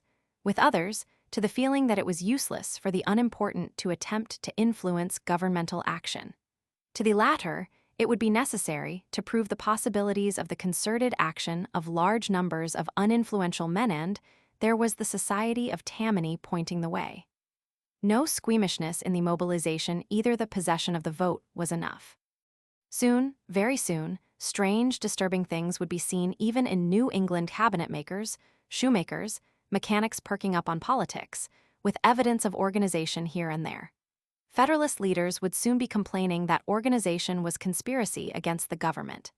In New Hampshire, they would be calling those uniting for political action insurgents. The insolence of the Jeffersonians appealing to the people for support would be frowned upon as degrading. Of course, said a Massachusetts paper, there can be but two parties in a country, the friends of order and its foes. And such people, the very riffraff that one would never invite into one's parlor, desperate, embarrassed, unprincipled, disorderly, ambitious, disaffected, morose men. Were not these the propertyless who wasted their earnings in a grog shop? And who were these petty agitators? Who but Jacobins holding forth in the bar-rooms of Rhode Island and Vermont and trying to stir up opposition? Wretched, awful, after all, but what a pity that Jefferson should countenance, least of all cultivate, such people. Mr. Jefferson appears to have shown rather too much of a disposition to cultivate vulgar prejudices, wrote Walcott, and accordingly he will become popular in the alehouses. Miserable Jacobins, disreputable clowns of the bar-rooms, and such unthinkable methods. Here, there, everywhere, when a few men could be gathered together, someone appeared to deliver free lectures on practical politics, and such subjects: discipline, how to make men follow their file leaders. 4. In arousing and consolidating the widely scattered Democrats, Jefferson instantly appreciated the importance of a national newspaper to the end that the farmer in Georgia, the planter in Virginia, the frontiersman in western Pennsylvania, the mechanic in Boston, the shopman of Rhode Island, and the Reds of Tammany sipping their ale in the New York tavern might all talk the same language at the same time. True, the Jeffersonians were not without able editorial support. There was Thomas Greenleaf pounding away vigorously in the New York Journal, Thomas Adams hammering merrily in the Boston Independent Chronicle, and in Philadelphia, Benjamin Franklin Bach was making a mild show of opposition in his Pennsylvania Daily Advertiser. But these were independent supporters, not organs, and it was an organ that was needed something to meet the Hamilton organ, which was becoming increasingly offensive to the Democrats. In estimating the sincerity of the simulated shock of the Federalists when the Secretary of State encouraged the establishment of a paper to support his principles, it is well to bear in mind that the Secretary of the Treasury had done precisely the same thing 2 years before. Then, as always, politicians were shocked at the turpitude of their opponents. Just how John Fenno came to establish the Gazette of the United States is an impenetrable mystery. He was in his 38th year when he appeared at the home of Rufus King, perhaps the ablest of Hamilton's supporters, with a letter of introduction from Christopher Gore, a member of the Inner Council of Boston Federalism, who afterward waxed wealthy on speculation in the funds. The record is meager as to Fenno's previous career beyond the revelation that he was born in Boston and taught for several years in the Old South Writing School. In the letter to King, we have the assurance of Gore that Fenno's literary accomplishments are very handsome, that Gore had known him long and could testify that his honor and fidelity are unquestionable, and, strangely enough, that his talents as the editor of a public paper are unrivaled in this Commonwealth. As John Russell was then editing the Columbian Sentinel, the tribute would seem strained, but for the intimation that the strength and sparkle of that able journal was due to Fenno's contributions. And since the Sentinel suffered no apparent loss on his leaving Boston, even this theory seems absurd. If his origin is a mystery, the purpose of his call on King was made clear enough in the letter of introduction. The unrivaled editor sought encouragement for the establishment of a newspaper through arrangements for obtaining the patronage of Congress in the printing of its journals and official papers. If something of the sort could be arranged, Gore was positive that Fenno would prove capable of performing essential service in the cause of federalism and good government. The conversation was evidently agreeable. Assurances of some sort were manifestly given, and within a few weeks the Gazette of the United States was making its appearance. That Hamilton, who was intimately identified with King, was consulted, we may be sure, and within 4 years the relations between Fenno and Hamilton were so confidential that the former felt no hesitancy in appealing in a letter to the latter for a loan of $2,000. Months before, the editor had submitted a schedule of his debts and credits to the head of the Treasury. The two had talked over the financial difficulties of the paper. The appeal for the loan was not lightly brushed aside. Hamilton wrote to King of the troubles of poor Fenno and proposed that if King would raise $1,000 in New York, he would himself undertake to raise a similar amount in Philadelphia. It is to be assumed that the money was raised, for the paper continued to appear. It is significant that in his letter to Hamilton, the editor wrote as one who had rendered faithful service and was entitled to consideration. From the beginning, Fenno had liked to think of himself as the editor of the court journal. Possessing considerable merit, it is impossible to turn its yellowing pages even now without being oppressed with a sense of sycophancy and snobbery. There was a fawning on wealth and kowtowing to power in most of the leading articles. The tone was pronouncedly pro-English and all Hamiltonian. Democracy was anathema. The critics of the policies of the leader of the Federalists were inciters to disorder. All the influence of the Federalist leaders was exerted to throw all possible governmental patronage into his office. Hamilton had his paper before Jefferson got his own. It was to meet these conditions that James Madison and Governor Henry Clay conceived the notion of persuading Philip Fenno, the poet of the Revolution, to establish a newspaper in Philadelphia. This fiery petrel of democracy was eking out a mere existence on a New York newspaper when Madison, who had been his roommate at Princeton, made the proposal. This was due in part to personal affection and the feeling that the poet's sufferings and losses in the Revolution entitled him to some consideration, but in large measure to the purity of his republicanism and his zeal for the popular cause. I entertained hopes, wrote Madison later, that a free paper, meant for general circulation, and edited by a man of genius of Republican principles and a friend of the Constitution, would be some antidote to the doctrines and discourses circulated in favor of monarchy and aristocracy. With the view to giving some slight protection to a precarious enterprise, Madison sought a clerkship for his college friend in one of the governmental departments. Nor was it to Jefferson that he first applied. The outcome, however, was the offer of a clerkship of foreign languages in the State Department at a salary of $250 a year. He accepted, went to Philadelphia, and established the Federal or National Gazette. The leaders of the new party were plainly pleased with the prospect. Jefferson himself did not scruple to solicit subscribers among his Virginia neighbors. Henry Lee, who was to desert to the enemy later, sent in subscriptions through Madison, in a letter rejoicing because the paper is rising fast into reputation, and lamenting because of the precariousness of its arrival. His paper in the opinion here, wrote Madison acknowledging Lee's letter, justifies the expectations of his friends and merits the diffusive circulation they have endeavored to procure it.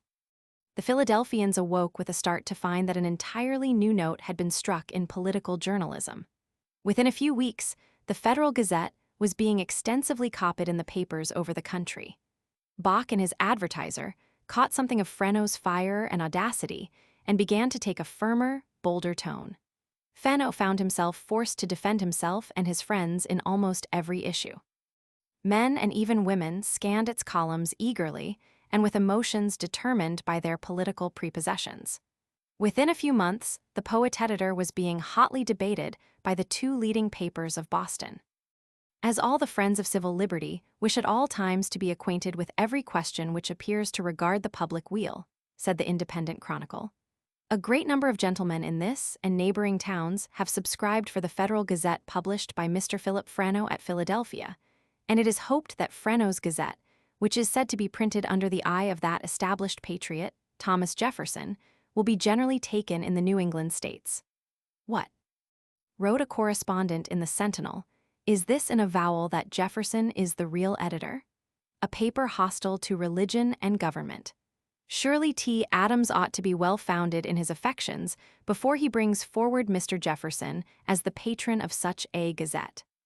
Within a short time, Fresno had aroused the savage rage of the Federalist leaders and the zealous loyalty of the Democrats everywhere.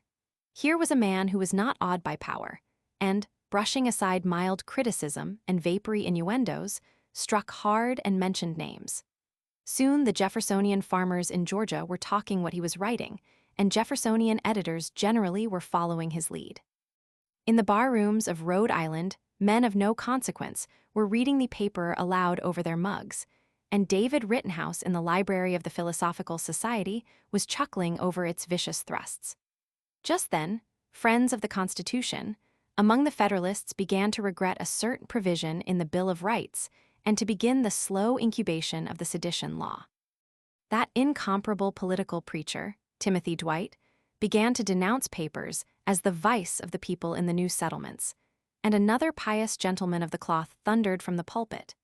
Many of you, in spite of all the advice and friendly warnings of your religious and political fathers, have taken and continue to take and read Jacobin papers, full of all manner of mischief and subtlety of the devil. The hand-to-hand fighting of Hamilton and Jefferson was forced by the lusty blows of Fresno, who deserves to be something more than a name in the Plutarchian struggle. 5. Philip Fresno had richly earned the right to hold and express opinions concerning the destiny of his country. Many years before the Revolution, his Huguenot ancestors had come over from France, and for years his was a well-known name in the best circles of New York City, where he was born. His childhood had been passed on the 1,000-acre estate of his father near the battlefield of Monmouth, in a fine old mansion fashioned after the colonial style, with a great hall running through it and large porticos commanding a view of a beautiful country. The house was served by many domestic slaves.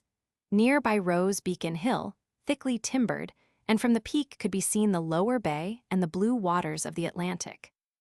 There his early childhood was passed under the tender care and training of a mother of rare intelligence. From her he caught a love of poetry, and of the things of which poetry is made. The spirit of his liberty-loving ancestors was strong within him. He had all the impulsiveness, the fighting courage of the Gael. When not at his studies, he wandered alone into the woods and upon the hill where he could brood dreamily upon the mystery of the sea. On the site where the Battle of Monmouth was to be fought, he began the study of Greek and Latin in his 10th year. Even as a child, he had a hot, passionate hatred of oppression, an unfathomable contempt for hypocrisy, and an ardent love of beauty. All this he put into childish verse. When he entered Princeton, Nassau Hall, great events were beginning to unfold. The patriots of Massachusetts, protesting against an English law, had been declared rebels. The leading offenders had been ordered across the sea for trial. The troops of General Gates had marched into Boston. The college was a hotbed of sedition.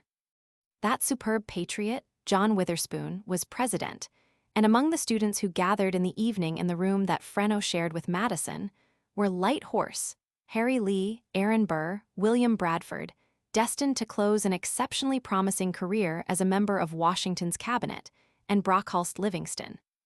Nothing that Fresno ever said or did in afterlife that was not foreshadowed at Princeton can be found. His tongue was sharp, and his pen dripped the vitriol of satire. He wrote much verse, and long before the Declaration of Independence, he had a hatred of kings. Even thus early in his Pyramid of Kings, he made profession of his democracy. Millions of slaves beneath their labors fainted, who were here doomed to toil incessantly, and years elapsed while groaning myriads strove to raise this mighty tomb-end, but to hide the worthless bones of an Egyptian king. Under the encouragement of Witherspoon, all the patriotic fire within him burst into flame. Long before Washington, Adams, or Franklin were dreaming of a republic and absolute independence, this was his dream. During the time he was supposed to be poring over Coke and Blackstone, he was feverishly plying his pen writing political articles for the press. He was a rebel by nature. He wrote deliberately to arouse a burning hatred of tyranny and a militant love of liberty. He sang the songs of hate, and read and studied the Roman and French satirists to perfect himself in the art he was to use so effectively later. When the war began, he threw himself into the struggle. A pathetic little figure, this a mere wisp of a boy charging on ahead to smash the connection with England, only to find that the other patriots had no such thought. They were fighting for rights within the empire, not for independence. Even then, he was too radical for his times or the comfort of his associates. They were thinking of rights, and he of liberty, and in sheer disgust, he sailed away to Jamaica. There was the illusion of liberty on the sea, and there was beauty and poetry, and there was opportunity, too, to prepare himself for the part he was to play a little later. It was always his joy to be prepared. On that voyage, he perfected himself in the science of navigation. In the languorous air of Santa Cruz, he luxuriated in the beauties of nature, at its richest, and sought to transcribe to paper all he saw and felt. He had an irresistible impulse for creation, a poet's passion for expression. But even here, he was a rebel born to protest. Slavery at its worst was all about him, and he hit it hard in his descriptions. It was while a guest of the governor of Bermuda, writing love sonnets to the fair daughter of his host, that the news came of the Declaration of Independence. This was the sort of rebellion Freno could understand, and he hurried home to find that a battle had been fought at his very door, and that the cushions of the tenant church he had attended had been stained with blood. Instantly, he took out letters of marque and reprisal from the Continental Congress, and put to sea to battle with the British ships. Plunging patriotically with all his means, he had a ship built for his own use, named it the Aurora, and sought the enemy. In a battle, his ship was struck, and it was as a prisoner on the deck of an enemy vessel that he saw his ship, his fortune, sink beneath the waves. The rest was torture and a living death.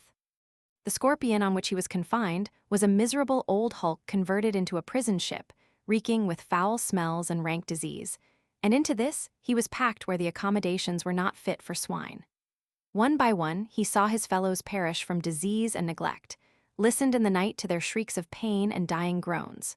When verging on death, he was transferred to the Hunter, which some sardonic soul had dubbed a hospital prison ship. Its horrors have come down to us in his own poems, with its bitter execration of the Hessian doctor. Here uncontrolled, he exercised his trade, and grew experienced by the deaths he made. By frequent blows, we from his cane endured, he killed at least as many as he cured. At length he was exchanged, leaving the vessel with a raging fever, with pains in his joints that made walking a torture. He turned toward home, going through the woods, for fear of terrifying the neighbors with ghastly looks. This was the background against which he was to view Washington's policy of neutrality in the war between France and England.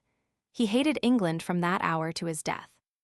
Broken in health almost beyond hope of redemption, his ship sunk, his money gone, the war still on, he turned to his other weapon and took up the pen. The prison ship helped to fire the patriots shivering about the cold camps. The poem of contemptuous imprecation, in imitation of Horace, on the treason of Arnold, fanned their wrath. That on the victory of Paul Jones heartened the downcast. Poem followed poem, copied throughout the country, many published on strips of paper and distributed through the army. Some were posted in conspicuous places where they could be committed to memory. Paine wrote The Crisis in prose, Freno wrote of the crisis in verse. Both were a tonic for the wavering. Even Washington did not then speak of him as that rascal Freno, and that characterization even from Washington cannot rob him of the glory of having been the poet of the Revolution who gave his health, his entire fortune, almost his life, and all his heart to the cause of liberty. The close of the war found him in New York, barely existing on crumbs from the table of an editor. His was a familiar figure in the merchants' coffee house at Wall and Water Streets, where leading men congregated. The problem then was to get the necessities of life, and literary work was not then included among the means. This was the condition in which Madison found him. He knew the story of his poet friend, and thus it came about that the plan was made for the Federal Gazette. He was ideally fitted for the task. It called for one who could write in the language of the people, could wield a scorpion lash, whose heart was in the cause, and no greater master of invective was in view, no keener satirist. He required no tutoring, and he would accept no orders. He was a rebel still, a radical, a crusader for democracy, who looked with amusement on aristocracy, with hatred on monarchy. He was an original thinker, a breaker of idols, an iconoclastic genius. He had the wit, the keenness, the quickness, the felicity of his French blood, the stern firmness of the Huguenot mind. He was a gusty warrior with a lusty blade, and he kept it shining in the sun. Soon Philadelphia found him a familiar figure in its streets, a rather little man with slightly stooped shoulders, thin yet muscular, who walked briskly like one who knew where he was going. In his office at his work, he was more imposing, for there one could note the high intellectual brow, the dark gray deep-set eyes that sometimes blazed under the slightly drooping lids. Usually pensive in repose, his face lighted with animation when he talked. His manners were courteous and refined, and women found him interesting and gallant. Nor was this Democrat a merit in dress. He wore the small clothes, the long hose, the buckled shoes, and cocked hat, long after others had accepted less picturesque fashions. He had no vanity, no ambition for place or power, and no fear of either. He wore no man's collar, and he was no man's man. He was a law unto himself. Chapter 8. The Gauge of Battle. 1. There was little in the reception of Hamilton's famous Report on Manufactures during the congressional session of 1791-90, to foreshadow the part it was to play in American politics. Bristling with facts and figures laboriously assembled, the plea for protection and bounties for manufacturers was plausibly presented. Foreseeing the hostility of the farmers, the most persuasive arguments were reserved for them. The diversification of industry would increase the demand for the products of the farm. The elimination of foreign competition would decrease the cost of manufactured goods, and the certainty of immigration would prevent any labor shortage with agriculturists. Better still, the factories would afford the farmers an opportunity to put their wives and children to work in the mills. 4/7 of the employees of the cotton mills of England were women and children, and many of the latter of tender age. In the making of nails and spikes, young boys were able to do the work. As to the constitutional objection, that was disposed of by the doctrine of implied powers. The newspapers, including Freno S., ran the report in full, but nothing came of it for the moment. No one was shocked at the idea of working women and children of tender age. After a while, a writer in Freno's paper warned that a new field was being opened for favoritism, influence, and monopoly. Madison wrote to Pendleton that, if Congress can do whatever in their discretion can be done with money, the government is no longer a limited one. But this report resulted in less controversy than any that had preceded. There was no storm, just a bare stirring of the leaves.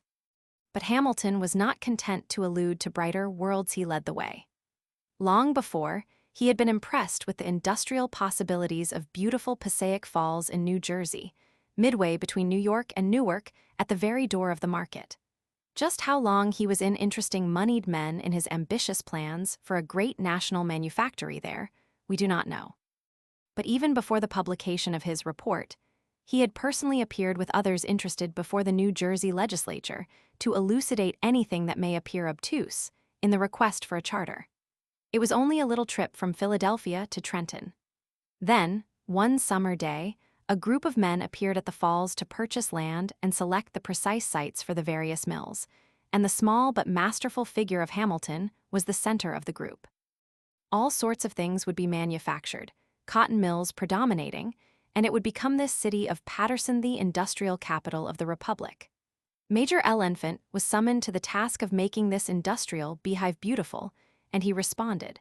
Soon there were grumblings among the farmers, outraged because the charter that Hamilton's influence had secured gave the company the right to dig canals on any man's land. The other manufacturers were indignant because the new factory was to be free from taxation for 10 years, and its employees were to be excused from military services except in cases of dire necessity.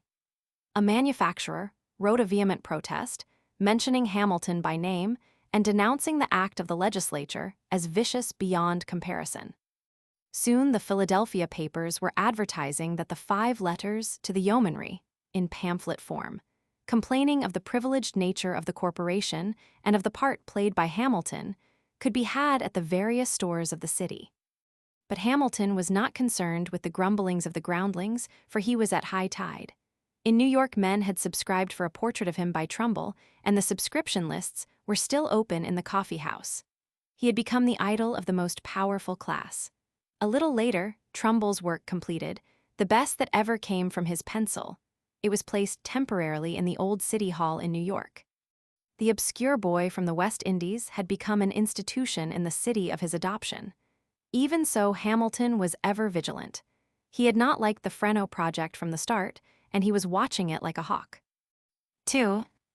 When the poet-journalist took an office on High Street and began the publication of his paper, there was little to justify grave apprehensions. In his first issues, the editor had pledged himself to the support of the great principles on which the American Revolution was founded. And while this smacked of the jabberings of Sam Adams, Hancock, and Jefferson, it was probably only a gesture. The tone of the early editions was temperate, almost academic. The ordinary reader must have thought it harmless enough, but Hamilton, who used the press effectively himself, examined the articles more critically. There were phrases creeping in, innocently, perhaps, that Fenno would have scorned. The idea that public opinion sets the bounds to every government and is the real sovereign of every free one would never have soiled the pages of the Gazette of the United States. The little essays on politics and government were sprinkled all too freely with these disturbing suggestions. Only an essay on nobility, but why make it the vehicle for the thought that the downfall of nobility in France has operated like an early frost toward killing the germ of it in America? With Fenno chiding the critics of officials, what more unfortunate than Fresno's assertion that perpetual jealousy of the government is alone effectual against the machinations of ambition, and his warning that, where that jealousy does not exist in a reasonable degree, the saddle is soon prepared for the back of the people. A defense of parties coupled with a denunciation of privilege, stiff criticism of ministerial inefficiency apropos of the St. Clair expedition, forceful protests against the excise law, and then an article by Brutus on the funding system, which could not be ignored. These were bad enough. That system, said Brutus, had given undue weight to the Treasury Department by throwing the enormous sum of $50 million into the hands of the wealthy, thus attaching them to all the Treasury measures by motives of private interest. Having combined the great moneyed interest, it had been made formidable by the bank monopoly.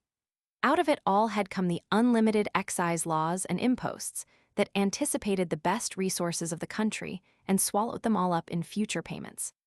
Because the certificates had fallen to the wealthy, the industrious mechanic, the laborious farmer, and poorer classes generally are made tributary to the latest generation. Rights of property? Yes, but there is property and rights. Be loyal to the Union? Yes, but who are the enemies of the Union? Not those who favoring measures which, pampering the spirit of speculation, disgust the best friends of the Union. Not those who promote unnecessary accumulations of the debts of the Union. Not those who study by arbitrary interpretations and insidious precedents to pervert the limited government of the Union into a government of unlimited discretion. With Fresno hitting his stride, the Federalists began to lose their patience. Soon, the United States Chronicle of Providence learned that the very extraordinary productions were probably the work of some foreigners who wished to reduce the funds in order to purchase. The Sentinel of Boston warned that Fresno's paper was supported by a junto for electioneering purposes and was filled with the most absurd misrepresentations of facts, or falsehoods highly injurious to the prevailing character and principles of our government and people. But it took the articles of Sidney to force the fighting. These were open attacks on Hamilton and his principles and were written with a punch. He assailed the House for abdicating its power to originate money bills to the Secretary of the Treasury. To delegate that duty was to lie down on a job, and such reports, arguments, pleas, sophistries, thence to the major attack. If we admit that the Secretary is a fallible mortal, and, however great his capacity may be, that he is liable to mistakes or to be imposed upon, or, in range of hypothesis, if we suppose these possible cases, that his political principles do not correspond with the genius of the government or with public opinion, or that he embraces the interests of one class in preference to the interests of the other classes, I say admitting any or all of these circumstances to be possible, then the ministerial mode of influencing the deliberations of Congress practiced since the change of the government is more dangerous than even that which is pursued but loudly complained of in Britain. These attacks by Sidney continued with painful regularity, and Freno's paper became a scandal in the best-regulated families in Philadelphia. Others joined in the fray. A citizen, from a remote section, who had visited the capital to know more of men and measures, speedily convinced himself that many members of government were partners with brokers and stock jobbers, and that the banking schemes have been too powerfully and effectually addressed to their avarice. Sentinel warned that the fate of the excise law will determine whether the powers of government are held by an aristocratic junto or by the people.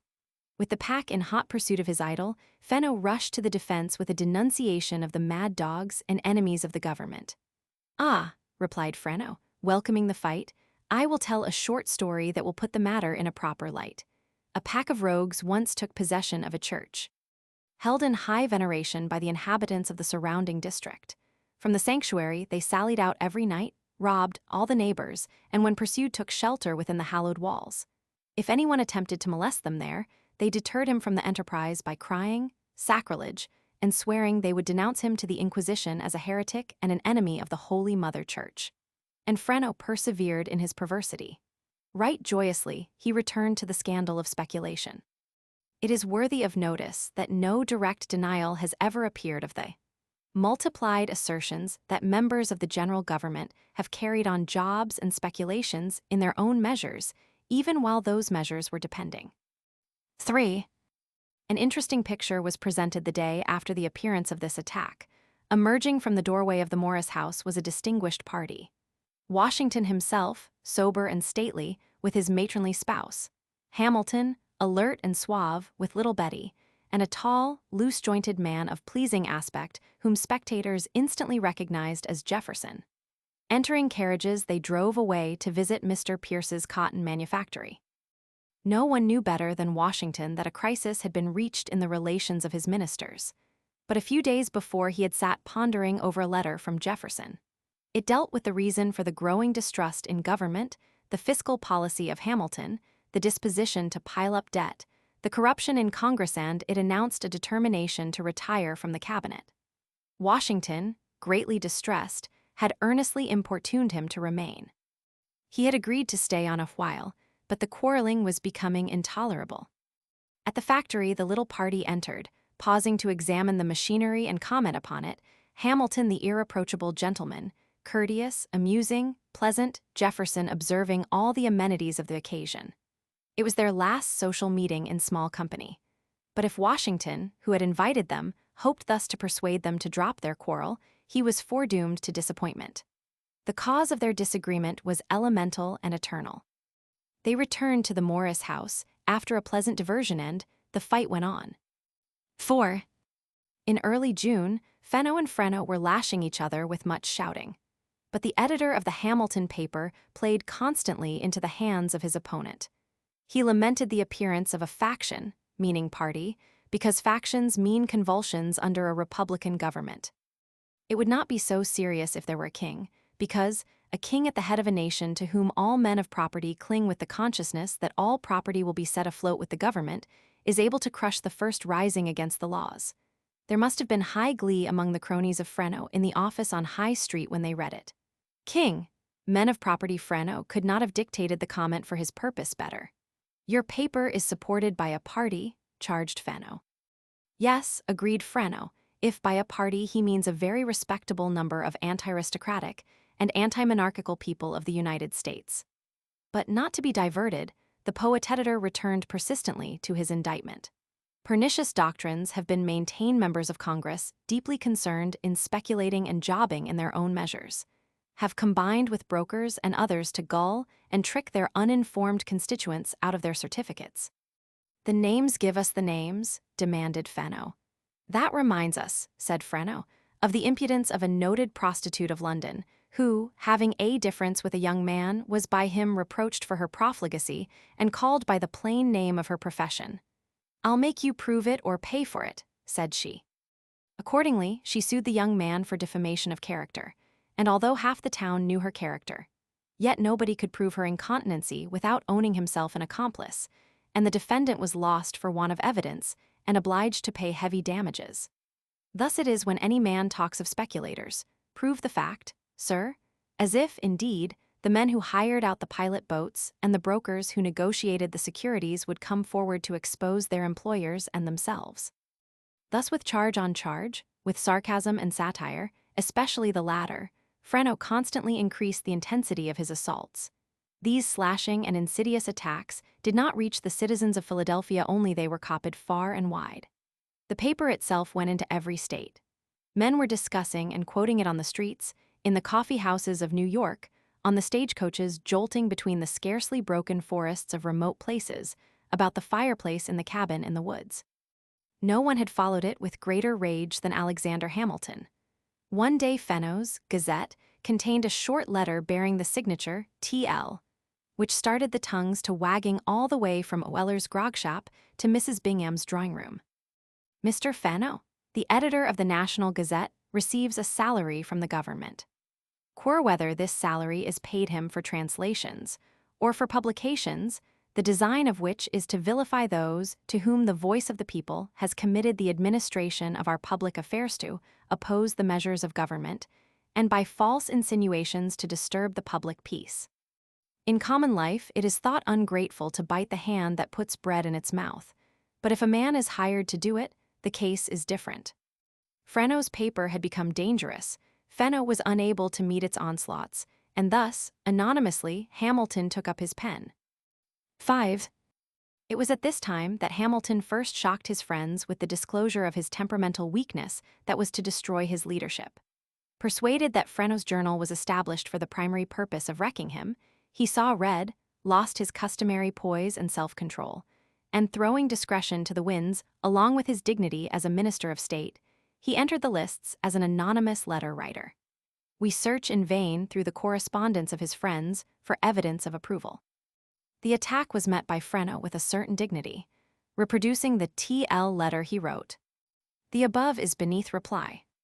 It might be queried, however, whether a man who receives a small stipend for services rendered as French translator to the Department of State, and as editor of a free newspaper, admits into his publication impartial strictures on the proceedings of government, is not more likely to act an honest and disinterested part toward the public than a vile sycophant, who, obtaining emoluments from government, far more lucrative than the salary alluded to, finds his interest in attempting to poison the minds of the people by propaganda and by disseminating principles and sentiments utterly subversive of the true republican interests of the country, and by flattering and recommending every and any measures of government, however pernicious and destructive its tendency might be to the great body of the people. The world is left to decide the motive of each. This controversy of mere journalists did not interest Hamilton. He was out gunning for bigger game. Thoroughly convinced that Jefferson was responsible for much of the contents of Fresno's paper, he hoped to draw his colleague into an open newspaper fight and, if possible, drive him from the cabinet. The relations of the two titans had been growing more and more hostile. They disputed across the table in the council room and at rare times seemed at the point of blows. Hamilton knew Jefferson's opinions of his policies, and similar opinions were appearing in the paper edited by a clerk in his rival's office. Nor were they slovenly, superficial articles. They were the work of close observers and clever controversialists. Not only was he ignorant of the fact that many of these were the work of Madison, that Brackenridge wrote some, George Tucker, editor of the American edition of Blackstone, some, but he ridiculously underestimated the capacity of Fresno. These articles were strong, stinging, effective, and therefore Jefferson wrote or dictated them. He would drag Jefferson into the arena and have it out. Thus, in his letter of August 4, he contemptuously dismissed the editor as the faithful and devoted servant of the head of a party, and launched his personal bitter attack on Jefferson. If he wished to attack the government, why didn't Jefferson resign? Can he reconcile it to his own personal dignity and the principles of probity to hold an office under it and employ the means of official influence in that opposition?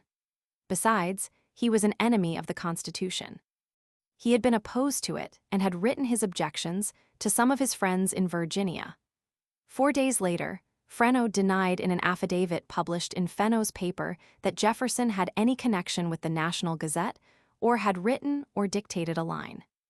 The same day, in his own paper, he raised the curtain on Hamilton's nom de plume with A comment that all is not right with certain lofty-minded persons who fondly imagine their ambitious career was to proceed without check or interruption to the summit of their wishes.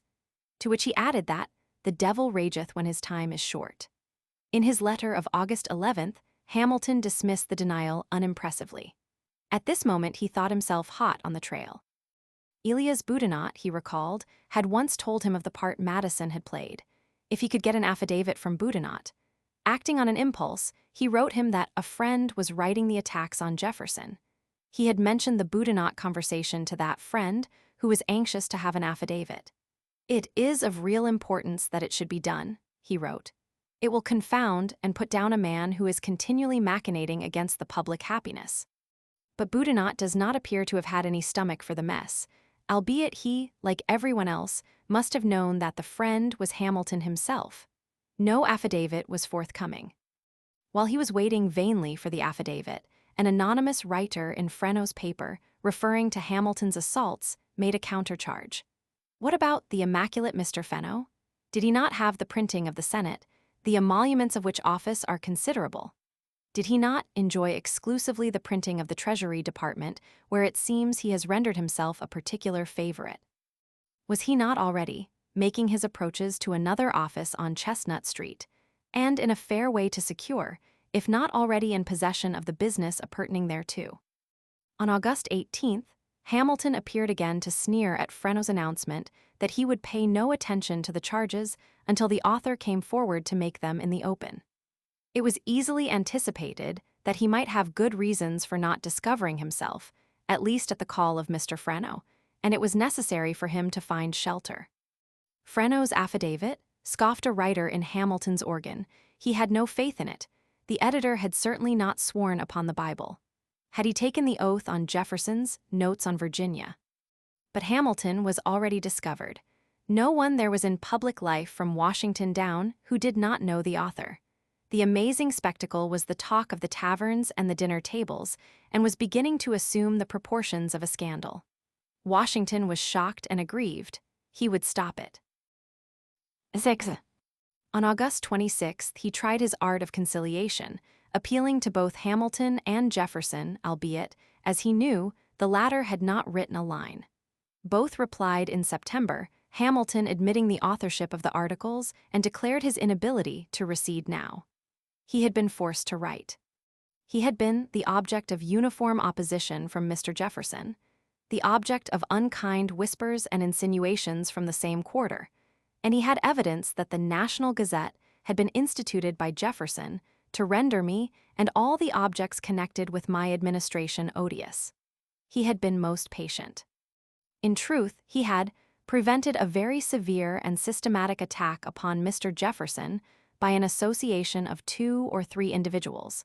In consequence of the persecution he brought upon the Vice President by his indiscreet and light letter to the printer, transmitting Paine's pamphlet. Jefferson replied that in private conversation he had utterly disapproved of Hamilton's system, which flowed from principles adverse to liberty and calculated to undermine and demolish the Republic by creating an influence of his department over members of the legislature. He had seen this influence, actually produced, by the establishment of the great outlines of his project, by the votes of the very persons who, having swallowed his bait, were laying themselves out to profit by his plans. Then, too, Hamilton had constantly interfered with his department, particularly in relation to England and France. As to Freno, he hoped he would give free place to pieces written against the aristocratic and monarchical principles. He and Fenno, he said, are rivals for the public favor. The one courts them by flattery, the other by censure, and I believe it will be admitted that the one has been as servile as the other has been severe. Then, turning again to Hamilton, but is not the dignity and even decency of government committed when one of its principal ministers enlists himself as an anonymous writer or paragraphist for either the one or the other of them? As for criticism of governmental measures, no government ought to be without censors, and where the press is free no one ever will. If virtuous, it need not fear the free operation of attack and defense. Nature has given to man no other means of sifting out the truth, either in religion, law, or politics. I think it is as honorable to government neither to know nor notice its sycophants, as it would be undignified and criminal to pamper the former and persecute the latter. Thus ended Washington's attempt to intervene. Hamilton had refused to discontinue his attacks, and, within 2 days after replying to Washington's appeal, he was again appearing in the Gazette of the United States. 7. Even while Hamilton and Jefferson were writing their letters, the fight was proceeding merrily, if bloodlessly, in the papers. Aristides, none other than Madison, had gone to the defense of his leader in an article in Fenno's paper on Jefferson's attitude toward the Constitution. No one was so well qualified to know, unless it was Washington himself. He had sat in the convention, a leading figure, and listened to Hamilton's speeches and proposals, and had been in correspondence with Jefferson. It was not this defense that made Fenno restive. It was a pointed attack. It is said, Mr. Fenno, that a certain head of a department is the real author or instigator of these unprovoked and unmanly attacks on Mr. Jefferson, and that the time of that gentleman's departure from the city on a visit to his home was considered as best suited to answer the design it was intended to effect. Unmanly attack and an insinuation of cowardice. Fenno took the precaution to add a note warning that no further letters would be printed containing personal strictures, unless the name of the author was furnished, in case of emergency. Coffee and pistols was it coming to that.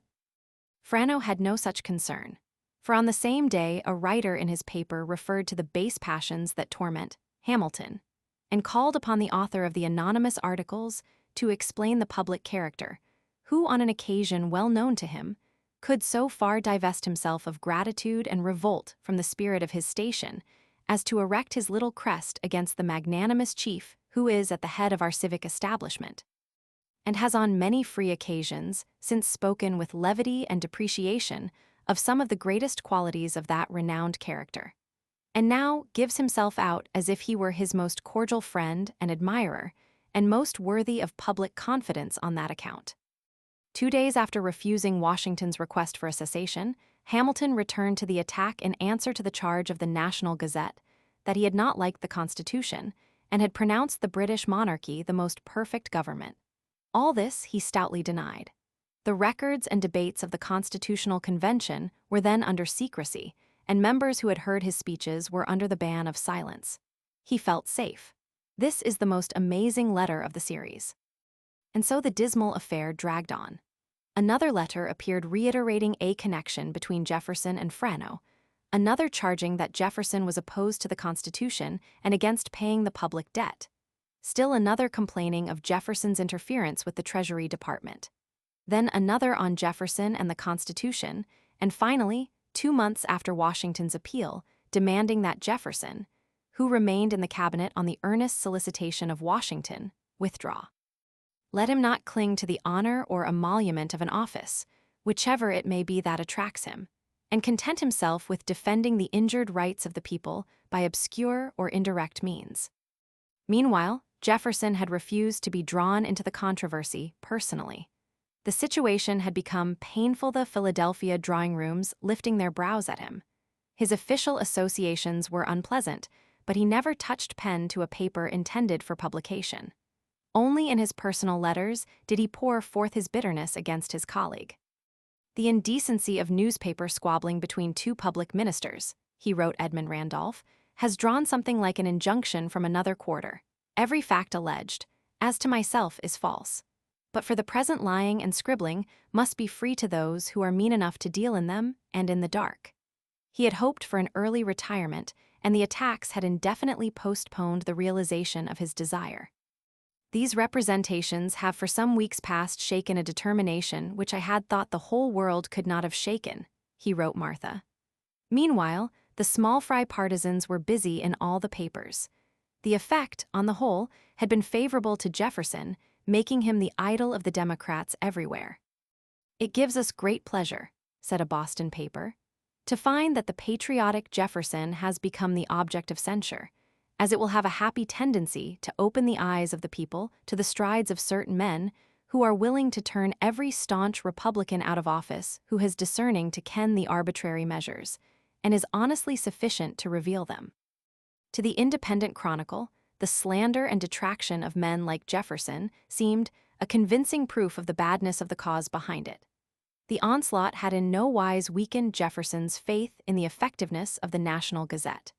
The smoke had not lifted from the field when he was rejoicing, because it was getting into Massachusetts under the patronage of Hancock and Sam Adams.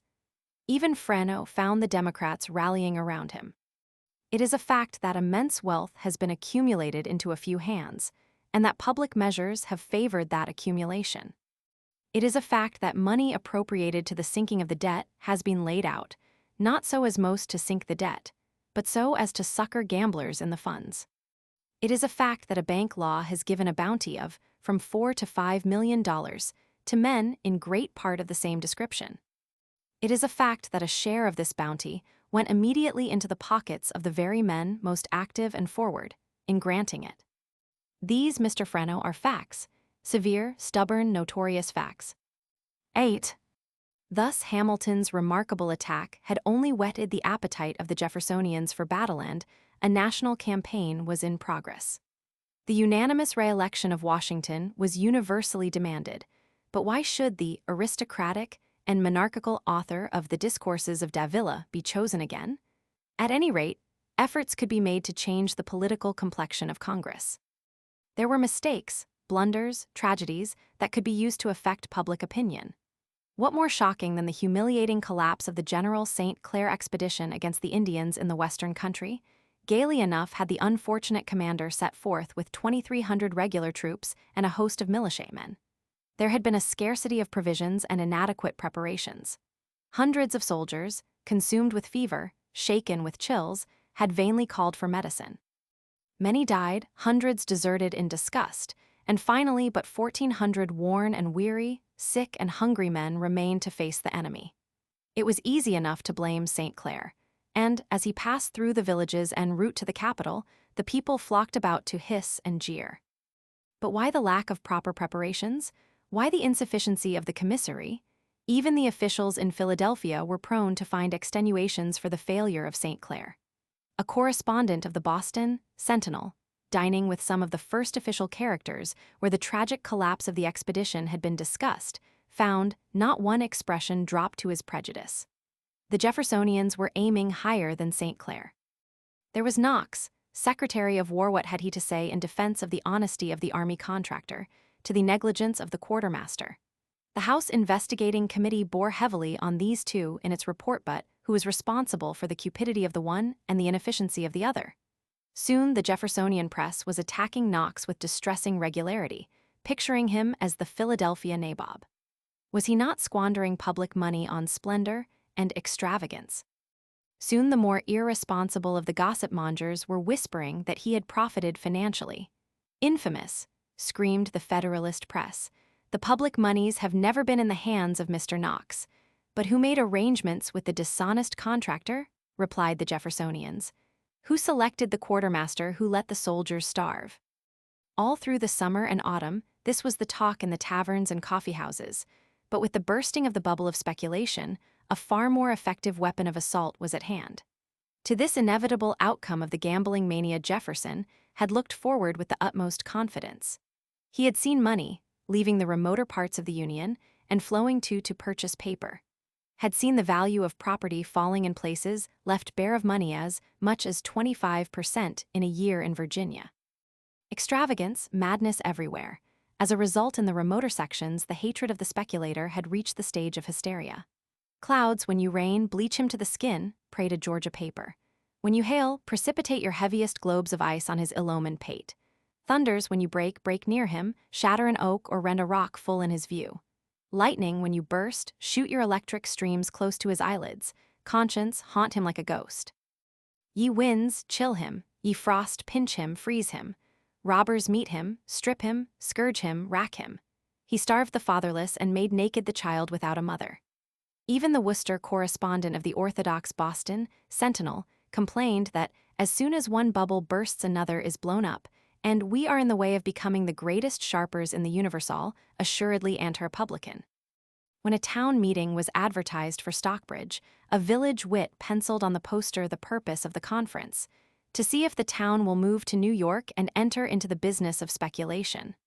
While publishing these letters and stories, the Federalist organ in Boston did it with the sneer: they who are in grin, They who are outpout, they who have paper caper, they who have none grown. Then in April, with the failure of Colonel Dewar in New York, the crash came. Many went to ruin in the wreckage, and New York became a madhouse, with business paralyzed and Dewar taking to flight. He had been among the most favored of the beneficiaries of Hamilton's policies, rising from opulence overnight, and he was among the first to fall from their abuse. The brutality and cowardice of the speculators intensified the general contempt for the tribe.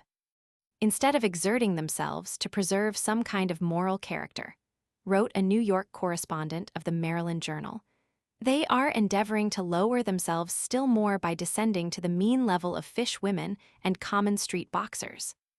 All this was viewed by Hamilton with indignation and concern. He had sought in every way to discourage the frenzy of speculation and had used his office to protect the public wherever possible. But it began with the funding system, and with thousands that was enough. Instantly, the Jeffersonian press was hot on the trail. Business has not been benefited by Hamilton's bank, declared the Independent Chronicle, for a merchant can scarcely venture to offer his note for $100, while a speculator can obtain thousands for no other purpose than to embarrass commerce. Look around and see who have obtained wealth. Speculators, in general, are the men. Thus, the industrious merchant is forced to advance to the government thousands, while the gambling speculator is receiving his quarterly payments. A Maryland correspondent of Loudoun's New York Register could not help thinking Mr. Madison's discriminating propositions would have prevented in great measure the exorbitant rage of speculation. Meanwhile, Fenno was denouncing the critics as anarchists and enemies of the government, which only intensified their rage.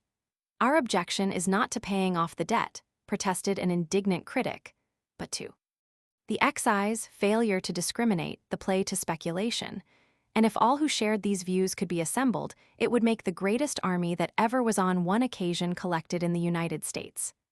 In the Boston Sentinel, John Russell was taking a lighter tone. The suffering yeomanry burdened with taxes, why not simply eliminate all state and national debts and forget them? The storm, what of it? The 6%, a first rate, belonging to the fleet commanded by Admiral Hamilton, notwithstanding several hard country gales, and a strong lee current setting out of the Hudson and Delaware, is still working to windward and bids fair to gain her destined port. 9. With such attacks and counterattacks in the papers, the campaign of 1792 was fought, with the bitter gubernatorial battle between John Jay and George Clinton in New York setting the pace in the spring. The Federalists had set their hearts on the crushing of Clinton, and but for the frown of Hamilton, Burr might have joined them in the attempt. The campaign was spectacular, and class feeling and prejudice played a part. Jay was an aristocrat by birth and temperament, and this gave the Clintonians their cue. Up, plebs, and at 'em. An aristocrat against a democrat, the rich against the poor. Had not Jay said that those who own the country ought to govern it? Had not Jay's constitution disfranchised thousands on the score of their poverty? Were not the speculators, the stock jobbers, the bankers, the gamblers, swindlers, and the forces of privilege supporting Jay? The result was the election of Clinton, on a technicality, and instantly there was an uproar, broken bones and bloody noses, coffeehouse quarrels and blows, wild talk of a revolutionary convention, and the seating of Jay with bayonets, and serious bloodshed was prevented only through the efforts of Hamilton, Jay, and King. Never had party feeling run so high, and several duels were fought in the course of a week. The defeated or cheated candidate was accorded the acclamations due a conqueror on his journey from his judicial circuit to New York, where he was given a testimonial dinner.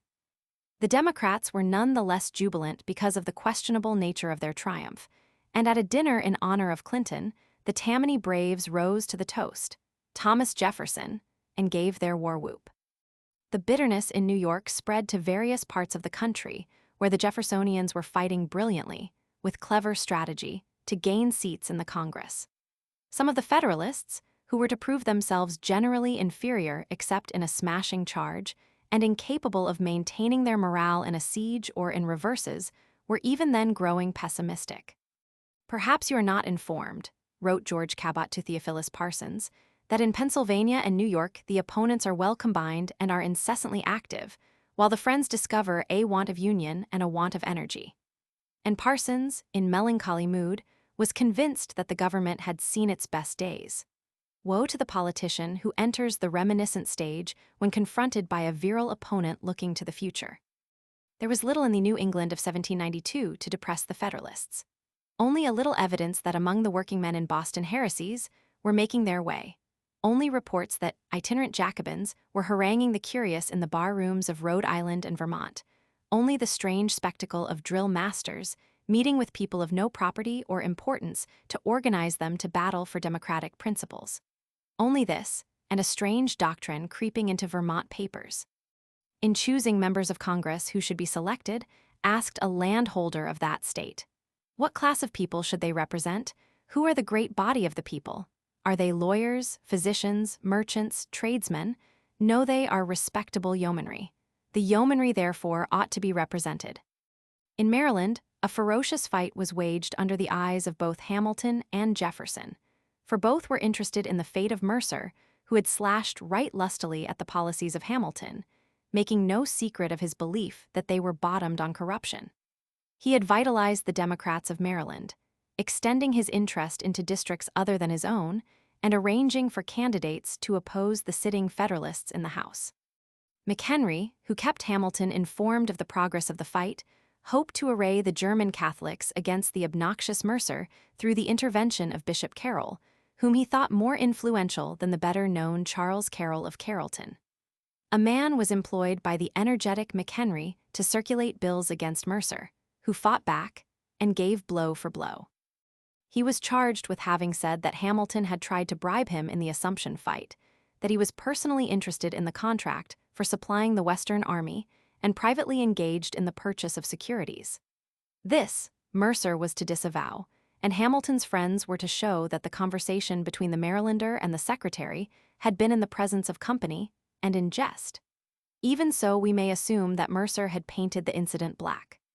He let it be understood that Washington wished his re-election, and the celerity with which the president issued a denial was probably due to the importunity of Hamilton, who did not scruple to use him without stint to further the cause of his party. In North Carolina, the Jeffersonians, under the crafty leadership of picturesque Willie Jones, contested every inch of the ground, determined to retire all the Hamiltonians from Congress. And before the impetuosity of their charge, the Federalists were forced to fight defensively and under a cloud. In the new state of Kentucky, the Jeffersonians were thoroughly organized under the leadership of John Brown, a Virginian educated at Princeton and at Jefferson's alma mater, who had fought through the War of Independence. Brown can have what he wants. Madison wrote his leader in Midsummer, and he took the toga. In Virginia, the Democrats were strongly in the ascendancy.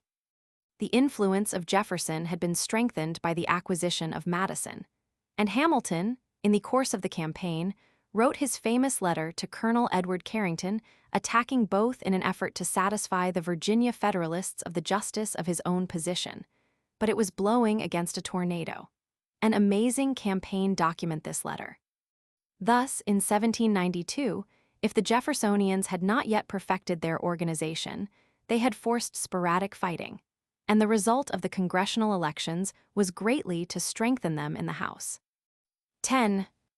It was clear quite early that the Jeffersonians would not permit Adams's re-election to go unchallenged. The press had teemed with controversial articles on his books for more than a year. As early as March, his friends took up the cudgels in his defense. Homo, in the Boston Sentinel, warned that a detestable cordon of desperadoes were trying to destroy public confidence in Adams by vilification. Within 3 months, Hamilton convinced himself that the opposition, in dead earnest, had concentrated on Clinton and hastened to warn Adams, who was enjoying the placidity of his farm at Quincy. It is interesting to observe that this plan to displace Adams was interpreted by Hamilton as a serious design to subvert the government. If the candidacy of Clinton was annoying to Hamilton, the warning he received in September of the possible candidacy of Aaron Burr was maddening, and he fell feverishly to the task of denouncing the ambitions of this embryo Caesar in letters to his friends. Clinton has been invariably the enemy of national principles. He wrote General C. Pinckney in ordering a mobilization for defense in South Carolina, and as for Burr, he was a man of no principles other than to mount, at all events, to the full honors of the state, and to as much more as circumstances will permit. Was Jefferson behind the conspiracy against Adams? Jefferson, that man of sublimated and paradoxical imagination, entertaining and propagating opinions inconsistent with dignified and orderly government. To John Steele in North Carolina, he wrote in the manner of a commander, to inform him that Mr. Adams is the man who will be supported by the northern and middle states. Of course, he had his faults and foibles, and some of his opinions were quite wrong, but he was honest and loved order and stable government. Meanwhile, painful complications were threatened in Maryland, where a number of notables joined in a public letter rallying Marylanders to the support of Charles Carroll of Carrollton. This gave James McHenry, an idolater of Hamilton and still tortured by a persistent, and as yet ungratified itch for office, his opportunity. He assumed the responsibility for whipping the rebels back into line. These signers of the Carroll letter had been imposed upon. The fight against Adams was a fight against the Constitution in keeping with the plan of the enemies of government to drive able men from office. Had not Hamilton, whose attachment to the Constitution is unquestionable, been assailed with virulence? Yes, from the master workman in his craft down to the meanest of his laborers, all were engaged in the dirty work. Thus the submission of Carroll's claims at so late an hour wore a very doubtful and invidious aspect. Was it done to get 10 votes against Adams or to promote Carroll's election? Was anyone so foolish as to think that the Democrats in New York, Pennsylvania, and Virginia would desert Clinton? This letter, signed by a consistent Federalist, was copied by all the Federalist papers of the country.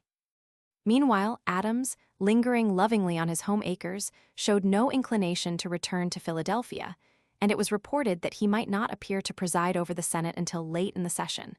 This was an appalling lack of tact. Hamilton, assuming the rights of the leader, did not hesitate. "I learn with pain that you may not be here until late in the session," he wrote the loiterer behind the firing lines. "I fear this will give some handle to your enemies to misrepresent.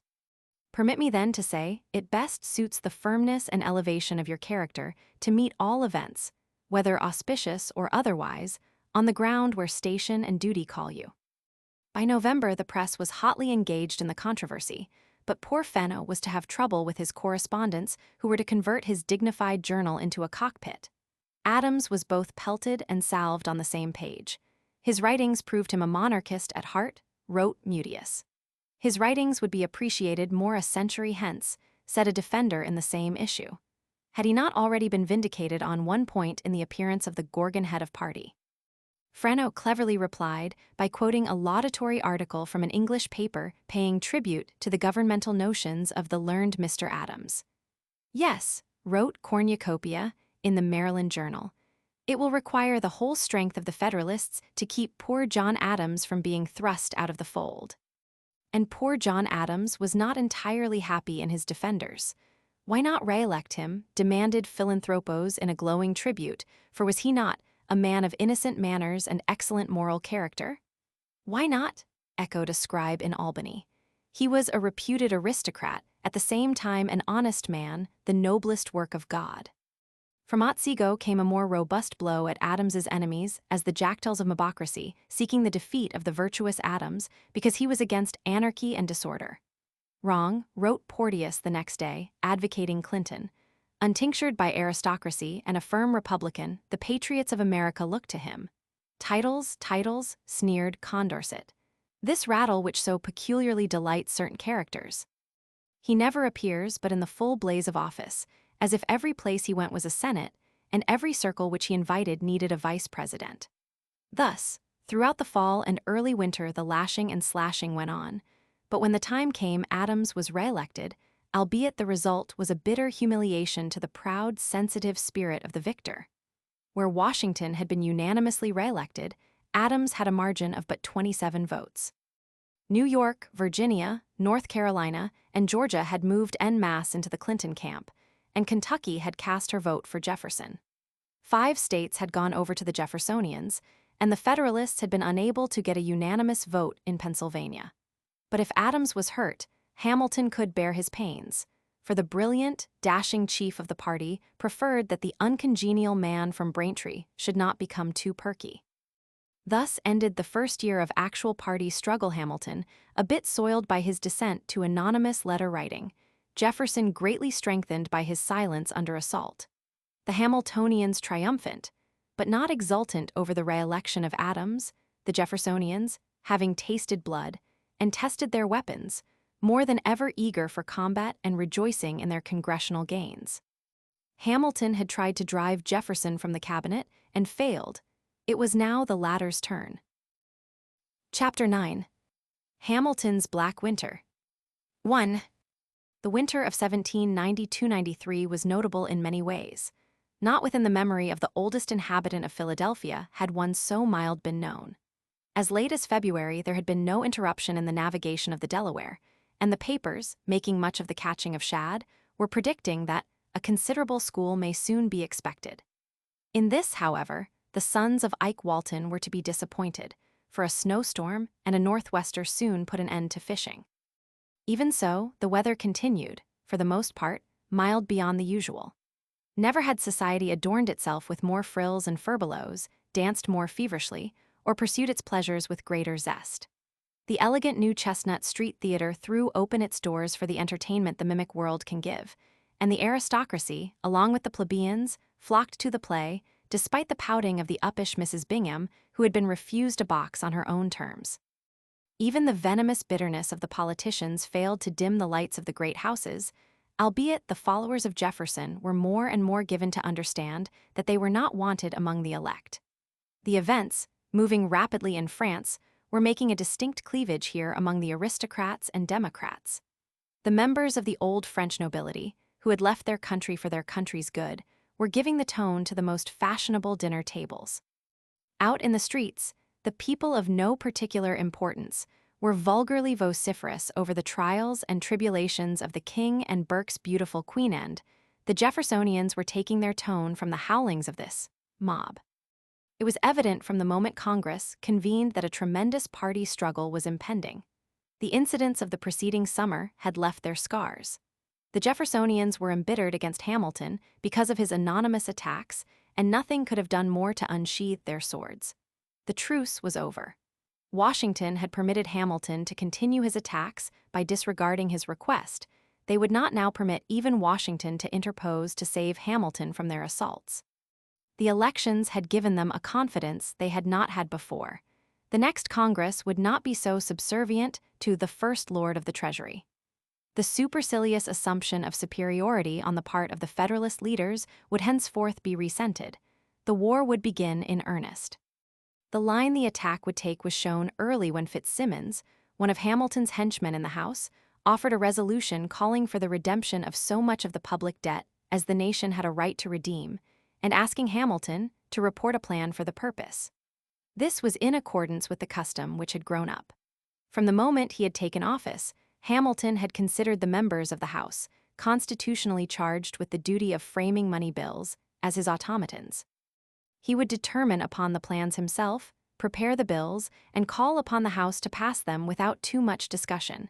He would manage the finances himself, and he would not be plagued by foolish questions.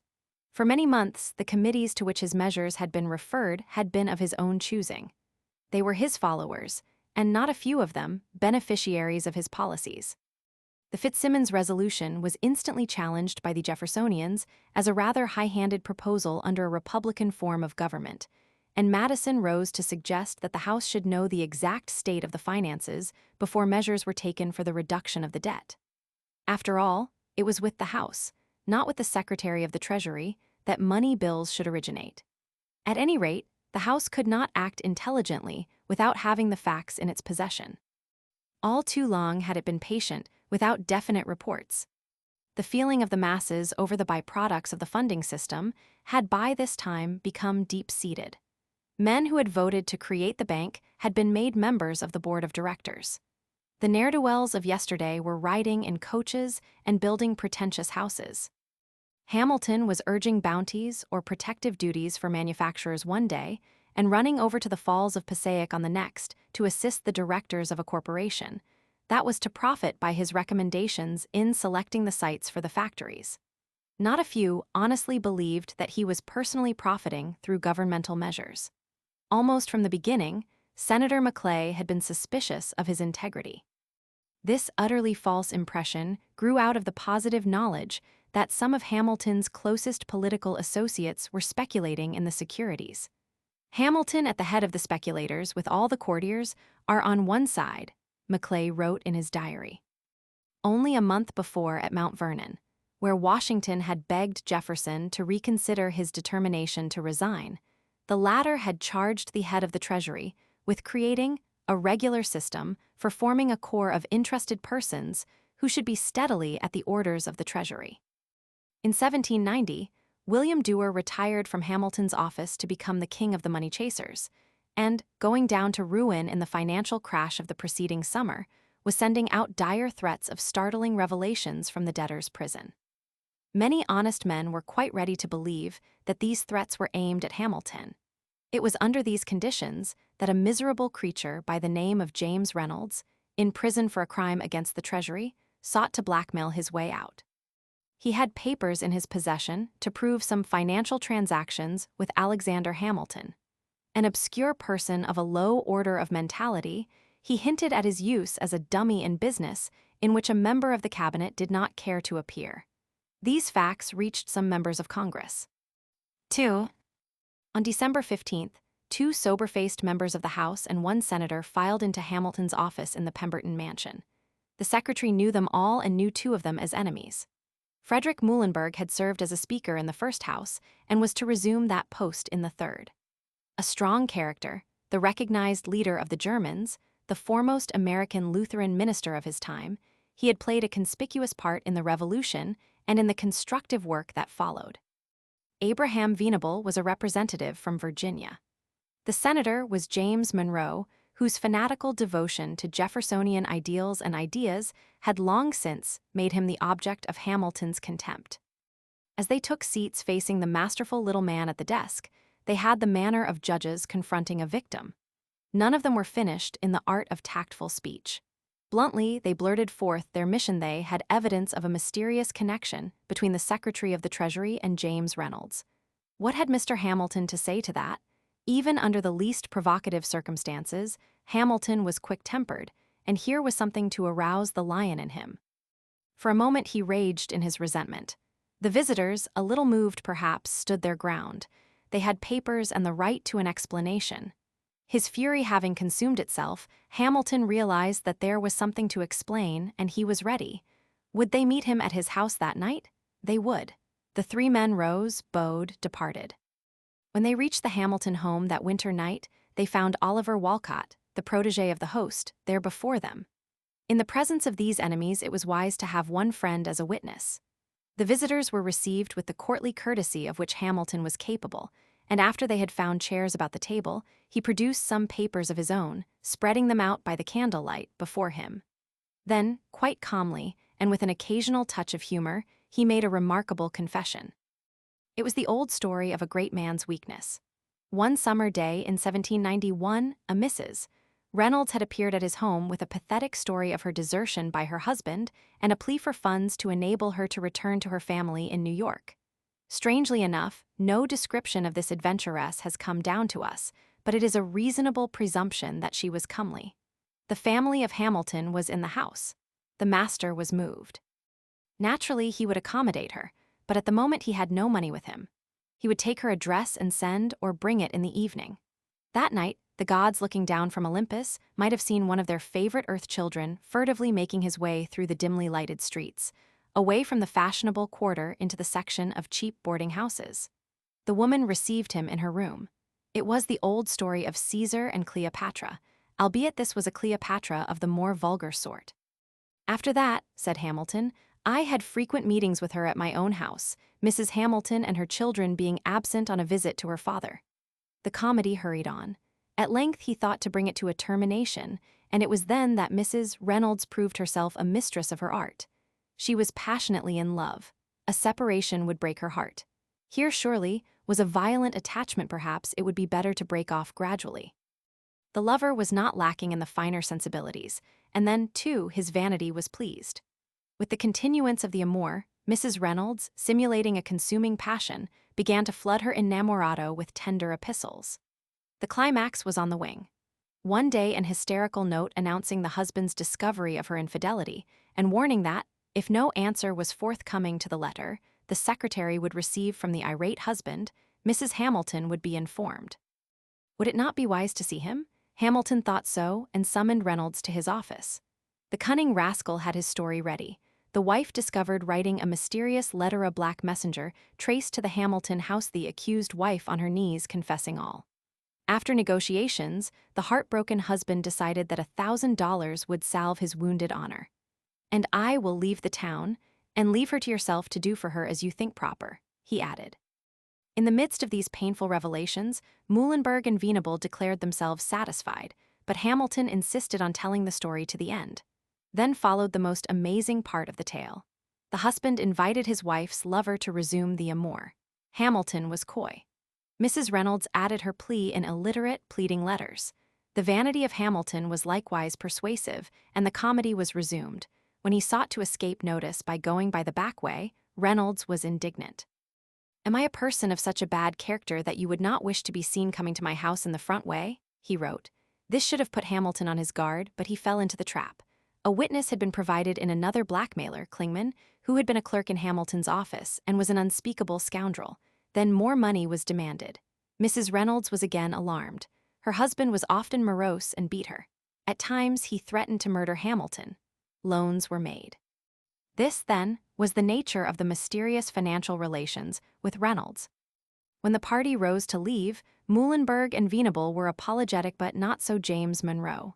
He bowed stiffly, the sternness of his features unrelaxed, as the three passed out into the winter night. Hamilton had vindicated his official honor at a painful sacrifice. It was understood that the confession should be sacredly confidential, but in a sense he had lost. As he sat with Walcott before the fire after his tormentors had departed, he realized that his enemies were out to wreck his official reputation. He may have had a premonition of the storm that was about to break. 3.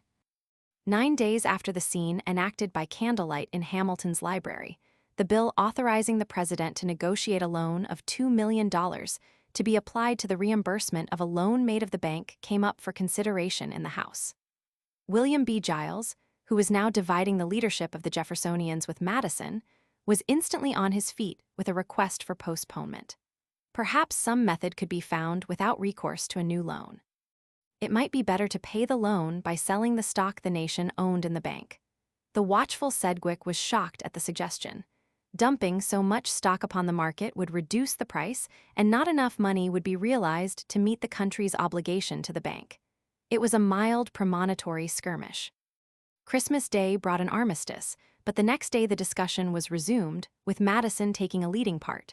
Why was so much more to be borrowed than was demanded by the bank? To his personal knowledge, a large sum was lying idle and unappropriated in the Treasury. If this balance was appropriated by the president, he wanted to know it. A delicate subject to discuss, suggested Sedgwick. Not at all, thought Madison. It was time for some candid explanation. Was the appropriation lying dormant in the Treasury, borrowed to meet the obligations to France, being demanded by the country to which it was due? The important question concerned the diverting of money appropriated to that specific purpose to the payment of bank installments. Could gentlemen justify themselves to their constituents for such conduct? The debt to France was one of gratitude and justice, and he wished the money could be sent thither on the wings of the wind. True, the debt in whole was not yet due, but in the critical condition of our benefactor, it would no doubt be particularly acceptable, and he was opposed to the diversion of any part of it. Why $2 million for the bank? Demanded Giles. True, $200,000 would be due the bank on January 1st, but why $2 million? No one had offered an explanation of how the money lying dormant was disposed of, or how it was intended to dispose of it. No member rose to explain, and the bill was lost. During the next month, the lobbies, boarding houses, taverns buzzed with discussions of the finances of the country. After all, even the members of the House, presumed to be familiar with the fiscal affairs of the nation, knew scarcely anything. They had appropriated blindly. There was something uncanny in the silence. Would the raising of the curtain disclose skeletons in the closet of the Treasury? At any rate, the House had a right to the facts and figures. Throughout the month, Madison and Giles were frequently at the table or about the blazing fire at Jefferson's. Here the campaign was planned. The fight should be forced into the open on the floor of the House. Jefferson could not participate for manifest reasons, but he could direct. Madison could assist in the preparation of the resolutions and in the debate. Giles, who was a masterful debater, fearless and slashing in attack, could sponsor the resolutions and lead in the assault. Because of the part he then played, it has been the fashion to dismiss him flippantly with a shrug and a sneer, but this is absurd. Giles of Virginia was unsurpassed by any American debater of his time. 4. Giles was a veritable D'Artagnan of debate, a gusty, lusty Gascon transplanted to the tobacco fields of Virginia, eager always for a fight or a frolic, and lightning swift with his blade. A blustering fellow true, quick to assert his rights and repel assault, he carried himself with a swagger that did not endear him to the Federalists, who rather plumed themselves on having a monopoly on that particular vice or virtue. But sneers at his ability are absurd. He who won the admiration of Patrick Henry, commanded the confidence and respect of Jefferson, Madison, and Monroe, received the discriminating praise of Randolph of Roanoke, and the reluctant tribute of Justice Story cannot be sneered from a respectable place in history by a wretchedly unfair caricature by a partisan English biographer of one of his enemies. The young Virginian who appeared in Philadelphia in the winter of 1790-91 was not prepossessing in appearance. Of average height, the fullness of his person conveyed the impression of a squat figure. His face, large, round, but colorless, bore none of the indications of genius, albeit there was something of virility in his brown eyes that harmonized with the robustness of his physique. One who knew him has recorded that he was of fair complexion, but another who heard him frequently in debate commented on his dark color. And, since his hair and eyes were those of a brunette, we may accept the latter as more probable than the former. All agree that he was careless in his dress, after the then prevailing Virginia manner, although we have the record of one dramatic appearance in the Virginia legislature, at the height of his renown, elegantly dressed in blue and buff, and with the Gascon touch of being booted and spurred, with a riding whip in his hand. If there was nothing imposing or picturesque in his appearance, his manners were such as to make him stand out conspicuously among his fellows. These were such as to impress the none too finished Maclay that the frothy manners of Virginia were ever uppermost. It is easy enough to reconstruct the scene at Washington's table where Maclay met our Gascon, with Giles, the good liver, dwelling unctuously on Virginia canvasback ducks, Virginia hams, Virginia chickens, and the old Madeira, which was a little more mellow when drained from a Virginia glass in a joyous Virginia dining room. Proud of Virginia was this provincial from the tobacco country, and proud as D'Artagnan himself of his physical prowess, for didn't he take more manual exercise than any man in New England? No place like the Old Dominion where the living was fast and fine, where from noon to night the people drank wine or cherry bounce like gentlemen. Thus he thundered along, to the amazement of Maclay, who observed that he practiced on his principle every time the bottle passed. The picture is no doubt true, for Giles was racy of his native soil. The Amelia County of his early days was of the frontier, with all that implies of the primitive vices and virtues. The sparsely settled country, with its miserable roads, lived very much to itself, and strangers who ventured among its inhabitants were treated coldly. The living was truly fast and fine and rather loose, for the men were careless, indifferent to dress, heavy drinkers, inveterate smokers, their conversations picturesque with profanity, and they were fighters, too. Dumas' three immortals would have found it to their liking, and had they encountered young Giles at some crossroads tavern they would have taken him to their hearts. The spirit of independence flamed on every hearth, and the religious dissenters found it a happy hunting ground. It was in this atmosphere that Giles grew up. Like most of the Jeffersonian leaders, he was a frontiersman. When he went to Princeton to complete his education, we get again the D'Artagnan touch. He set forth like a Virginia gentleman with his Negro slave to serve him, no doubt kicking, cursing, and loving him all the way. Then followed a law course at William and Mary, then a law office was opened in the little tobacco town of Petersburg. We are interested in this period of his career only in that it throws light on his character and capacity. He favored the ratification of the Constitution and, as a fascinated spectator of the debates in the Virginia Convention, formed a deep admiration for Madison. In the evenings, he argued for ratification at the tavern, no doubt in the taproom. Hearing him one night, George Mason, a leader of the opposition, made the comment that he has as much sense as one half of us, though he is on the wrong side. He was not, then, an anti-federalist on the Constitution. Immediately on entering Congress at 28, he commanded attention, for he had a genius for congressional life. He became at once a giant in debate. When John Randolph, more cynic than flatterer, pronounced Giles the Charles James Fox of the House, he referred to the impression made by the Virginian in action. Fox was a student, Giles was not. Fox was capable of sustained research, Giles was not. Fox was a lover and reader of books, and Giles cared nothing for them. He bore a closer resemblance to Murraybow or Danton in his methods, absorbing his knowledge from others in conversation. In the tavern, on the highway, at the dinner table, he was a tireless talker, and by provoking his friends into discussion, he tested, corrected, and formed his impressions of events and measures. His mind absorbed like a sponge, his memory was retentive. The idea that Jefferson or Madison outlined his speeches for him is ludicrous. He merely assimilated what they said and then gave it out more forcefully than either could in debate.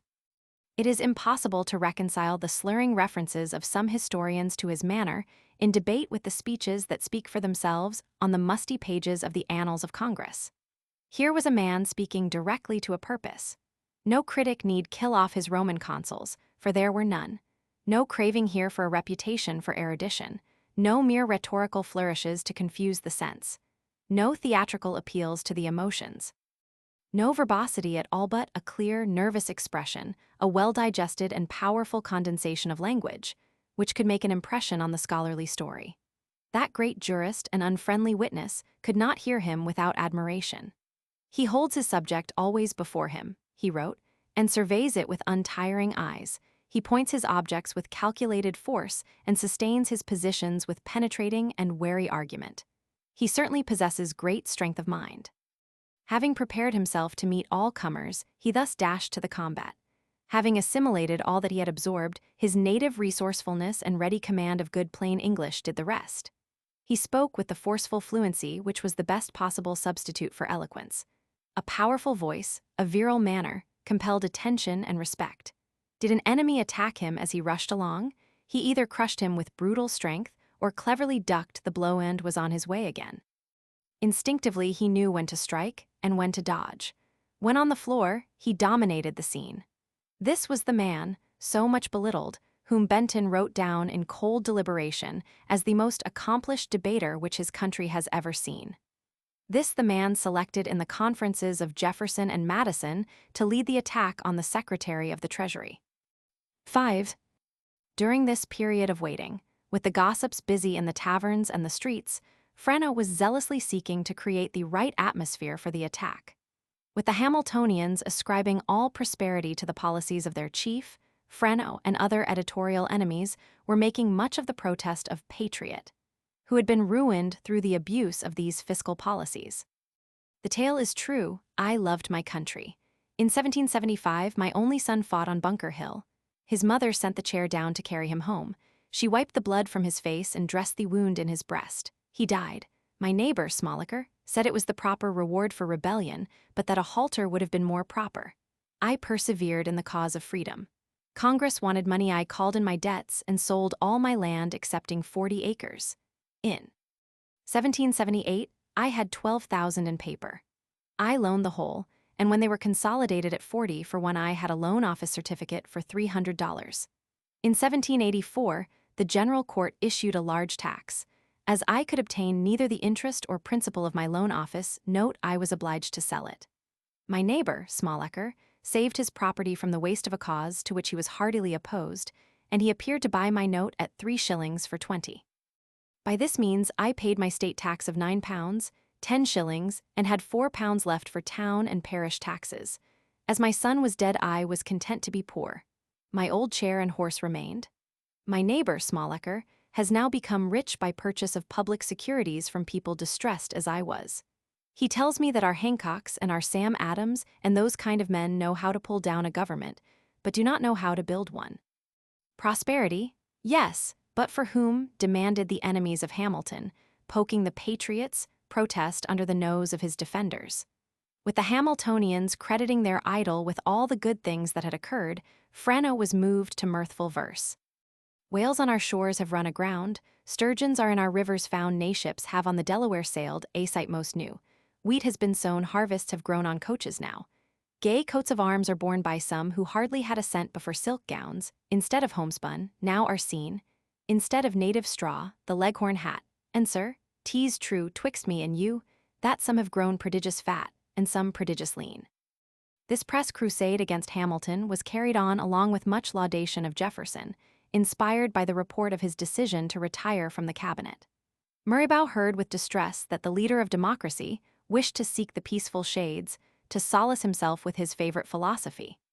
True, the sea had been made tempestuous for him, but the crew are his friends, and notwithstanding the endeavors of the officers to raise a mutiny to supersede him. His honest labor and firmness has frustrated their wicked intentions, and he rides triumphant. But with his retirement, monarchy and aristocracy would inundate the country. Right, agreed Gracchus. For though he has been in office near 4 years, he has never assumed the insolence of it. His department has been that of a republican, and in no one action or expression has he manifested a superiority over his fellow citizens. Hamilton and his followers had frankly sought to drive Jefferson from the cabinet and failed. The plan was now complete for driving Hamilton himself into private life. 6. On January 23d, the result of the deliberations of Jefferson, Madison, and Giles appeared when the latter rose in the House to present a set of resolutions calling upon the President to submit complete reports on the fiscal operations of the government. To these, the House was clearly entitled. Nor was there anything violent or outrageous in Giles's speech in which he explained them. The House had been legislating for 4 years, without competent official knowledge of the state of the Treasury or revenue. They had engaged in the most important fiscal arrangements, and had authorized a loan of the bank for more than $500,000 when probably a greater sum of public money was deposited in the bank. They were now on the point of authorizing a further loan of $2 million in the dark end they were entitled to light. I conceive that it is now time for this information to be laid before the House. No one rose to object, and the resolutions were adopted. To Hamilton, who looked upon Congress as a meddlesome body, they appeared as something more than a bore. They were an imposition and an insult.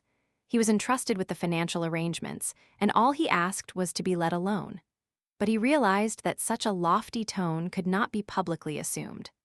Suppressing his indignation, he set to work with meticulous care to prepare the fullest possible reports before the expiration of the congressional session. His enemies thought to burden him with a task that could not be performed in so short a time. Their strategy was to let the resolutions with their implications seep in on the minds of the people throughout the ensuing summer. His cue was to thwart them in that purpose, to achieve the impossible, to meet the resolutions during the session, and win a triumph. Not for him, that winter, the gala nights at the new Chestnut Street Theater, nor the dinners at the Binghams, nor the dances at the Stewarts, nor the felicities of the hearth with Eliza at his side. His place was at the Pemberton mansion, day and night, until the work was done. Oliver Walcott and the clerks were doomed to the same drudgery. Far into the night, the lights gleamed in the windows of the old house, and dark and deserted were the streets when the workers made their way to their various homes after dreary hours of poring over figures, assembling facts, and writing explanations. Within 12 days, the first report, with elaborate tables containing the most minute details of transactions, was sent to the House. 2 days later, the second report was done and in. A week more and the third was sent. Another 6 days and the last was finished. The intense application, the late hours, the nervous strain, told perceptibly on Hamilton, who was never robust. The color left his cheeks when they were not flushed with excitement. His nights were all but sleepless. His waning strength was sustained by the driving force of his powerful mind. When it was over, even Walcott found that his routine business had fallen behind and that he would be busy for some time to bring it up. To his father, he apologized for failure to answer letters. There was no time for letters. The winter has required every exertion which I could make. As these voluminous reports poured in upon the House in rapid succession, the Jeffersonians were amazed, and the Hamiltonians beside themselves with joy. A startling intellectual feat, to be sure. "I can recall nothing from the British minister in all the conflicts of party equal to it," wrote one admirer. Even Necker's boasted account of the finances of France is inferior, although that was the result of long study and elaborate preparation, and Hamilton's the work of a moment. "Poor fellow, if he has slept much these last 3 weeks, I congratulate him upon it. Wonderful reports," agreed the Sentinel of Boston. "The manly, unequivocal sentiments, the fair and accurate statements, and the judicious arrangements must fix his character as a patriot, a statesman, and an able and honest financier." "Yes," added another, "he will come forth pure gold." But his enemies were not so much delighted. They read and studied the reports, complaining that the wizard of the speculators was up to his old tricks. A maze of words, interminable sophistries, columns of confusing figures, arguments instead of facts, and special pleading. No one could understand these reports, such the verdict of the rank and file. To which the Hamiltonians responded with a sneering verse. "The secretary makes reports whenever the House commands him, but for their lives, some members say, they cannot understand him. In such a puzzling case as this, what can a mortal do? 'Tis hard for one to find reports and understanding too." But the leaders among the Jeffersonians were studying the reports and finding a few things that they could understand. Evidence of corruption they did not find, but they found technical violations of the law, an indifference on Hamilton's part to the clear intent of Congress in making appropriations quite enough, as they thought, on which to continue the attack. Again, Giles and Madison sat with Jefferson in his home, going over the reports, and framing the second set of resolutions with which it was hoped to drive their enemy from the cabinet. 7. 3 days before the end of the session, Giles presented his famous resolutions in condemnation of Hamilton's official conduct, based on the disclosures in his reports. It does not matter who originally wrote them. A scholarly historian has produced proof of the part played by Jefferson. In the very nature of things, he must have had a part. Madison unquestionably made suggestions and possibly revamped the copy produced by Jefferson. Giles presented them, and they embodied the conclusions of the 3 outstanding leaders of the opposition.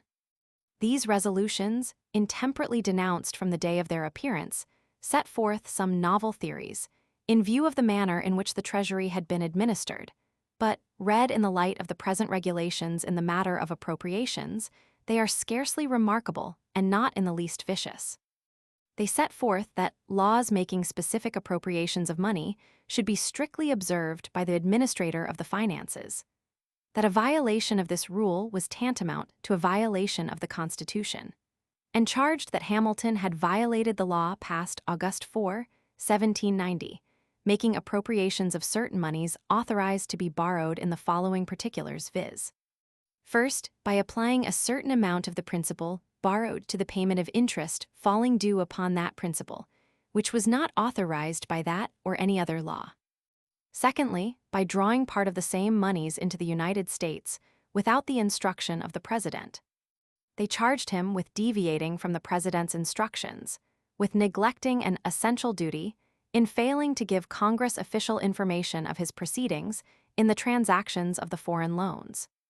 More to the point, politically, was the charge that he did not consult the public interest in negotiating a loan with the Bank of the United States and drawing therefrom $400,000 at 5% per annum, when a greater sum of public money was deposited in various banks at the respective periods of making the respective drafts.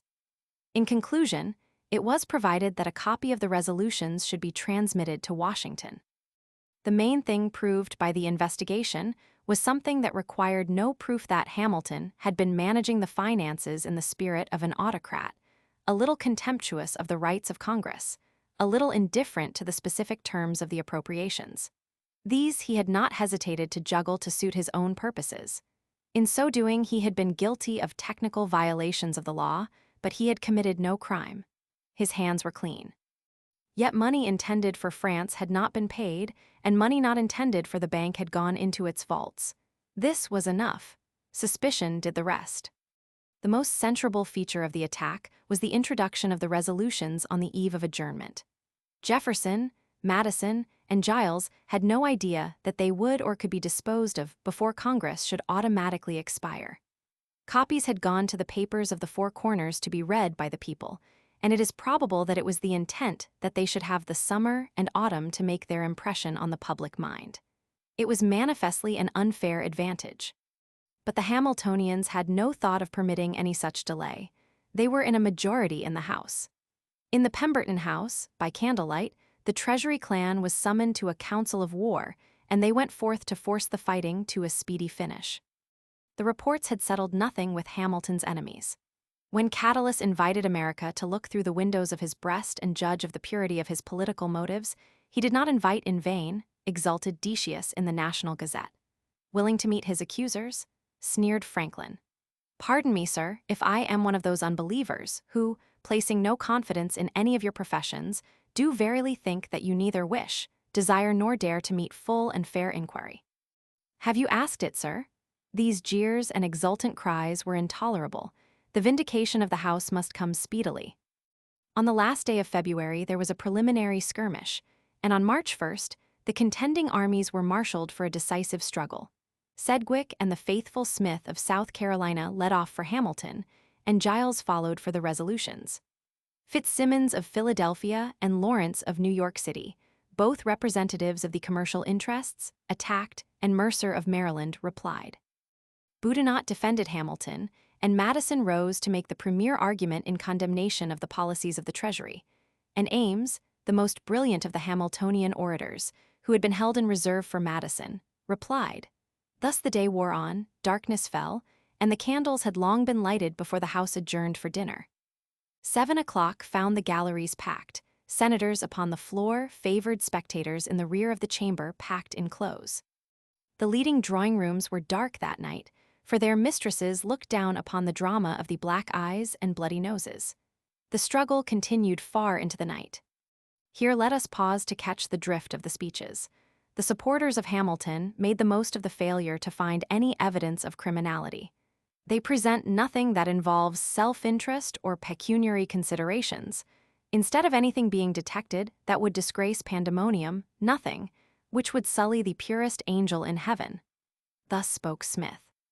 No longer the foul stain of peculation, but the milder coloring of an illegal exercise of discretion and a want of politeness in the Secretary of the Treasury, said Barnwell. What if a critical examination had revealed a deviation from the letter of the law, exclaimed Lawrence. Was that an excuse for sounding the alarm from St. Croix to St. Mary? No corruption, cried Mercer, who had been forced to deny campaign charges he had made. I still entertain the opinion that there is corruption. The House was in turmoil, and the Marylander was sharply called to order. On he plunged, recklessly fighting his way against calls to order. No charge of corruption stained the lips of Madison, who moved on solid ground. There had been a technical violation of the law, and he proved it. There had been a disregard of the instructions of the president, and he showed it. He went thus far, no farther, and he hammered home the facts. I will not deny, he said, that there may be emergencies in the course of human affairs of so extraordinary and pressing a nature as to absolve the executive from an inflexible conformity to the injunctions of the law. It is, nevertheless, as essential to remember that in all such cases the necessity should be palpable, that the executive sanction should flow from the supreme source, and that the first opportunity should be seized for communicating to the legislature the measures pursued, with the reasons of the necessity for them. This early communication is equally enforced by both prudence and duty. It is the best evidence of the motives for assuming the extraordinary power. It is a respect manifestly due to the legislative authority. On this ground he stood, and there stood Giles. The charges were dismissed by Ames, ex-cathedra-wise, with a shrug. What if there had been a juggling of the funds? It is impossible, he said unblushingly, to keep different funds, differently appropriated, so inviolably separated as that one may not be used for the object of the other. Nothing criminal had been proved. One by one, the resolutions were taken up and overwhelmingly voted down even where Hamilton had admitted the charge and justified his acts. Before the last vote was reached, many of the members, worn by the excitement, the confinement and fatigue, and confident of the result, deserted their posts and wandered forth into the winter night. 8. Hamilton had sought, through his anonymous letters, to drive Jefferson from the cabinet and failed. Jefferson had tried, through this investigation to drive Hamilton from public life and failed. The struggle must go on. Each had caused the other some distress, each drawn a little blood, but neither had inflicted a serious wound. With the adjournment of Congress, the skirmishing was taken up all over the country through the press. The Boston Federalists opened fire upon the Boston Argus. It had published the resolutions, but not the Hamilton reports. The resolutions had been carried on the same mail that conveyed the vote of vindication, and the defeat of Giles had not been mentioned. Infamous. Marat proposed satirical resolutions declaring highly reprehensible every official who, by integrity, talents, and important services, conciliates the esteem and affections of the people. Hamilton had come out pure gold, wrote a Philadelphian to a citizen of Rhode Island. The more it is rubbed, the more it will shine. A writer in the Connecticut Gazette was moved to a frenzy of indignation. Dutch Republicans murdered De Witt and ate his heart. Republicans banished Aristides, the first, and condemned Socrates to hemlock. And yet we have confined the punishment of eminent services and ability to attempts to degrade them from office by innuendos, electioneering slanders, and newspaper detraction. This, however, may be the prelude to eating and banishing. A traveler in the southern states wrote of the effect of the investigation in Virginia. It had opened the eyes of many who have hitherto been under the explicit direction of a certain would-be umpire of the United States. He found that prejudice had been created against Hamilton on the ground that he had not done as much as he ought to assist certain needy men to their claims for services, but he was pleased to find that the unjust prejudice against the industrious patriot is decreasing daily. Everything possible was done to make Hamilton's vindication a veritable triumph. When the Providence Society of New York met at Hout's Tavern for a dinner, the toast, "The Secretary of the Treasury may, his distinguished talents and integrity command universal respect," was received with shouts and the clicking of glasses. But the Jeffersonians were unimpressed. After all, they said, Hamilton acknowledges the freedom taken with appropriations and strives to work out an apology rather than a justification. A week later, the National Gazette presented an analysis of the vote of which the Jeffersonians were to make much. Vindication, indeed, and by whom? 3 were directors of Hamilton's National Bank. 15 or 20 were reputed to be stockholders in the same institution. Can these men be admitted as judges, men who in fact are parties to the cause? All over the land, the Jeffersonians were making it uncomfortable for many members who had voted to vindicate, and the Kentuckians soon had Christopher Greenup begging for a suspension of judgment until he could explain. "Vindicated," cried the Hamiltonians. "Yes, and by whom?" answered the Jeffersonians. "By bank directors, by bank stockholders who profited, by congressional speculators in the funds." 9. Thus the Jeffersonians sought to explain their defeat and even turn it to account. The master mind among them expressed no surprise at the result. He drew up a list of the members who had voted the vindication, indicating which owned bank stock and which speculated in the funds. When Jefferson journeyed back to renew his strength and courage on his beloved hill, others of his party followed. A little later, there was a movement of the leaders to the country home of John Taylor of Caroline at Port Royal, Virginia, where the conferences were continued. Thither went Giles, Senator Hawkins of North Carolina, and Nathaniel Macon. The master of Port Royal was a remarkable character, an ardent Republican, an earnest champion of the agricultural interests, a robust, original thinker with something of the political philosopher, an able writer, a dignified though reluctant senator. His mind ran much in the same groove with Jefferson's and Madison's, both of whom were anxious to enlist him more actively in their fight. Just what occurred at the conferences that summer is not known. A few months later, however, the probable fruit of the discussions appeared in Philadelphia in the publication of a startling pamphlet, an examination of the late proceedings of Congress respecting the official conduct of the Secretary of the Treasury. Here, in an analysis of the vote, the charge that interested parties had furnished the majority was not only made, but names were given. Of the 35 supporters of Hamilton, 21 were set down as stockholders or dealers in the funds, and 3 as bank directors. Referring to the fervent declaration of Smith of Charleston that Hamilton was as free from taint as the purest angel in heaven, the author of the pamphlet commented that it is well known that holds between 300 and 400 shares in the Bank of the United States and has obtained discounts, ad libitum. As for Hamilton's reports, they contained vindications of his conduct, in certain particulars relative to which no charge had been brought forward. His explanation of the shuffling of appropriations was unimpressive. A deficiency in the appropriation? In such event, it becomes his duty to state the fact simply and correctly to the legislature, that they might, in turn, furnish fresh and additional funds. Hamilton had done nothing of the sort. He had treated the House with contempt and violated the law. Here was clearly the answer of the Jeffersonians to the vote of the House.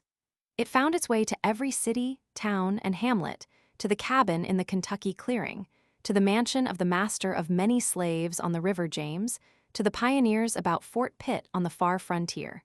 John Taylor of Caroline had struck his blow. Thus the congressional battle merely served to accentuate the differences of the parties. It marked, in great measure, the close of the purely fiscal phase of the struggle. Neither Jefferson nor Madison was qualified to cross swords with Hamilton in the field of finance. Giles was hopelessly inadequate. A little later, a Jeffersonian leader was to join them whose genius as a financier would be as far above all the Federalists. Save Hamilton alone, as Hamilton was superior to Giles, but he was still waiting in the wings for fate to give the cue for his appearance. Even as Taylor wrote, a new issue had appeared, made to order for the purposes of Jefferson.